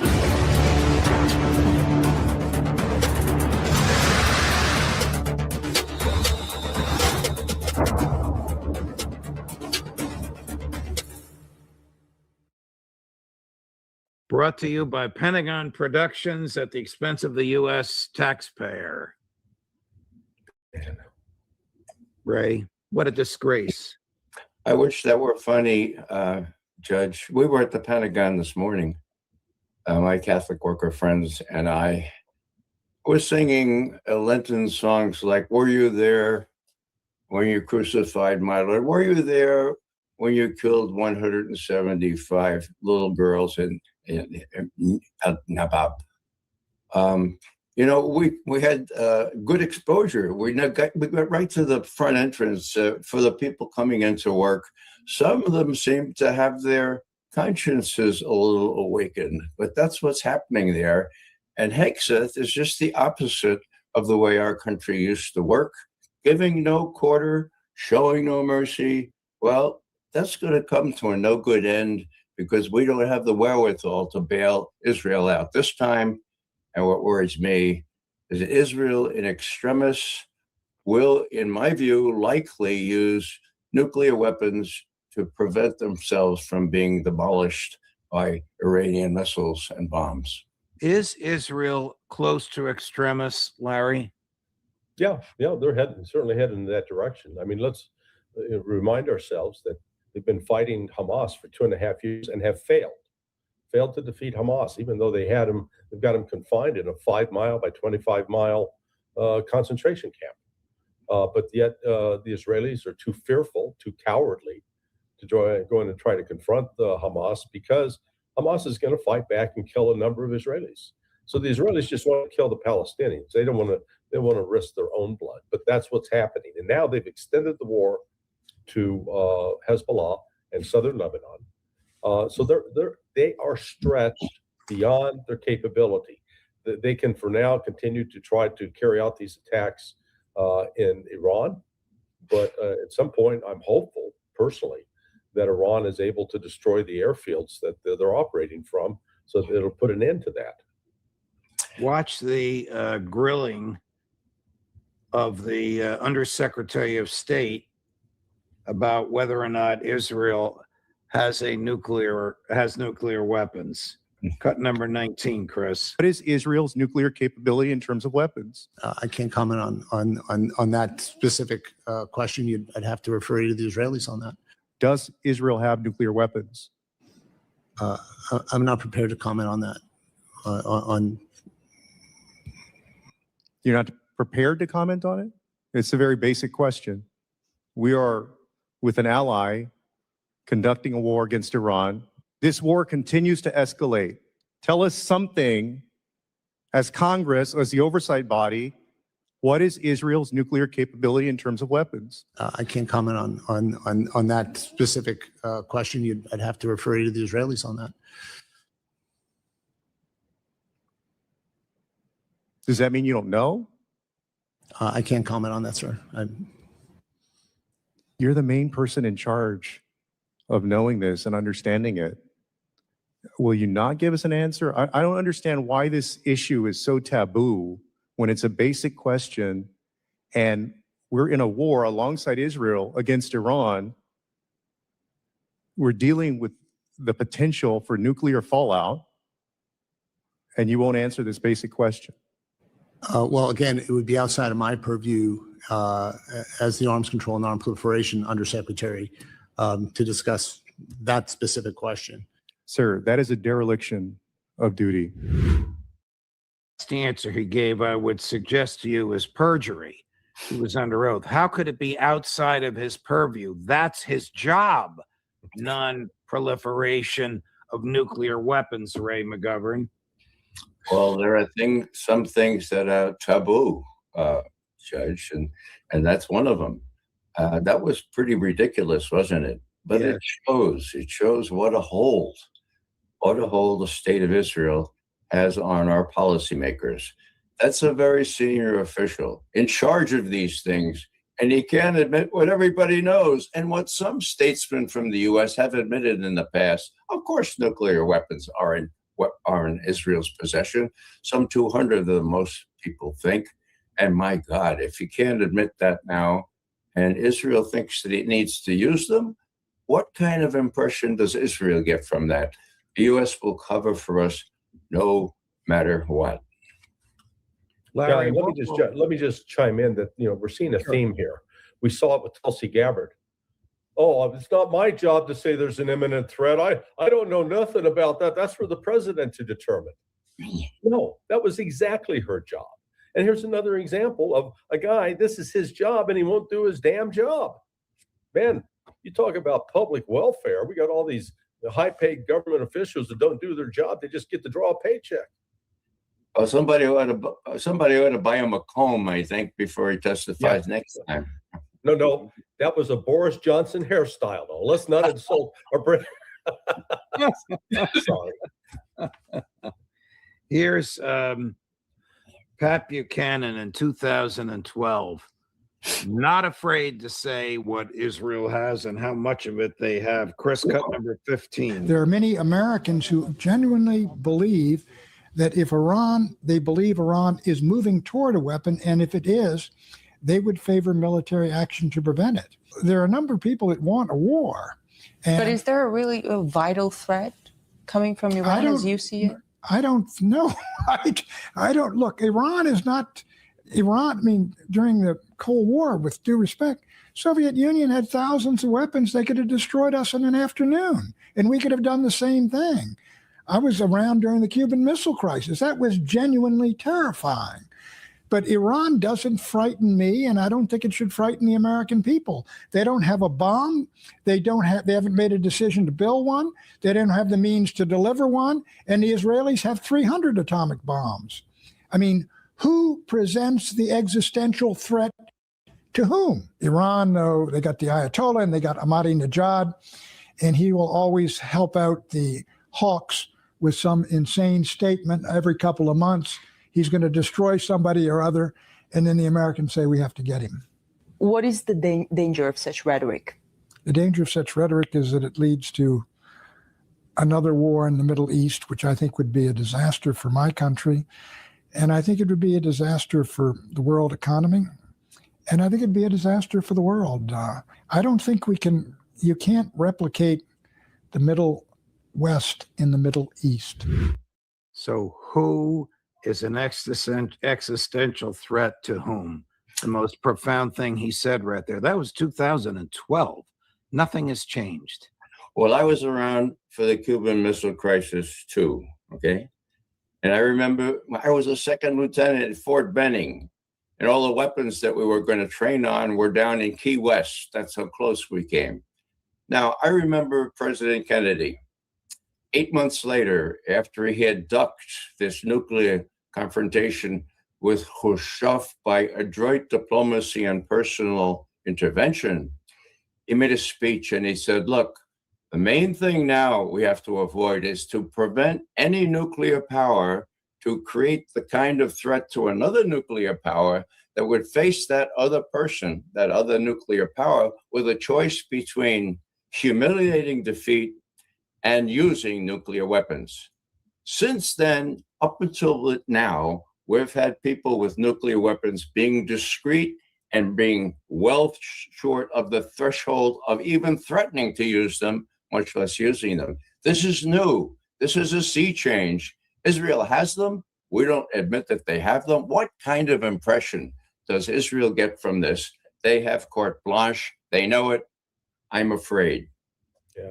If Trump is close to some sort of a deal, and I don't know what it could be, Larry, because you just indicated that the Iranians will not surrender the 3 points that he wants: regime change, nuclear enrichment for civilian purposes, and ballistic missiles to their heart's content. So I don't know how there could be a deal. But if we are close to a deal, what would the Israelis do to sabotage the deal? If Trump is about to find an off-ramp, what is Netanyahu going to do? Yeah, they're going to continue to launch attacks against Israel and try, maybe including false flags, to try to compel us to retaliate and get involved further in this war, which frankly we cannot. People don't like to hear this, but we cannot win this. So let's take an example. We said, well, we want to open the Strait of Hormuz. Okay, how do we do that? Well, that means we have to eliminate Iranian submarines and torpedoes. We have to destroy all of these speedboats, the mosquito boats, I call them, that are buried in the cliffs and in caves that come off of the water, where we can't destroy those. That we destroy all of their underwater drones, we destroy their above ground drones, and we destroy their missiles, which are in missile cities underground. Now, we can't do that, or we could. The way to do that, you have to have like a 4 or 5 million man army. You have to physically invade Iran and risk million plus casualties on our side, not to mention the economic cost in multiple trillions of dollars that would be expended. Right? So yeah, we could ultimately do that, but at what cost? That's the point. We just some things are impossible to do once you realize that the cost is too much. Ray, how does the Kremlin view this war? With great worry. Iran has always been the soft underbelly that Russia fears. The entrance of terrorists, of all manner of threats. The ironic thing, of course, is that it was through Iran that we sent billions and billions of 2.5-ton trucks and other things during World War II to help Russia win the war. Now, Iran has always been a very critical country to make sure that they were not turned into a threat against Russia. So Russia is very concerned. Now, the good news is that concern, it makes them prepared to act as a middle person with unique contacts with both sides, with the Iranians and with the Israelis. Putin has been careful to maintain a discreet, a respectable, to the degree it can be respectable with Netanyahu, a link to the Israelis. There are about 2 million Russians in Israel and Iran. Now, the Trump called Putin 3 weeks ago and said, hey, can you help us out? That's a good sign, because it's going to take that kind of deus ex machina, some miraculous event where somebody with sense, and I would include Vladimir Putin in that, coming in and say, okay, little kids, let's wise up here. There's no profit in continuing this quarrel. Stop beating each other. Larry, do you have reason to believe that Putin himself or the Kremlin itself is determined to play some intermediary role? Yeah, there's something happening behind the scenes. I mean, I know that you and I were supposed to be in Russia with the International Unity Club in mid-April. I know one of our other friends, Pepe Escobar, was getting involved with that, and that whole event has been canceled, I'm told. Right. Well, I've been, said, hey, it's off now, and it's off because of the Kremlin's involvement now with respect to the war in Iran. Now, what that means, I don't know. We can come up with speculate what a variety of outcomes are, but just to reinforce Ray's point that Iran is Russia has a lot of equities on the table with respect to Iran. And I do not believe that Russia is going to stand by and let Iran be destroyed. It doesn't necessarily mean that Russia's going to rush into war, but the Russians and Chinese, they're recognizing we're at a transition point in history now, much like what happened at the end of World War II. Those institutions that came into being, including the United Nations. Most people don't realize that the League of Nations had continued to exist through World War II. It was just irrelevant. Well, guess what? The United Nations is no longer relevant because the Trump administration has declared we don't respect international law. There's no such thing as international law. So I think Russia and China are looking actually towards the future where we're going to need a new infrastructure, a new economic infrastructure where the United States can't hold countries hostage, a new international law infrastructure that's actually going to have some teeth to it to prevent nuclear-powered countries like the United States and Israel from attacking a country that doesn't have nuclear weapons. Here's the rare British general making a lot of sense. The last clip we'll play. Chris, cut number 2. Trump faces two choices. He either doubles down, escalates, and launches an operation to topple the regime. And you're not going to do that without an extraordinary, massive land force marching on Tehran, which I think is inconceivable. The other alternative is Trump says, I've declared victory. I'm going to walk away from this. But that's not going to fool anyone. Trump will be humiliated in doing so. Yeah. There you go. He summarized it up very nicely. Gentlemen, thank you very much for your time. I know you're both traveling, and I appreciate deeply your taking this time out late in the day on Friday afternoon. Kofi, follow me.